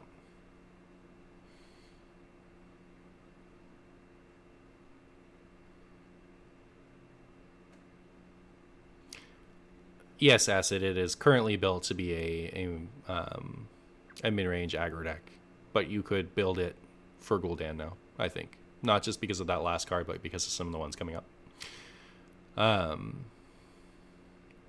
It seems bad to you too, but you could be underestimating it. It's 4 mana, yeah. It seems really bad to me, but, like, things like this have seemed terrible to me, and they've been insane before. Hey, Bullmaster.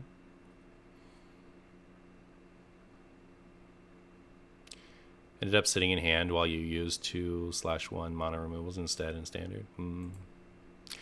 Shady Bartender, 5 mana, 4/4, tradable, Battlecry, give your demons +2/+2. Disco Lock, anyone? Is this good enough for Disco? Hey, Clark.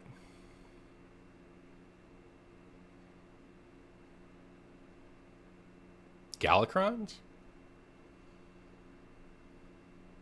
Oh my goodness, this is like a this is the quartermaster of Galacrond Warlock. The only difference is your hero power doesn't start with 2 dudes. You have to, like, you have to draw and play the Galacrond first.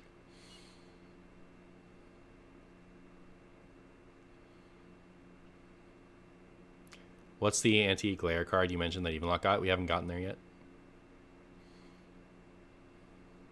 The golems and spiders aren't demons, so not sure about Disco. What golem? Oh, like Silverware Golem? But you go wide with 1-cost demons. But yeah, I guess maybe not.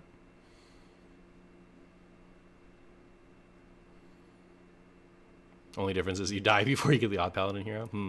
Well, I'm now excited to try Warlock Galalock with this. It'll be bad, but it'll be fun. And Netheron, 6 mana, 8/6 demon, costs 1 if your hand is full. I don't think it's going to be that hard in, like, Evenlock to get a full hand. It really isn't, especially with, like, Raised Deads and stuff. It's like playing this out isn't hard at all. I think 1 mana for an 8/6 is a price I'm willing to pay. And like you can, how soon can you do that with Raised Dead? Yeah. So going into turn 3, you can Mountain Giants for 3, right? Like if you're going second. So you Mountain Giant. Nah. This just gives you an extra thing to play cheaply that turn. Yeah, the coin doesn't let you play either.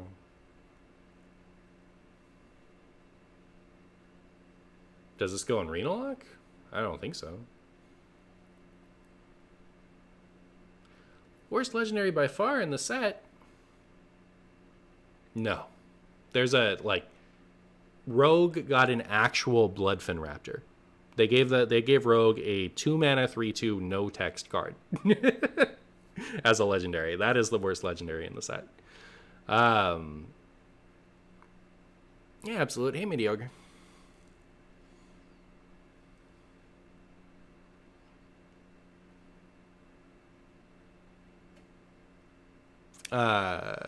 So yeah, like I like this card. This card might even be glare playable.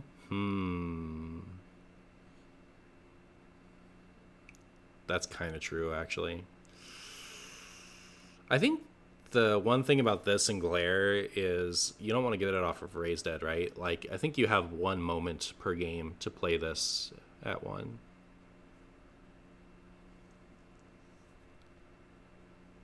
Better artwork than Bloodfin, though. That's true.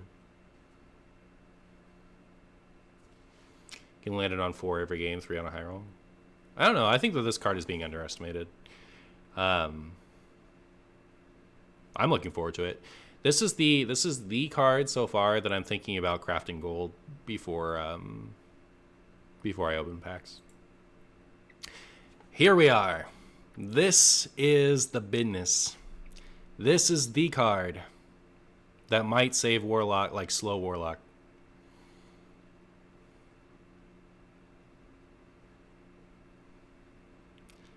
Look at it. Look how it clears the Dark Lair board. You have to have a lot of cards in hand. But yeah, you play this in Even Lock, and now Even Lock can do all right against Dark Lair. You play this in Reno Lock, and now Reno Lock has like a card to play against Godfrey, or a card to play against Dark Lair. Better than Godfrey? No, but Godfrey isn't playable on turn 6. This is. So like if you know you're up against Dark Lair, you can like have a full hand, like keep your hand size high so that you can actually clear a Dark Lair board. I don't know that this is good enough to really give Reno Lock a fighting chance against Dark Lair, but it's enough to make me hope. I'm like super stoked to play with this card. It's like a really good board clear in Even Lock too, like super good. I think that with this card, it might put Even Lock in a position to where Raza Priest is the only thing that's really keeping it out of the meta. Do we run this in every slow Warlock deck? I think so. I don't think this clears as well as people are expecting. In Even Lock, it seems great, but in Reno Lock, it's a little tough to get that many cards in hand. Yeah. It's enough to give me hope, though. I'm really excited for the potential of this allowing you to have a chance against Dark Lair.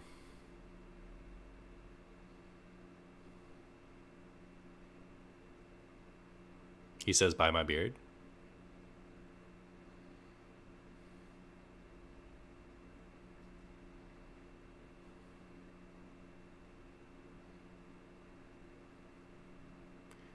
Yeah, like in the absence of Dark Lair, this is just a good card overall. Like if your hand has any kind of like modest size, that's going to be a huge clear. But for Dark Lair, you need to have 8 when you play this, and it's 8 other than him, right? So he says, "Oh, manager" when he attacks. All right, I really like this. On to Warrior. Provoke. Choose a friendly minion. Enemy minions attack it.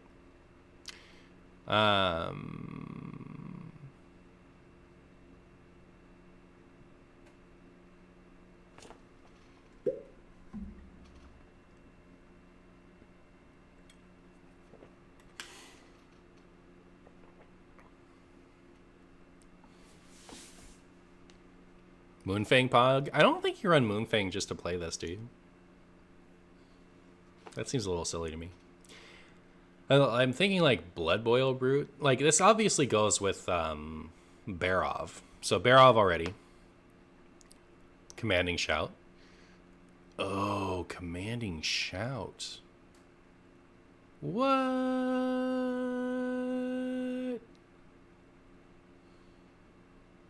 You definitely don't, but like what if you did? Yeah.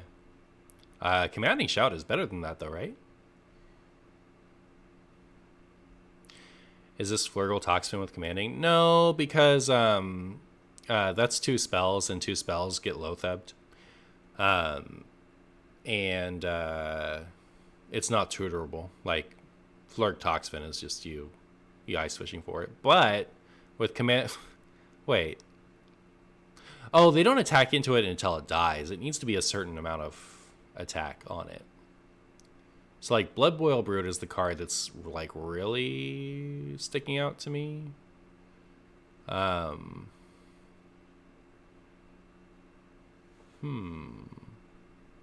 don't even know what to look for. Like, what types of cards would go with this?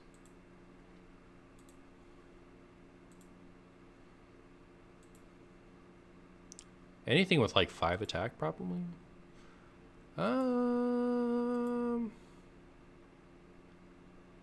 It's like Dead Man's Hand literally has Blood Boil Brute and Barov, and that's like it.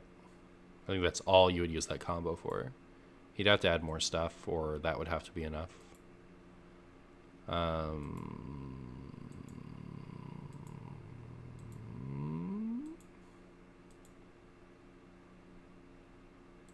It's the lowest cost poisonous minion. It's 2, right? It's our friend the Slug.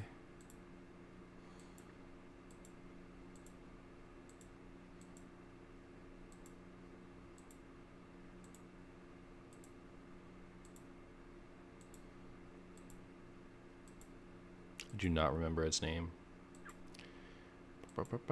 Snail, there it is. So you run this, and now it's a 3-card board clear. Yes, Barov activated. The 2/1 snake, but that's a rogue card. This is Warlock. Scorpid is low cost, and you discover a spell. That's a good point. Like, you run it, like... Now you run Venomous Scorpid, the 3 mana, discover a spell, poisonous, and then on 5 you just do all that. I think that's more cute than good, but...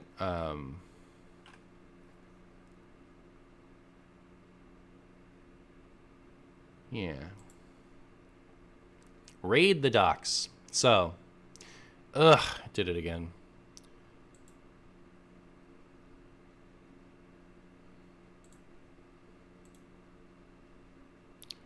Raid the docks.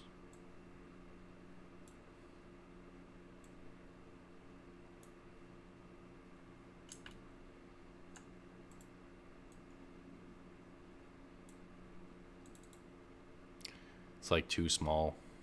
One moment.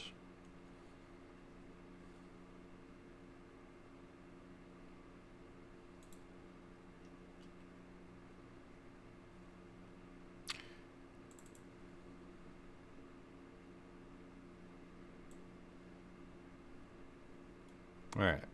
It's still too small. But we can zoom in on it now. Oh my goodness, I'm sorry. First thing, you don't just jam this in Pirate Warrior.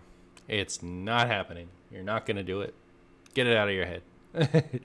Pirate Warrior doesn't skip turn 1. Raid the docks. Quest line, play 3 pirates, draw a weapon.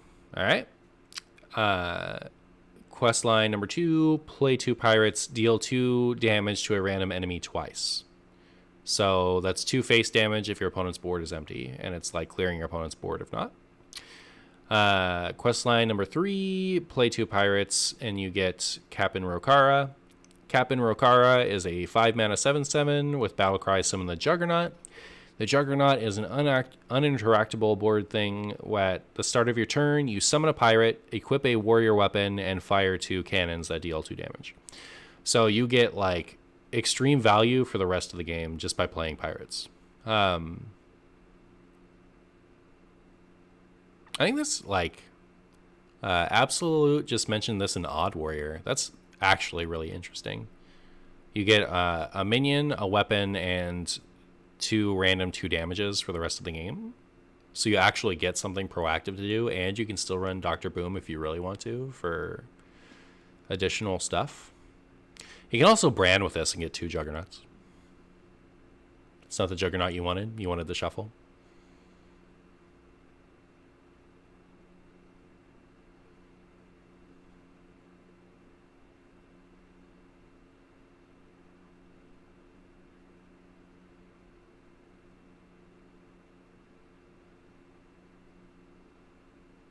The artists hate Rokara. I think they like Rokara, but I know where you're going.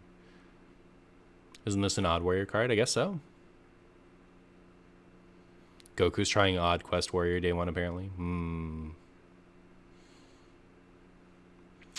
You do need a lot of pirates in your Odd Warrior deck to make this work, though, don't you? So 2 Skipper, 2 Anchorman, and 2. What was the third one?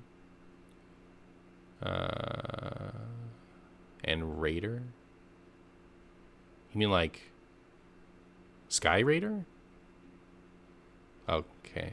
Yeah, I mean, like, you can run those cards, but only, like, you don't really run them usually.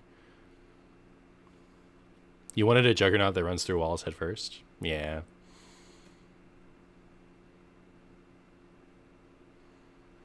I think you have to run too many pirates for Odd Warrior, but maybe you just change the deck dramatically. You run only ink cards, so completing the first quest completes the second as well.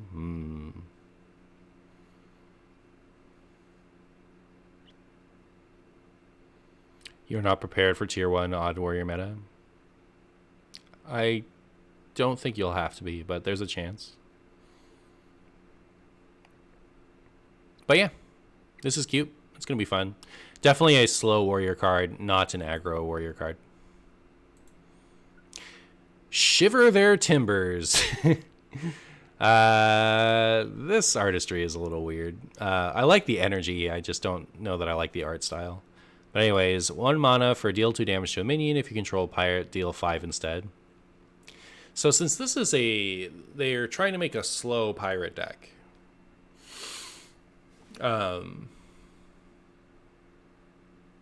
This is good for a slow pirate deck, right? Like 1 mana, deal 5 is good, isn't it?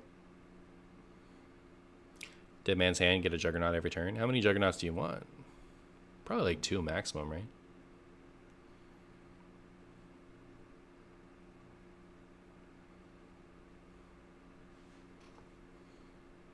Hashtag not my pirate wire. At least 1 is good. I'm not sold. It might be really good. Might not be.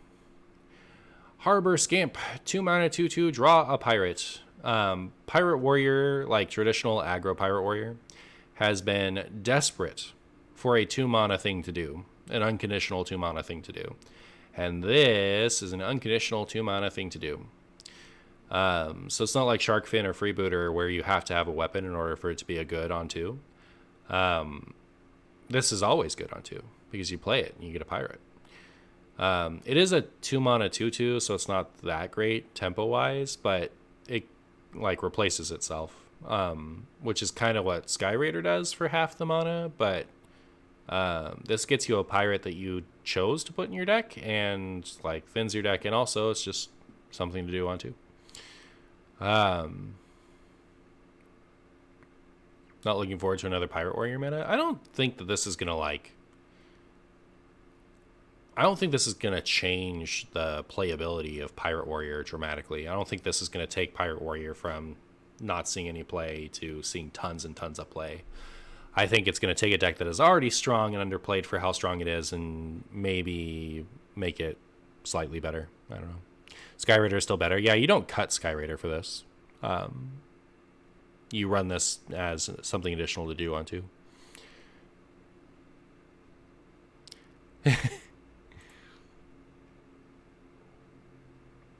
So, Martian, I saw you were being a toxic Pokemon Unite player and got banned for 24 hours. I didn't get banned. Like, why? I got flagged on Pokemon Unite for misusing voice chat, and I don't use voice chat. I have never used it. Like, I don't even know. Like, I think you have to have the separate app on your phone in order to use voice chat in Nintendo. Someone just kind of reported me because they, you know how people are, and they like to, you know, if they don't like your choices in game, they want to do everything they can to make your life miserable. But like I tagged Pokemon Unite. Like, how is someone able to flag me for abusive voice chat when I don't use the voice chat? Anyways, back to the cards. 3 mana 2/3, 3 mana 2/4. At the end of your turn, gain 3 armor. It's a pirate. That seems like an odd warrior card.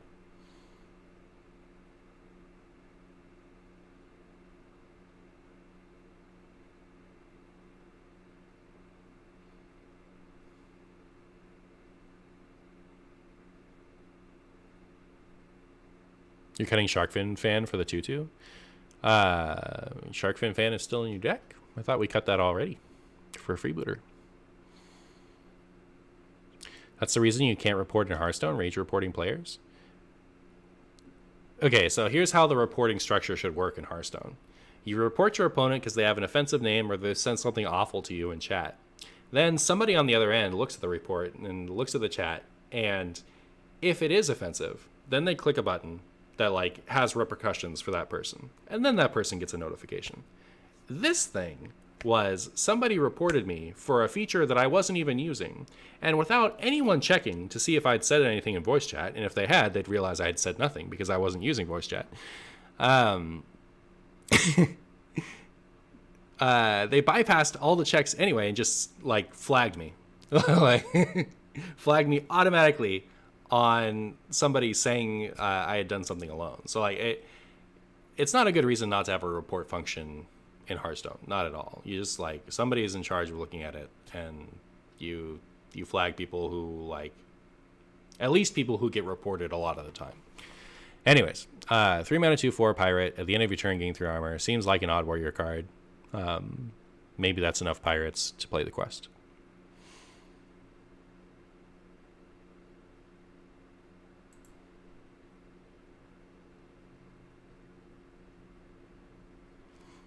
Heavy Plate, 3 mana, 8 armor, tradable. Remember Shield Block that gave you 5 armor and a card? This gives you 8 armor or a card. It sickens me. Stormwind Freebooter, 3 mana, 3/3. Give your hero +2 attack this turn.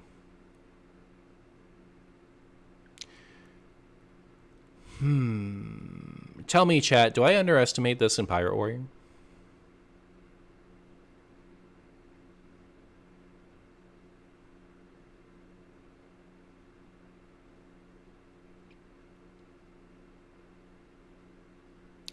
Yes?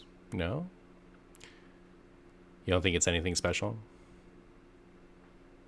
Bait, in your opinion? So it's a 3 mana 3/3, which is decent, and then it gives you 2 attack, which can go face or it can trade into something.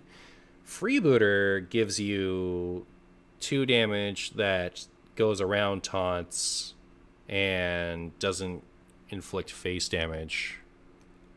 And 1 mana is not worth 1/1. So I think Freebooter is just way better than that. It doesn't work with like cutting class, right? It's not better than the 3/4 +1/1. Oh, of course it isn't. Yeah. I don't know.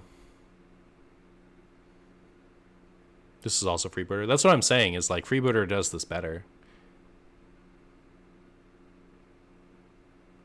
It's good, but they have better cards, probably.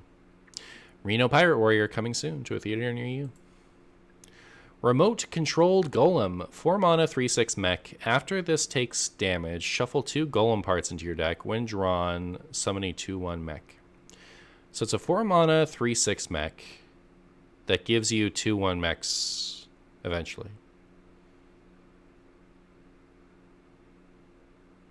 Its name is literally Freebooter. Oh yeah, I guess it is.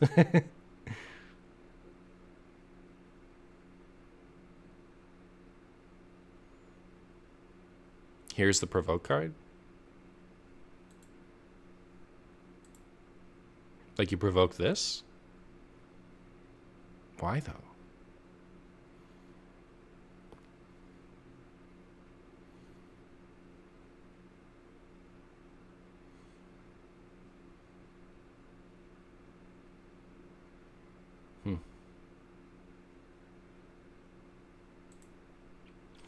Cowardly Grunt, 6 mana, 6/2, death rattle, summon a minion from your deck. So, Possessed Lackey is a 2 health, 6 mana, summon a minion from your deck that specifically targets good minions, so you're allowed to still run other minions. This is a Possessed Lackey that is a little bit more of a threat already, but prevents you from running early minions.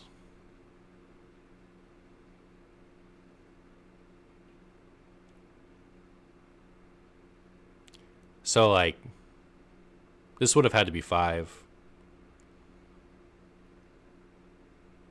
I don't even know that this is that great in Big Warrior, because, like, you don't want to, like, commencement get this. You don't want to gather your party get this. Like, this isn't doing anything that Big Warrior can't already do better. And, like, you could run this in Broom, but then you have a Broom. You know, like, this can summon the Broom.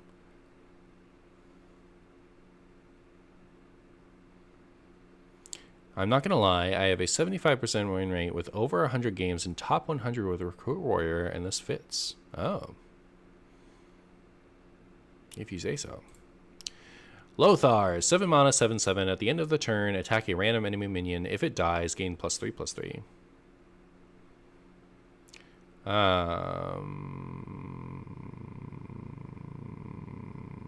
This doesn't work with Provoke, right? Like, it's the specific attack at the end of the turn. Like, it's not when this attacks and kills a minion, gain +3/+3 at the end of your turn, attack a random enemy minion. It's like at the end of turn attack. It will get +3/+3 if it kills then. Oh, you meant the last card? This plus provoke? Yeah, but you can just gather your party. I mean, I guess. It does make it look better. I'll say that. It's not Boogeyman? Yeah, it's not Boogeyman. It's also not good. There's a lot of room to be better than Boogeyman and still not be worth it. Jakari Enchanter plus Lothar.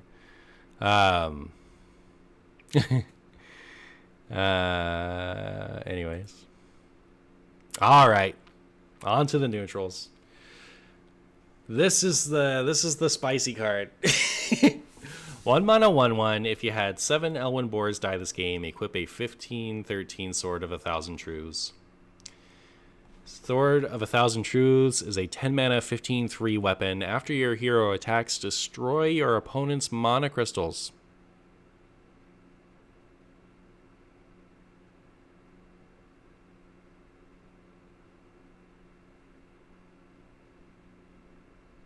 Big Priest? This would be Small Priest.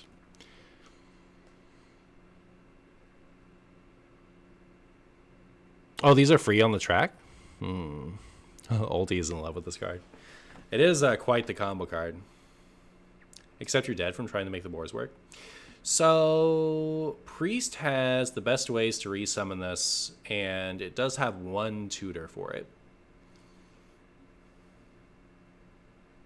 I think if you're going to play the long game with Priest, you just go Raza, right? Instead of Boar. But you could run like an Amara-esque, maybe even have Amara deck with like this, the Twilight card that summons 2 Death Rattles, and Raise Dead, and the card that tutors another Death Rattle, and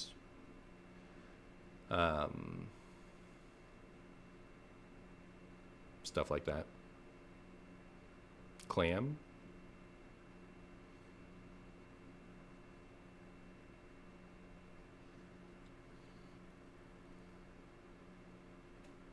I don't know. I don't know that this is ever going to be a meta card, but it's like of combo cards that have seemed like there's no way this is ever good. This one has seemed the best, I think.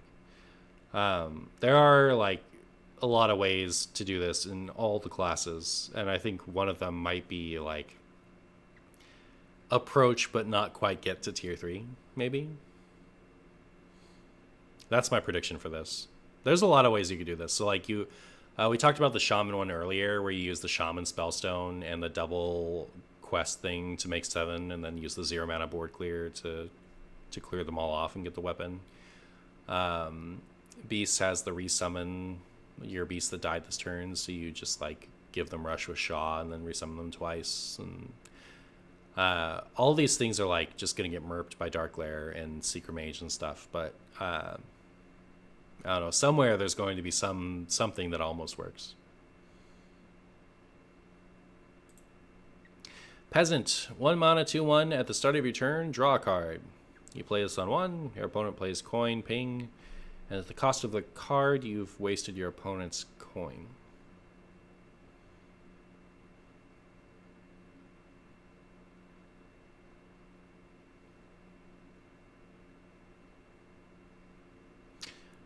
Pretty easy to remove, but maybe. 1 mana, 1/3, give a friendly minion taunt. This card is so interesting to me. I think that this replaces Sunfury Protector in Dark Lair lists sometimes run Sunfury. I think this is better than that for that deck because it costs half the mana. But it only gives 1 giant taunt, so maybe it's not worth it.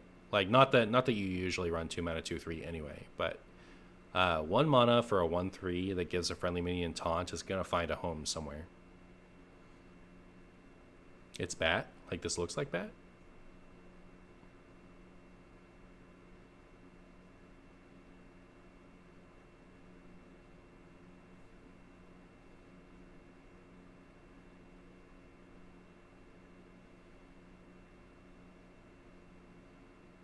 It's either insanely broken or barely playable.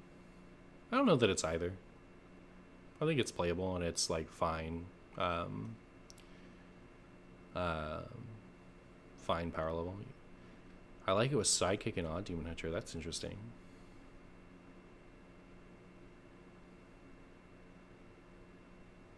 Sunfury mostly is taunting a giant in like a 2/1 or a 2/3. I frequently, I've played a lot of Sunfury Dark Lair, and I frequently hit 2 giants with it. Would you put this in Quest Shudder?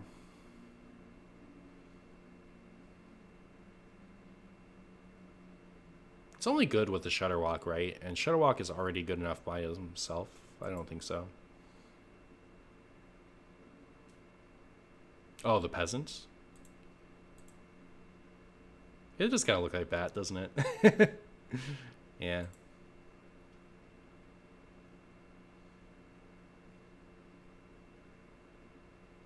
Martian is going to hate this. What am I going to hate? Hey, Sinister.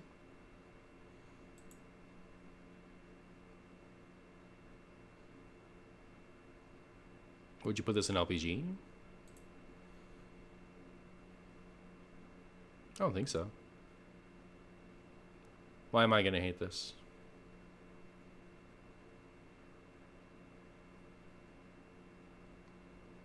I don't usually hate taunts, do I? Auctioneer Jackson, 2 mana, 2/3. Whenever you trade, discover a card from your deck to draw instead.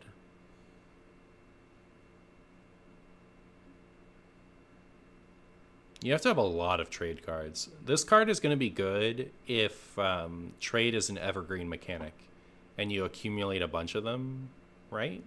I think so. Discovering a card from your deck is really good. Thank you! Sinister coming in with the tier 1. Thank you so much, Sinister. I really appreciate that. You're amazing, my friend. 8 months? My goodness.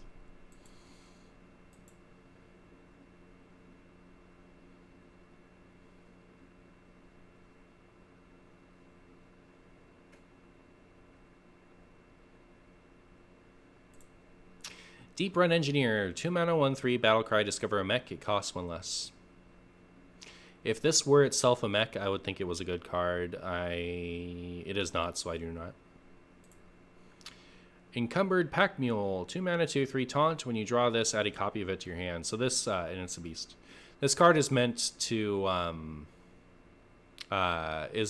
pad your hand for things like Dark Skies and the new like hand lock support for standard. If you play this, does it gives you like turn 3 Mountain Giant on the play, doesn't it?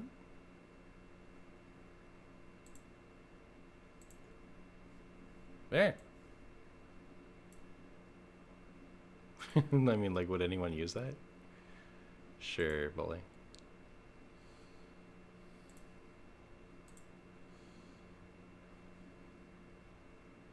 Hand buff warrior? Oh, that's true. I think you use that. Well, can you use this in hand buff paladin? Is this better than Serenite Chaingang in hand buff paladin? No, they're not really the same. But it might be hand buff paladin.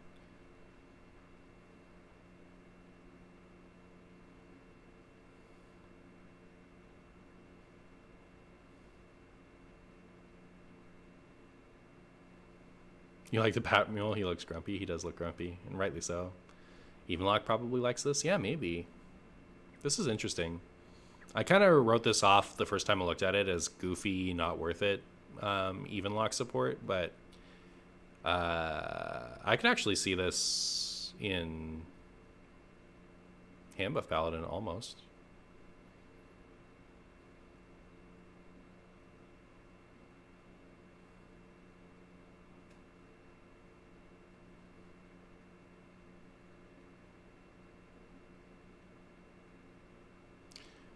Yeah. Florist, 2 mana, 2/3. At the end of your turn, reduce the cost of a nature spell in your hand by 1. Is there any nature spell you would only want to run? You would want to run as your only nature spell in your deck that would benefit from being played a turn early.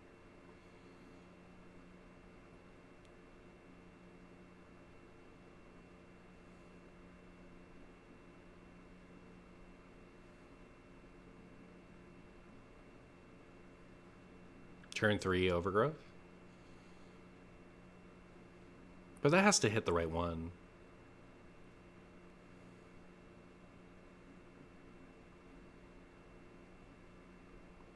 Discounting things by 1 is pretty good. I don't know, it could be that like I'm trying to like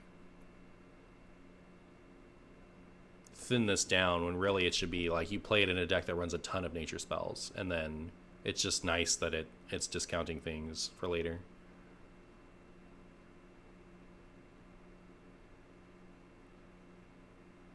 I don't know. This is interesting. I would keep an eye on this. It does discount things, and that matters. Mailbox Dancer. Add a coin to your hand. Battle Cry. Death Rattle. Give 1 to your opponent. So you can do like... How do you do infinite with this? With the... It's with Bolner, right? So 2 mana, 1/4.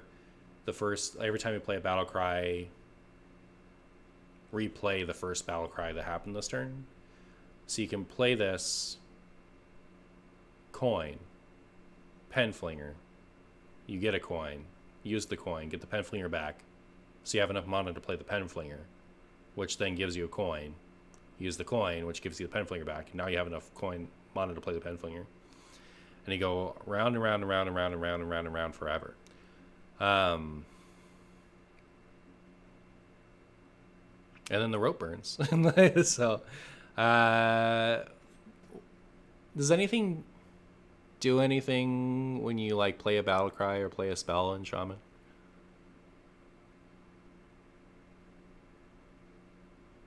Patron?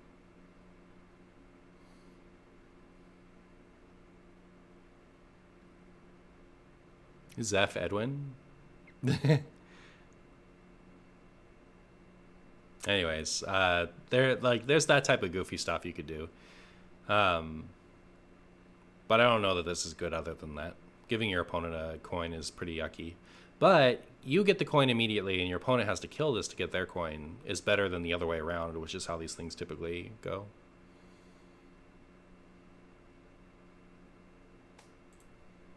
The new 2-mana banger. Yeah, I just talked about that.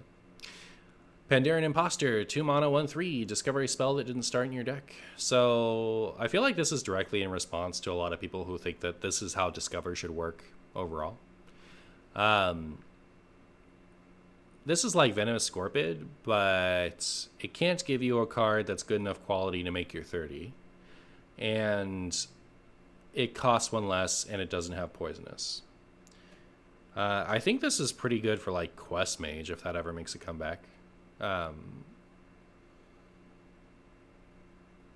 like Tempo Quest Mage, but I feel like Tempo Quest Mage is a thing of the past.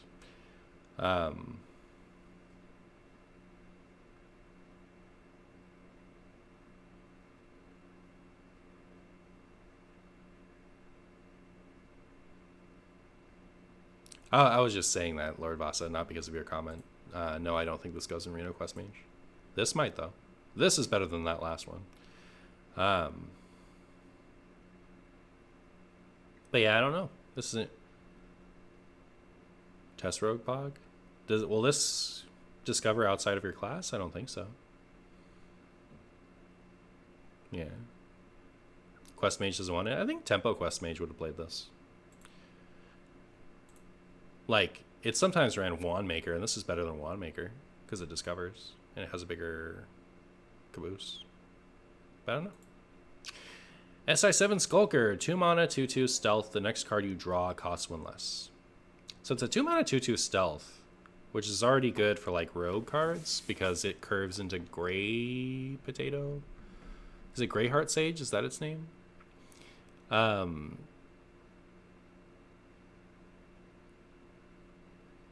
Next card you draw costs 1 less. That's kind of good in a deck that cares about stealth. I think this is kind of good, and this actually might be better than most of the just because it's cheaper and it like has stealth and reduces the cost of something. Like this might just be one of the best rogue quest support card just because of how cheap it is.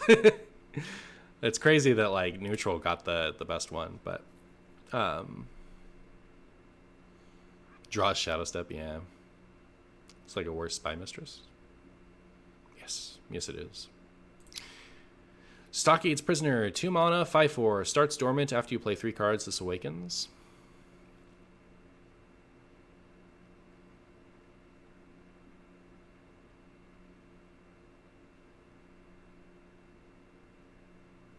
Quest Shudder. Oh. Worse than Biteweed? Oh, you mean this is worse than Biteweed?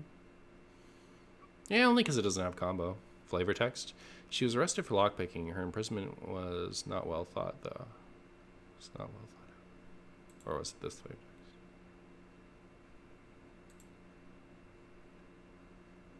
Oh, I see. Miracle Dex Rejoice? Maybe. I think this is a little awkward. I don't know. Enthusiastic Banker. They do look pretty enthusiastic. 3 mana, 2/3. At the end of your turn, store a card from your deck. Death Rattle, add the stored card to your hand. So 3 mana, 2/3, Death Rattle, draw a card. How good is that? 2 mana, 2/1, draw a card is alright with Death Rattle. How good is 3 mana, 2/3, like just on its own merits, not like forget about like silence and whatnot. Like in a world where when it dies you get to draw the card, is 3 mana, 2/3, draw 1 card good?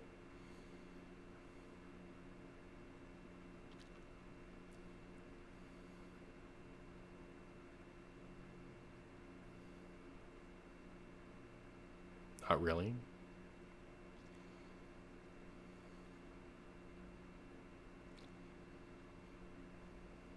Yeah, I think I'm inclined to agree. So, in a world where this never gets silenced or stolen, and it's going to get stolen by Zephrys, Zephrys is going to Shadow Madness this all the time. That's mostly what's going to happen to this.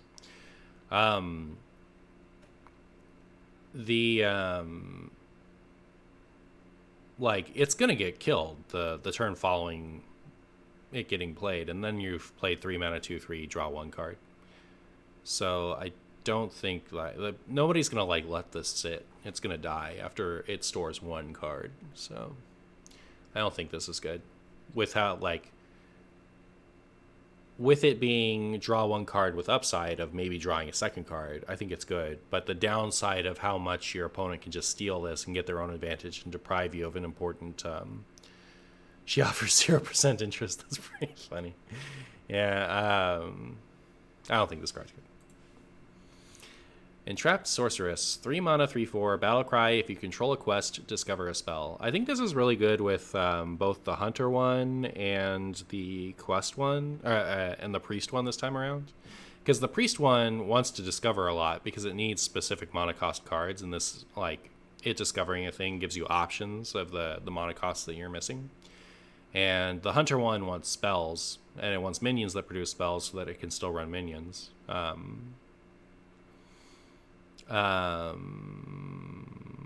Oh, like Quest Mage loves this, doesn't it?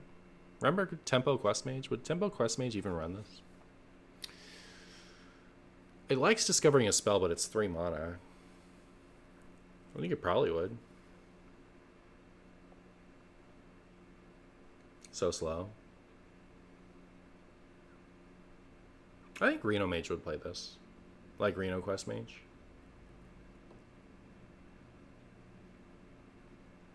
I don't know, it's a good card. It's an interesting card. Yep. Flightmaster Dungar, we've all played with it. We all know its potential.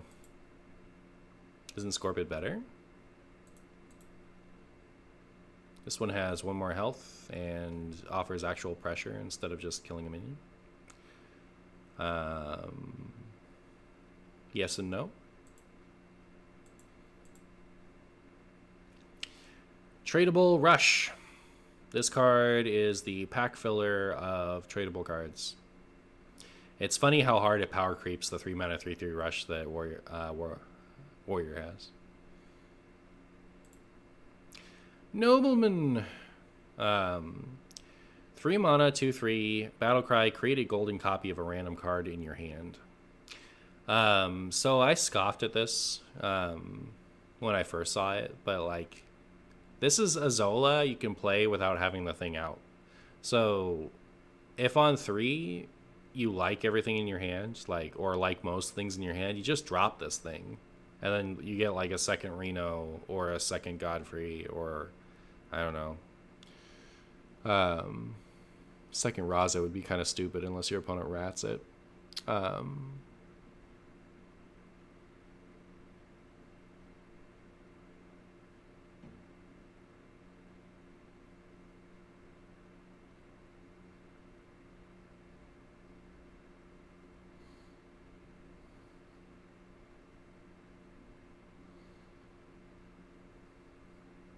Gee, this is more comparable to Zai than Zola? Sure. Except this is much more random than Zai is. I think Zai and Zola are closer than this is to either of them. I don't know. But like, it's just like a slightly more random Zola. You play it in advance. And just when you have mostly good stuff in your hand. And then it probably hits a good thing, and then you have 2 of it. Combo deck? Sure. I have gone over Warlock Diamond. You can check the VOD after this, and I'll have it on YouTube tomorrow. What do I think about the Nobleman in LPG? I think you probably run it in LPG. Like, if you don't run it in LPG, you don't run it anywhere. How's that?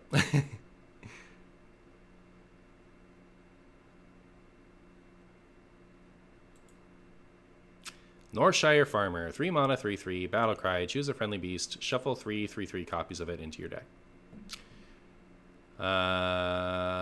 Didn't Rogue get a beast? What was the Rogue beast? Anyways, this is like, if you're running beasts anyway, this is better than Ticketmaster for the Shuffle Rogue deck because it has a Battlecry. So not only is its effect immediately, you can do with the body what you will instead of just having to trade it to get the tickets. And you can bounce it and play it a bunch of times, but the problem is you have to have a beast. So shuffle 3/3 copies into your deck. So you can play this with like Stone Tusk Boar, right? And then it's like worse Dire Frenzy. Except it's Dire Frenzy that you get a 3/3 automatically. But you got 3/3 on the thing that you targeted with Dire Frenzy, so I don't know.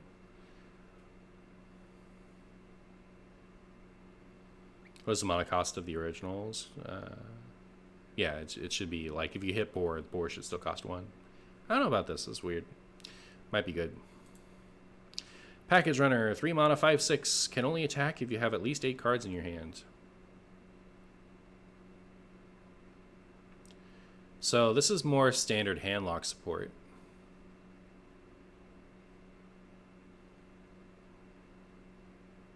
But yeah, I don't know. I don't think anything would play this.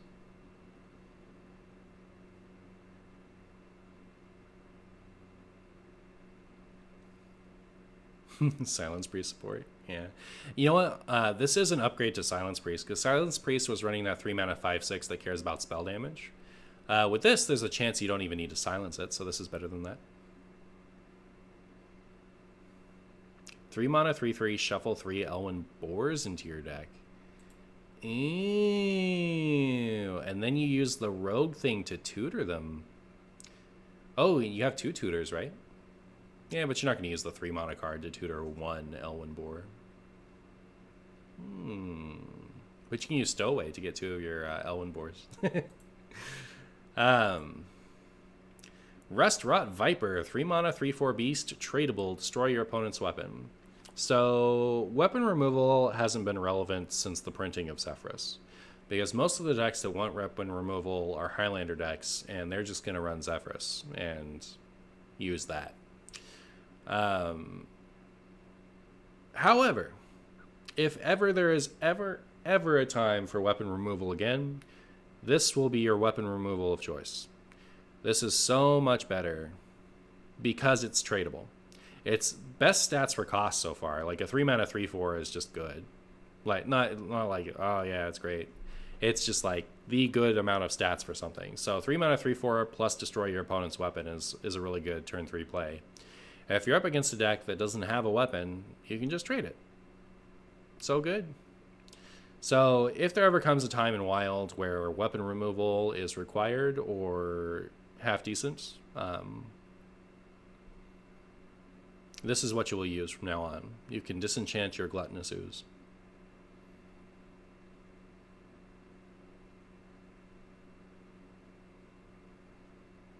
Every class has weapons now, though. If this was 3 mana 3/4, destroy your opponent's weapon if you do draw a card, then I would say you run this. Like, just because weapons are fairly common. But otherwise, I don't like just having a 3 mana 3/4. Blech. Traveling Merchant, 3 mana 2/3, tradable, battlecry, gain +1/+1 for each other friendly minion you control. Can Odd Paladin play this, or is this too yucky? So if you played like, if you Tour Guide on 1, Hero Power on 2, and like 3 of those things survive, this is a 5/6 on 3.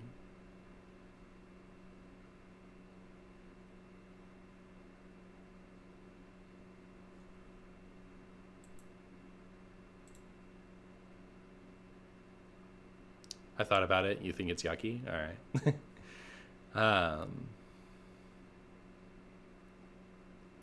Odd Paladin already has stuff that it wants to do on 3. This seems unnecessary to run. But then again, I said that about Lothraxion. This is the Frostwolf guy, but 2 mana cheaper. What else would run this? Like, Cute Lock can't run this because it costs 3.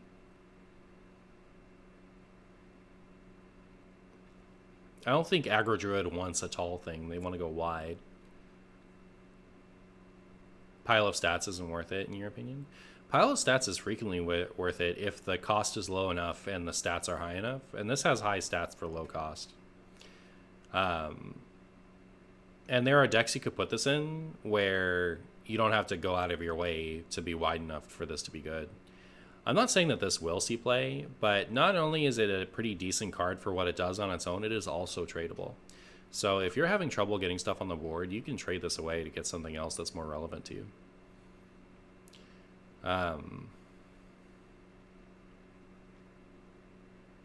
Lithraxine is 5 mana, do with nothing. I've won games because of Lithraxine before. I think it's a good card. Two-Faced Investor, 3 mana, 2/4. At the end of your turn, reduce the cost of a card in your hand by 1. 50% chance to increase. At the end of your turn, reduce the cost of a card in your hand by 1. Let's see. Should never have opened that joint account. Haha. This is a joke card, obviously. But it's another ogre for the full ogre warlock deck, so we can start cutting. There's that 6 mana 1/1 that makes an ogre. There's an ogre in the picture, but it's really hard to see, so we can cut that one. Or we can cut I Know a Guy, or we can cut Ogre Warmaul. Start to get more ogres. Cheesemonger, secretly the big cheese of SI7. He's in SI7, but he doesn't have SI7 in the title. It should be SI7 Cheesemonger. Whenever your opponent casts a spell, add a random spell with the same cost to your hand. So you like Tempo the Sun 4, because that has a big amount of health. It's likely to stick. And then if your opponent plays a spell in response, you get... Oh boy, all those ifs made me bored. This card isn't good.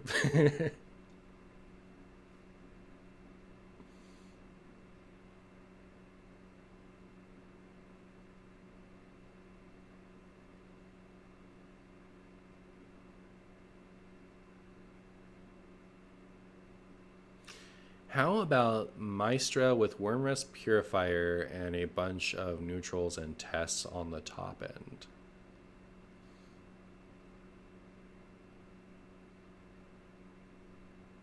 That is spicy. 4 mana, 3/4, spell damage +2, tradable. Remember when they printed a 4 mana 2/2 spell damage +2? This just like power creeps that into the ground. I think, again, whenever I see this, I just think Mizaki. But like Rogue could maybe play this with all the little cheap one. I don't know. I don't know how you make use of this. Maybe it's good in like a priest deck with Spirit Lash and you just trade it, get it back later when you have the mana to cast both. Is tradable straight up cycling? No, you shuffle it back in and draw a card. Royal Librarian, 4 mana, 3/4, tradable, silence a minion. So I think you will always run this if you are ever tempted to run Spellbreaker.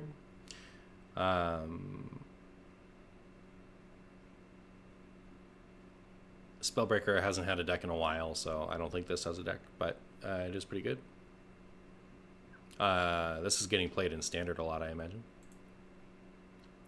Spice Bread Baker, 4 mana, 3/2, restore health to your hero, equal to your hand size. I forgot about this card. So this is another handlock card. I think that Renalock will play this when it's tempted to run Antique Healbot. Even if it heals less than Healbot, it still heals for a mana cheaper, and I think that's relevant. I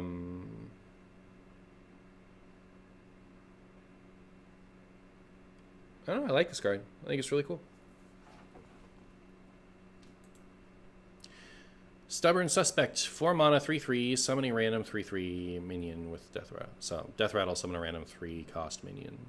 Alright, so I was told that this was better than the 4 mana, 4/3 tradable summon the other copy of it card. Probably. This is Piloted Shredder, but like a little less top end and a little more bottom end. And I thought Piloted Shredder was much better than that other card. So maybe this is better than that.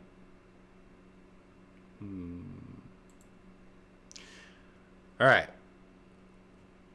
This is my vote for best card in the set.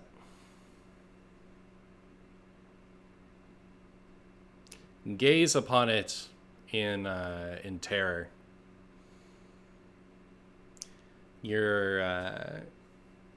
So like here's a best case scenario for you. This is the fairest thing that this card is going to do. Are you ready? So like on 6, you left up your 2/1/1s against Odd Paladin, and they play Conviction, and then put this in between the 2/1/1s, and then they're hitting for a bazillion damage. It's like 12, 14. No, that's not math. Math is too hard for me. 16 damage. That's like the fairest thing you can do with this. But if you remember, there are a bunch of people who are running Zephrys in their Darkglare deck to give their minions Wind Fury. And usually their Zephrys isn't active, and so it's kind of a suboptimal way to play Darkglare. But this is always active. It costs a bit more than Zephrys, but it's active so much sooner that it makes up for it, right? Like, around the time that you can play Zephrys, let's see, Tamsin, PO, and this is 10 mana, so that's already just way better than Zephrys. You give two giants Wind Fury with this.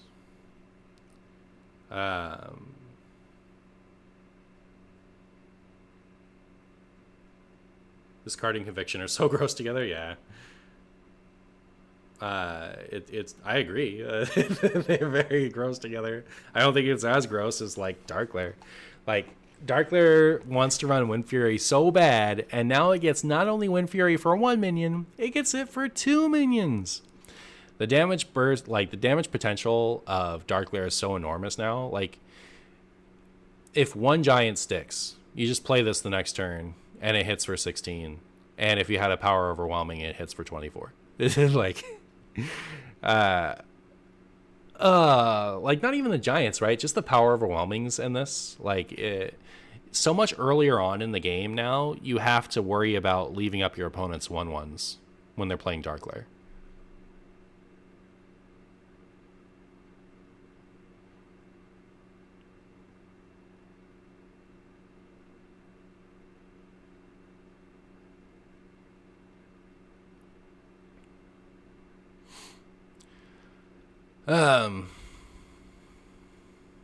Yeah. So this is my best card in the set choice.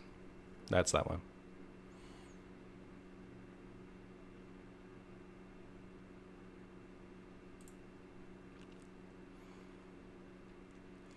Lion's Guard, 5 mana, 4/6, battle cry. If you have 15 or less health, gain +2, +4, and taunt. So 6, 10. What wants to play that? I think this is a good standard card, maybe. Like maybe the Demon Seed decks in standard might play it, maybe, but I don't know. I don't think Wild plays this.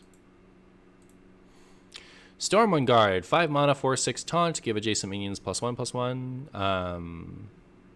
This is really interesting. It's Fungalmancer with the stats redistributed, and it has a taunt. But I think the time when Fungalmancer effects are good in Wild has long passed. City Architect, 6 mana, 4/4, summon 2/0/5. Oops, castle walls with taunts. Giggling Inventor, except no attack on the taunts and no Divine Shield on the taunts. And same mana as the nerfed one. I think this card is bad. But it is 10 health worth of taunts.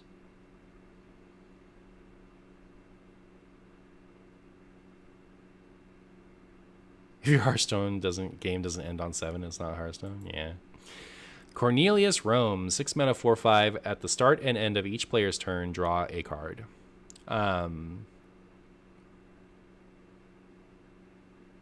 So you play this on 6, you draw 1 at the end of your turn and at the start of your opponent's turn. So it's 6 mana, 4/5, draw 2.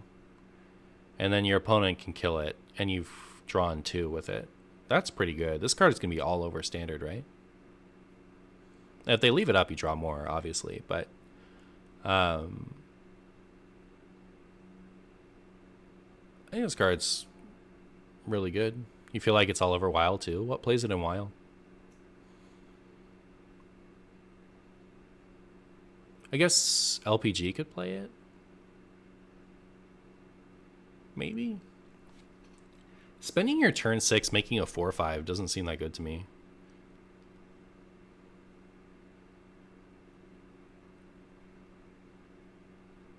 I think Wild players are hugely overrating this. I don't see this too much in Wild either. It might make more even decks viable.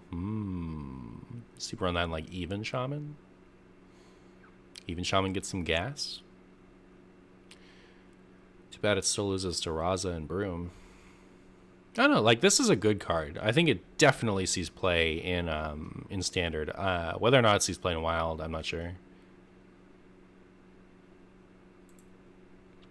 Lady Prester, 6 mana, 6/7. Battlecry, transform minions in your deck into random dragons. They keep their original stats and costs. I scoffed at this so hard when I first saw it, but I didn't I failed to consider the mana discount. So let's go look at some dragons. Let's see how we feel about this.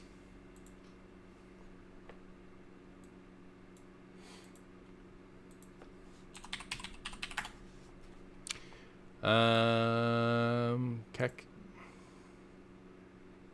This at reduced cost is good. This at reduced cost is okay.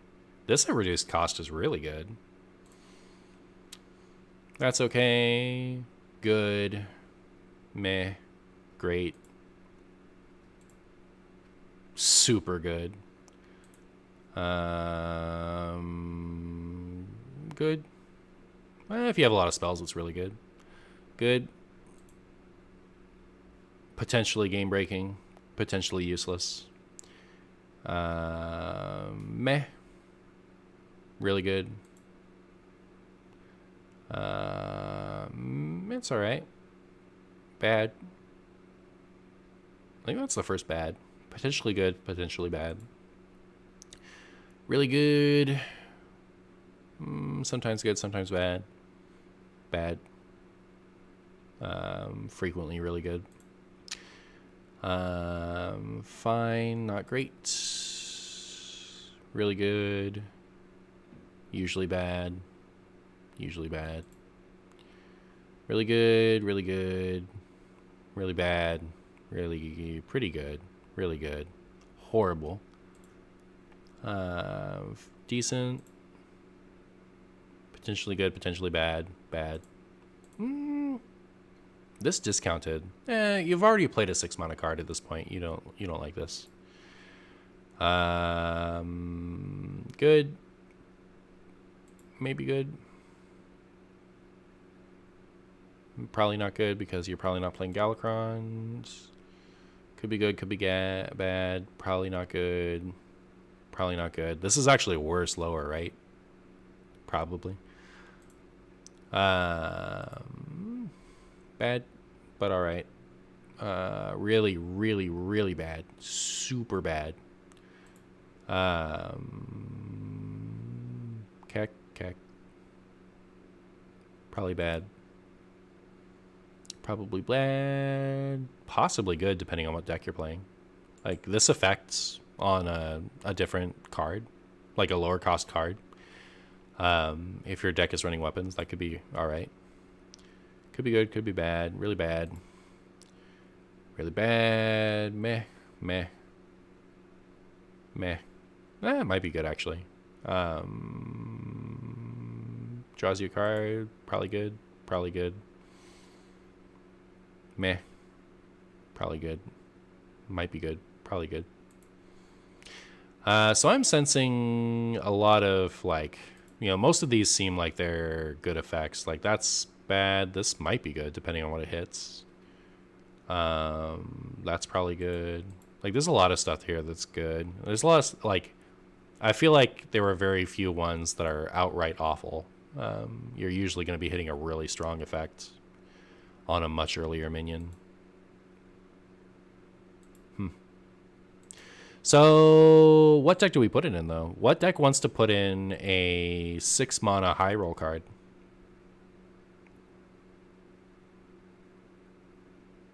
That's the question. Where does this go? Demon Hunter? Will it be better in standard? All cards are better in standard. Well, I guess that's not necessarily true. I think it'll probably be better in standard. Standard pool is bonkers?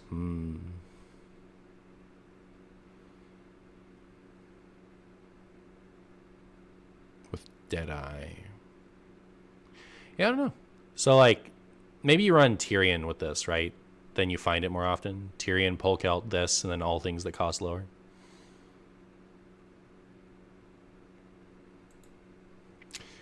Moarg Forge Fiend. This is one of my favorite cards. Like, I'm pretty excited to play with this. 8 mana, 8/8 demon, taunt, gain 8 armor.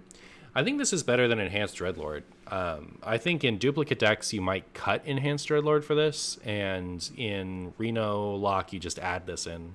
I think Reno Lock really wants to run 1 or 2 more demons, and this is a really good one.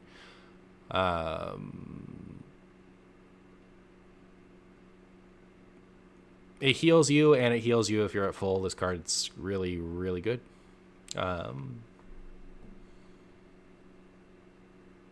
Enhanced Dreadlord is 2/1 demons, though, for Gul'dan. That's good and bad.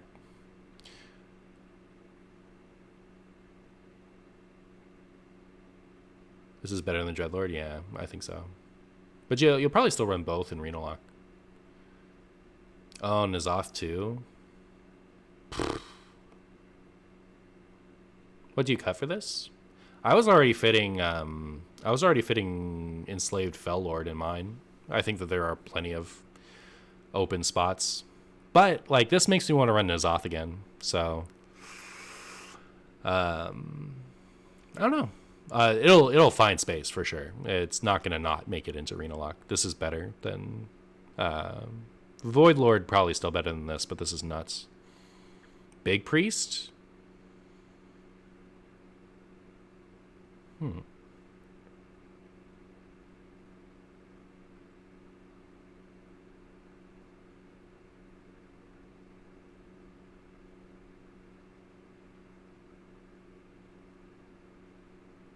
Big Priest. Oh, this is like, this might be what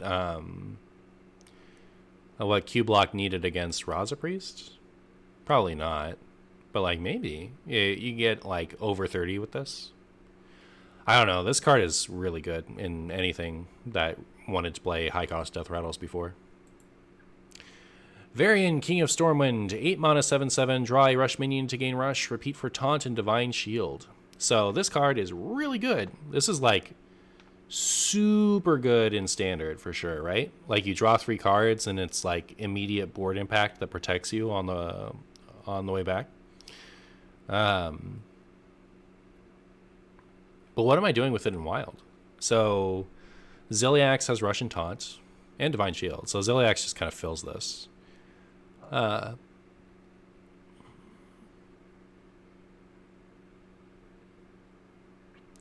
Paladin has like Righteous Protector and stuff. I feel like Reno Warrior and Reno Paladin are the decks that care about this. I don't know about Shutterwalk. The thing is, like, it'd be cool if this was good in Shutterwalk because giving these effects to Shutterwalk are good. But I think it just like replaces Ashmore in my silly off-meta Shutterwalk, and like you don't expect it to draw you any cards with a Shutterwalk. You know, like you play it once, you draw 2 to 3 cards, and then you've drawn all your cards that are relevant with this. Ziliax would have to be drawn 3 times. I just meant like it could fill any of these. So like that's one card that refills and like meets any of these requirements. But yes, you're not going to draw it 3 times. You're going to draw it for 1 of these. Feel like it's meh in LPG. What am I running in LPG right now?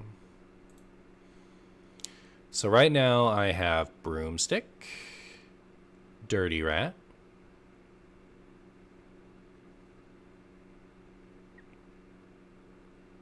I don't have Ziliax in this list, but I could put it in.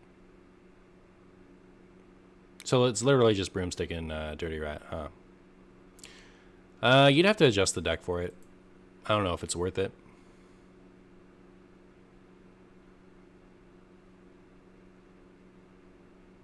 Reno Lock shouldn't be running Finley Gnome. Do you mean Finley Grizzled Wizard? Goldshire Knoll. 10 mana, 5/4. Rush. Costs 1 less for each other card in your hand. So if your hand is full, it's a 1 mana, 5/4 Rush. I think this is exactly too bad to run.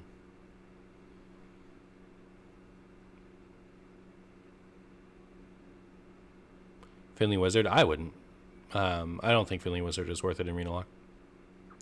Handlock for this? Handlock is actually dripping. Like, oozing with good options right now. It can't even contain how many good options it has.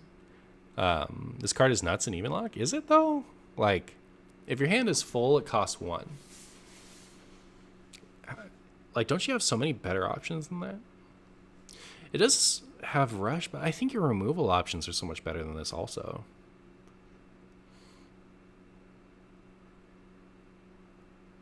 I'm not sold on this guy in even lock.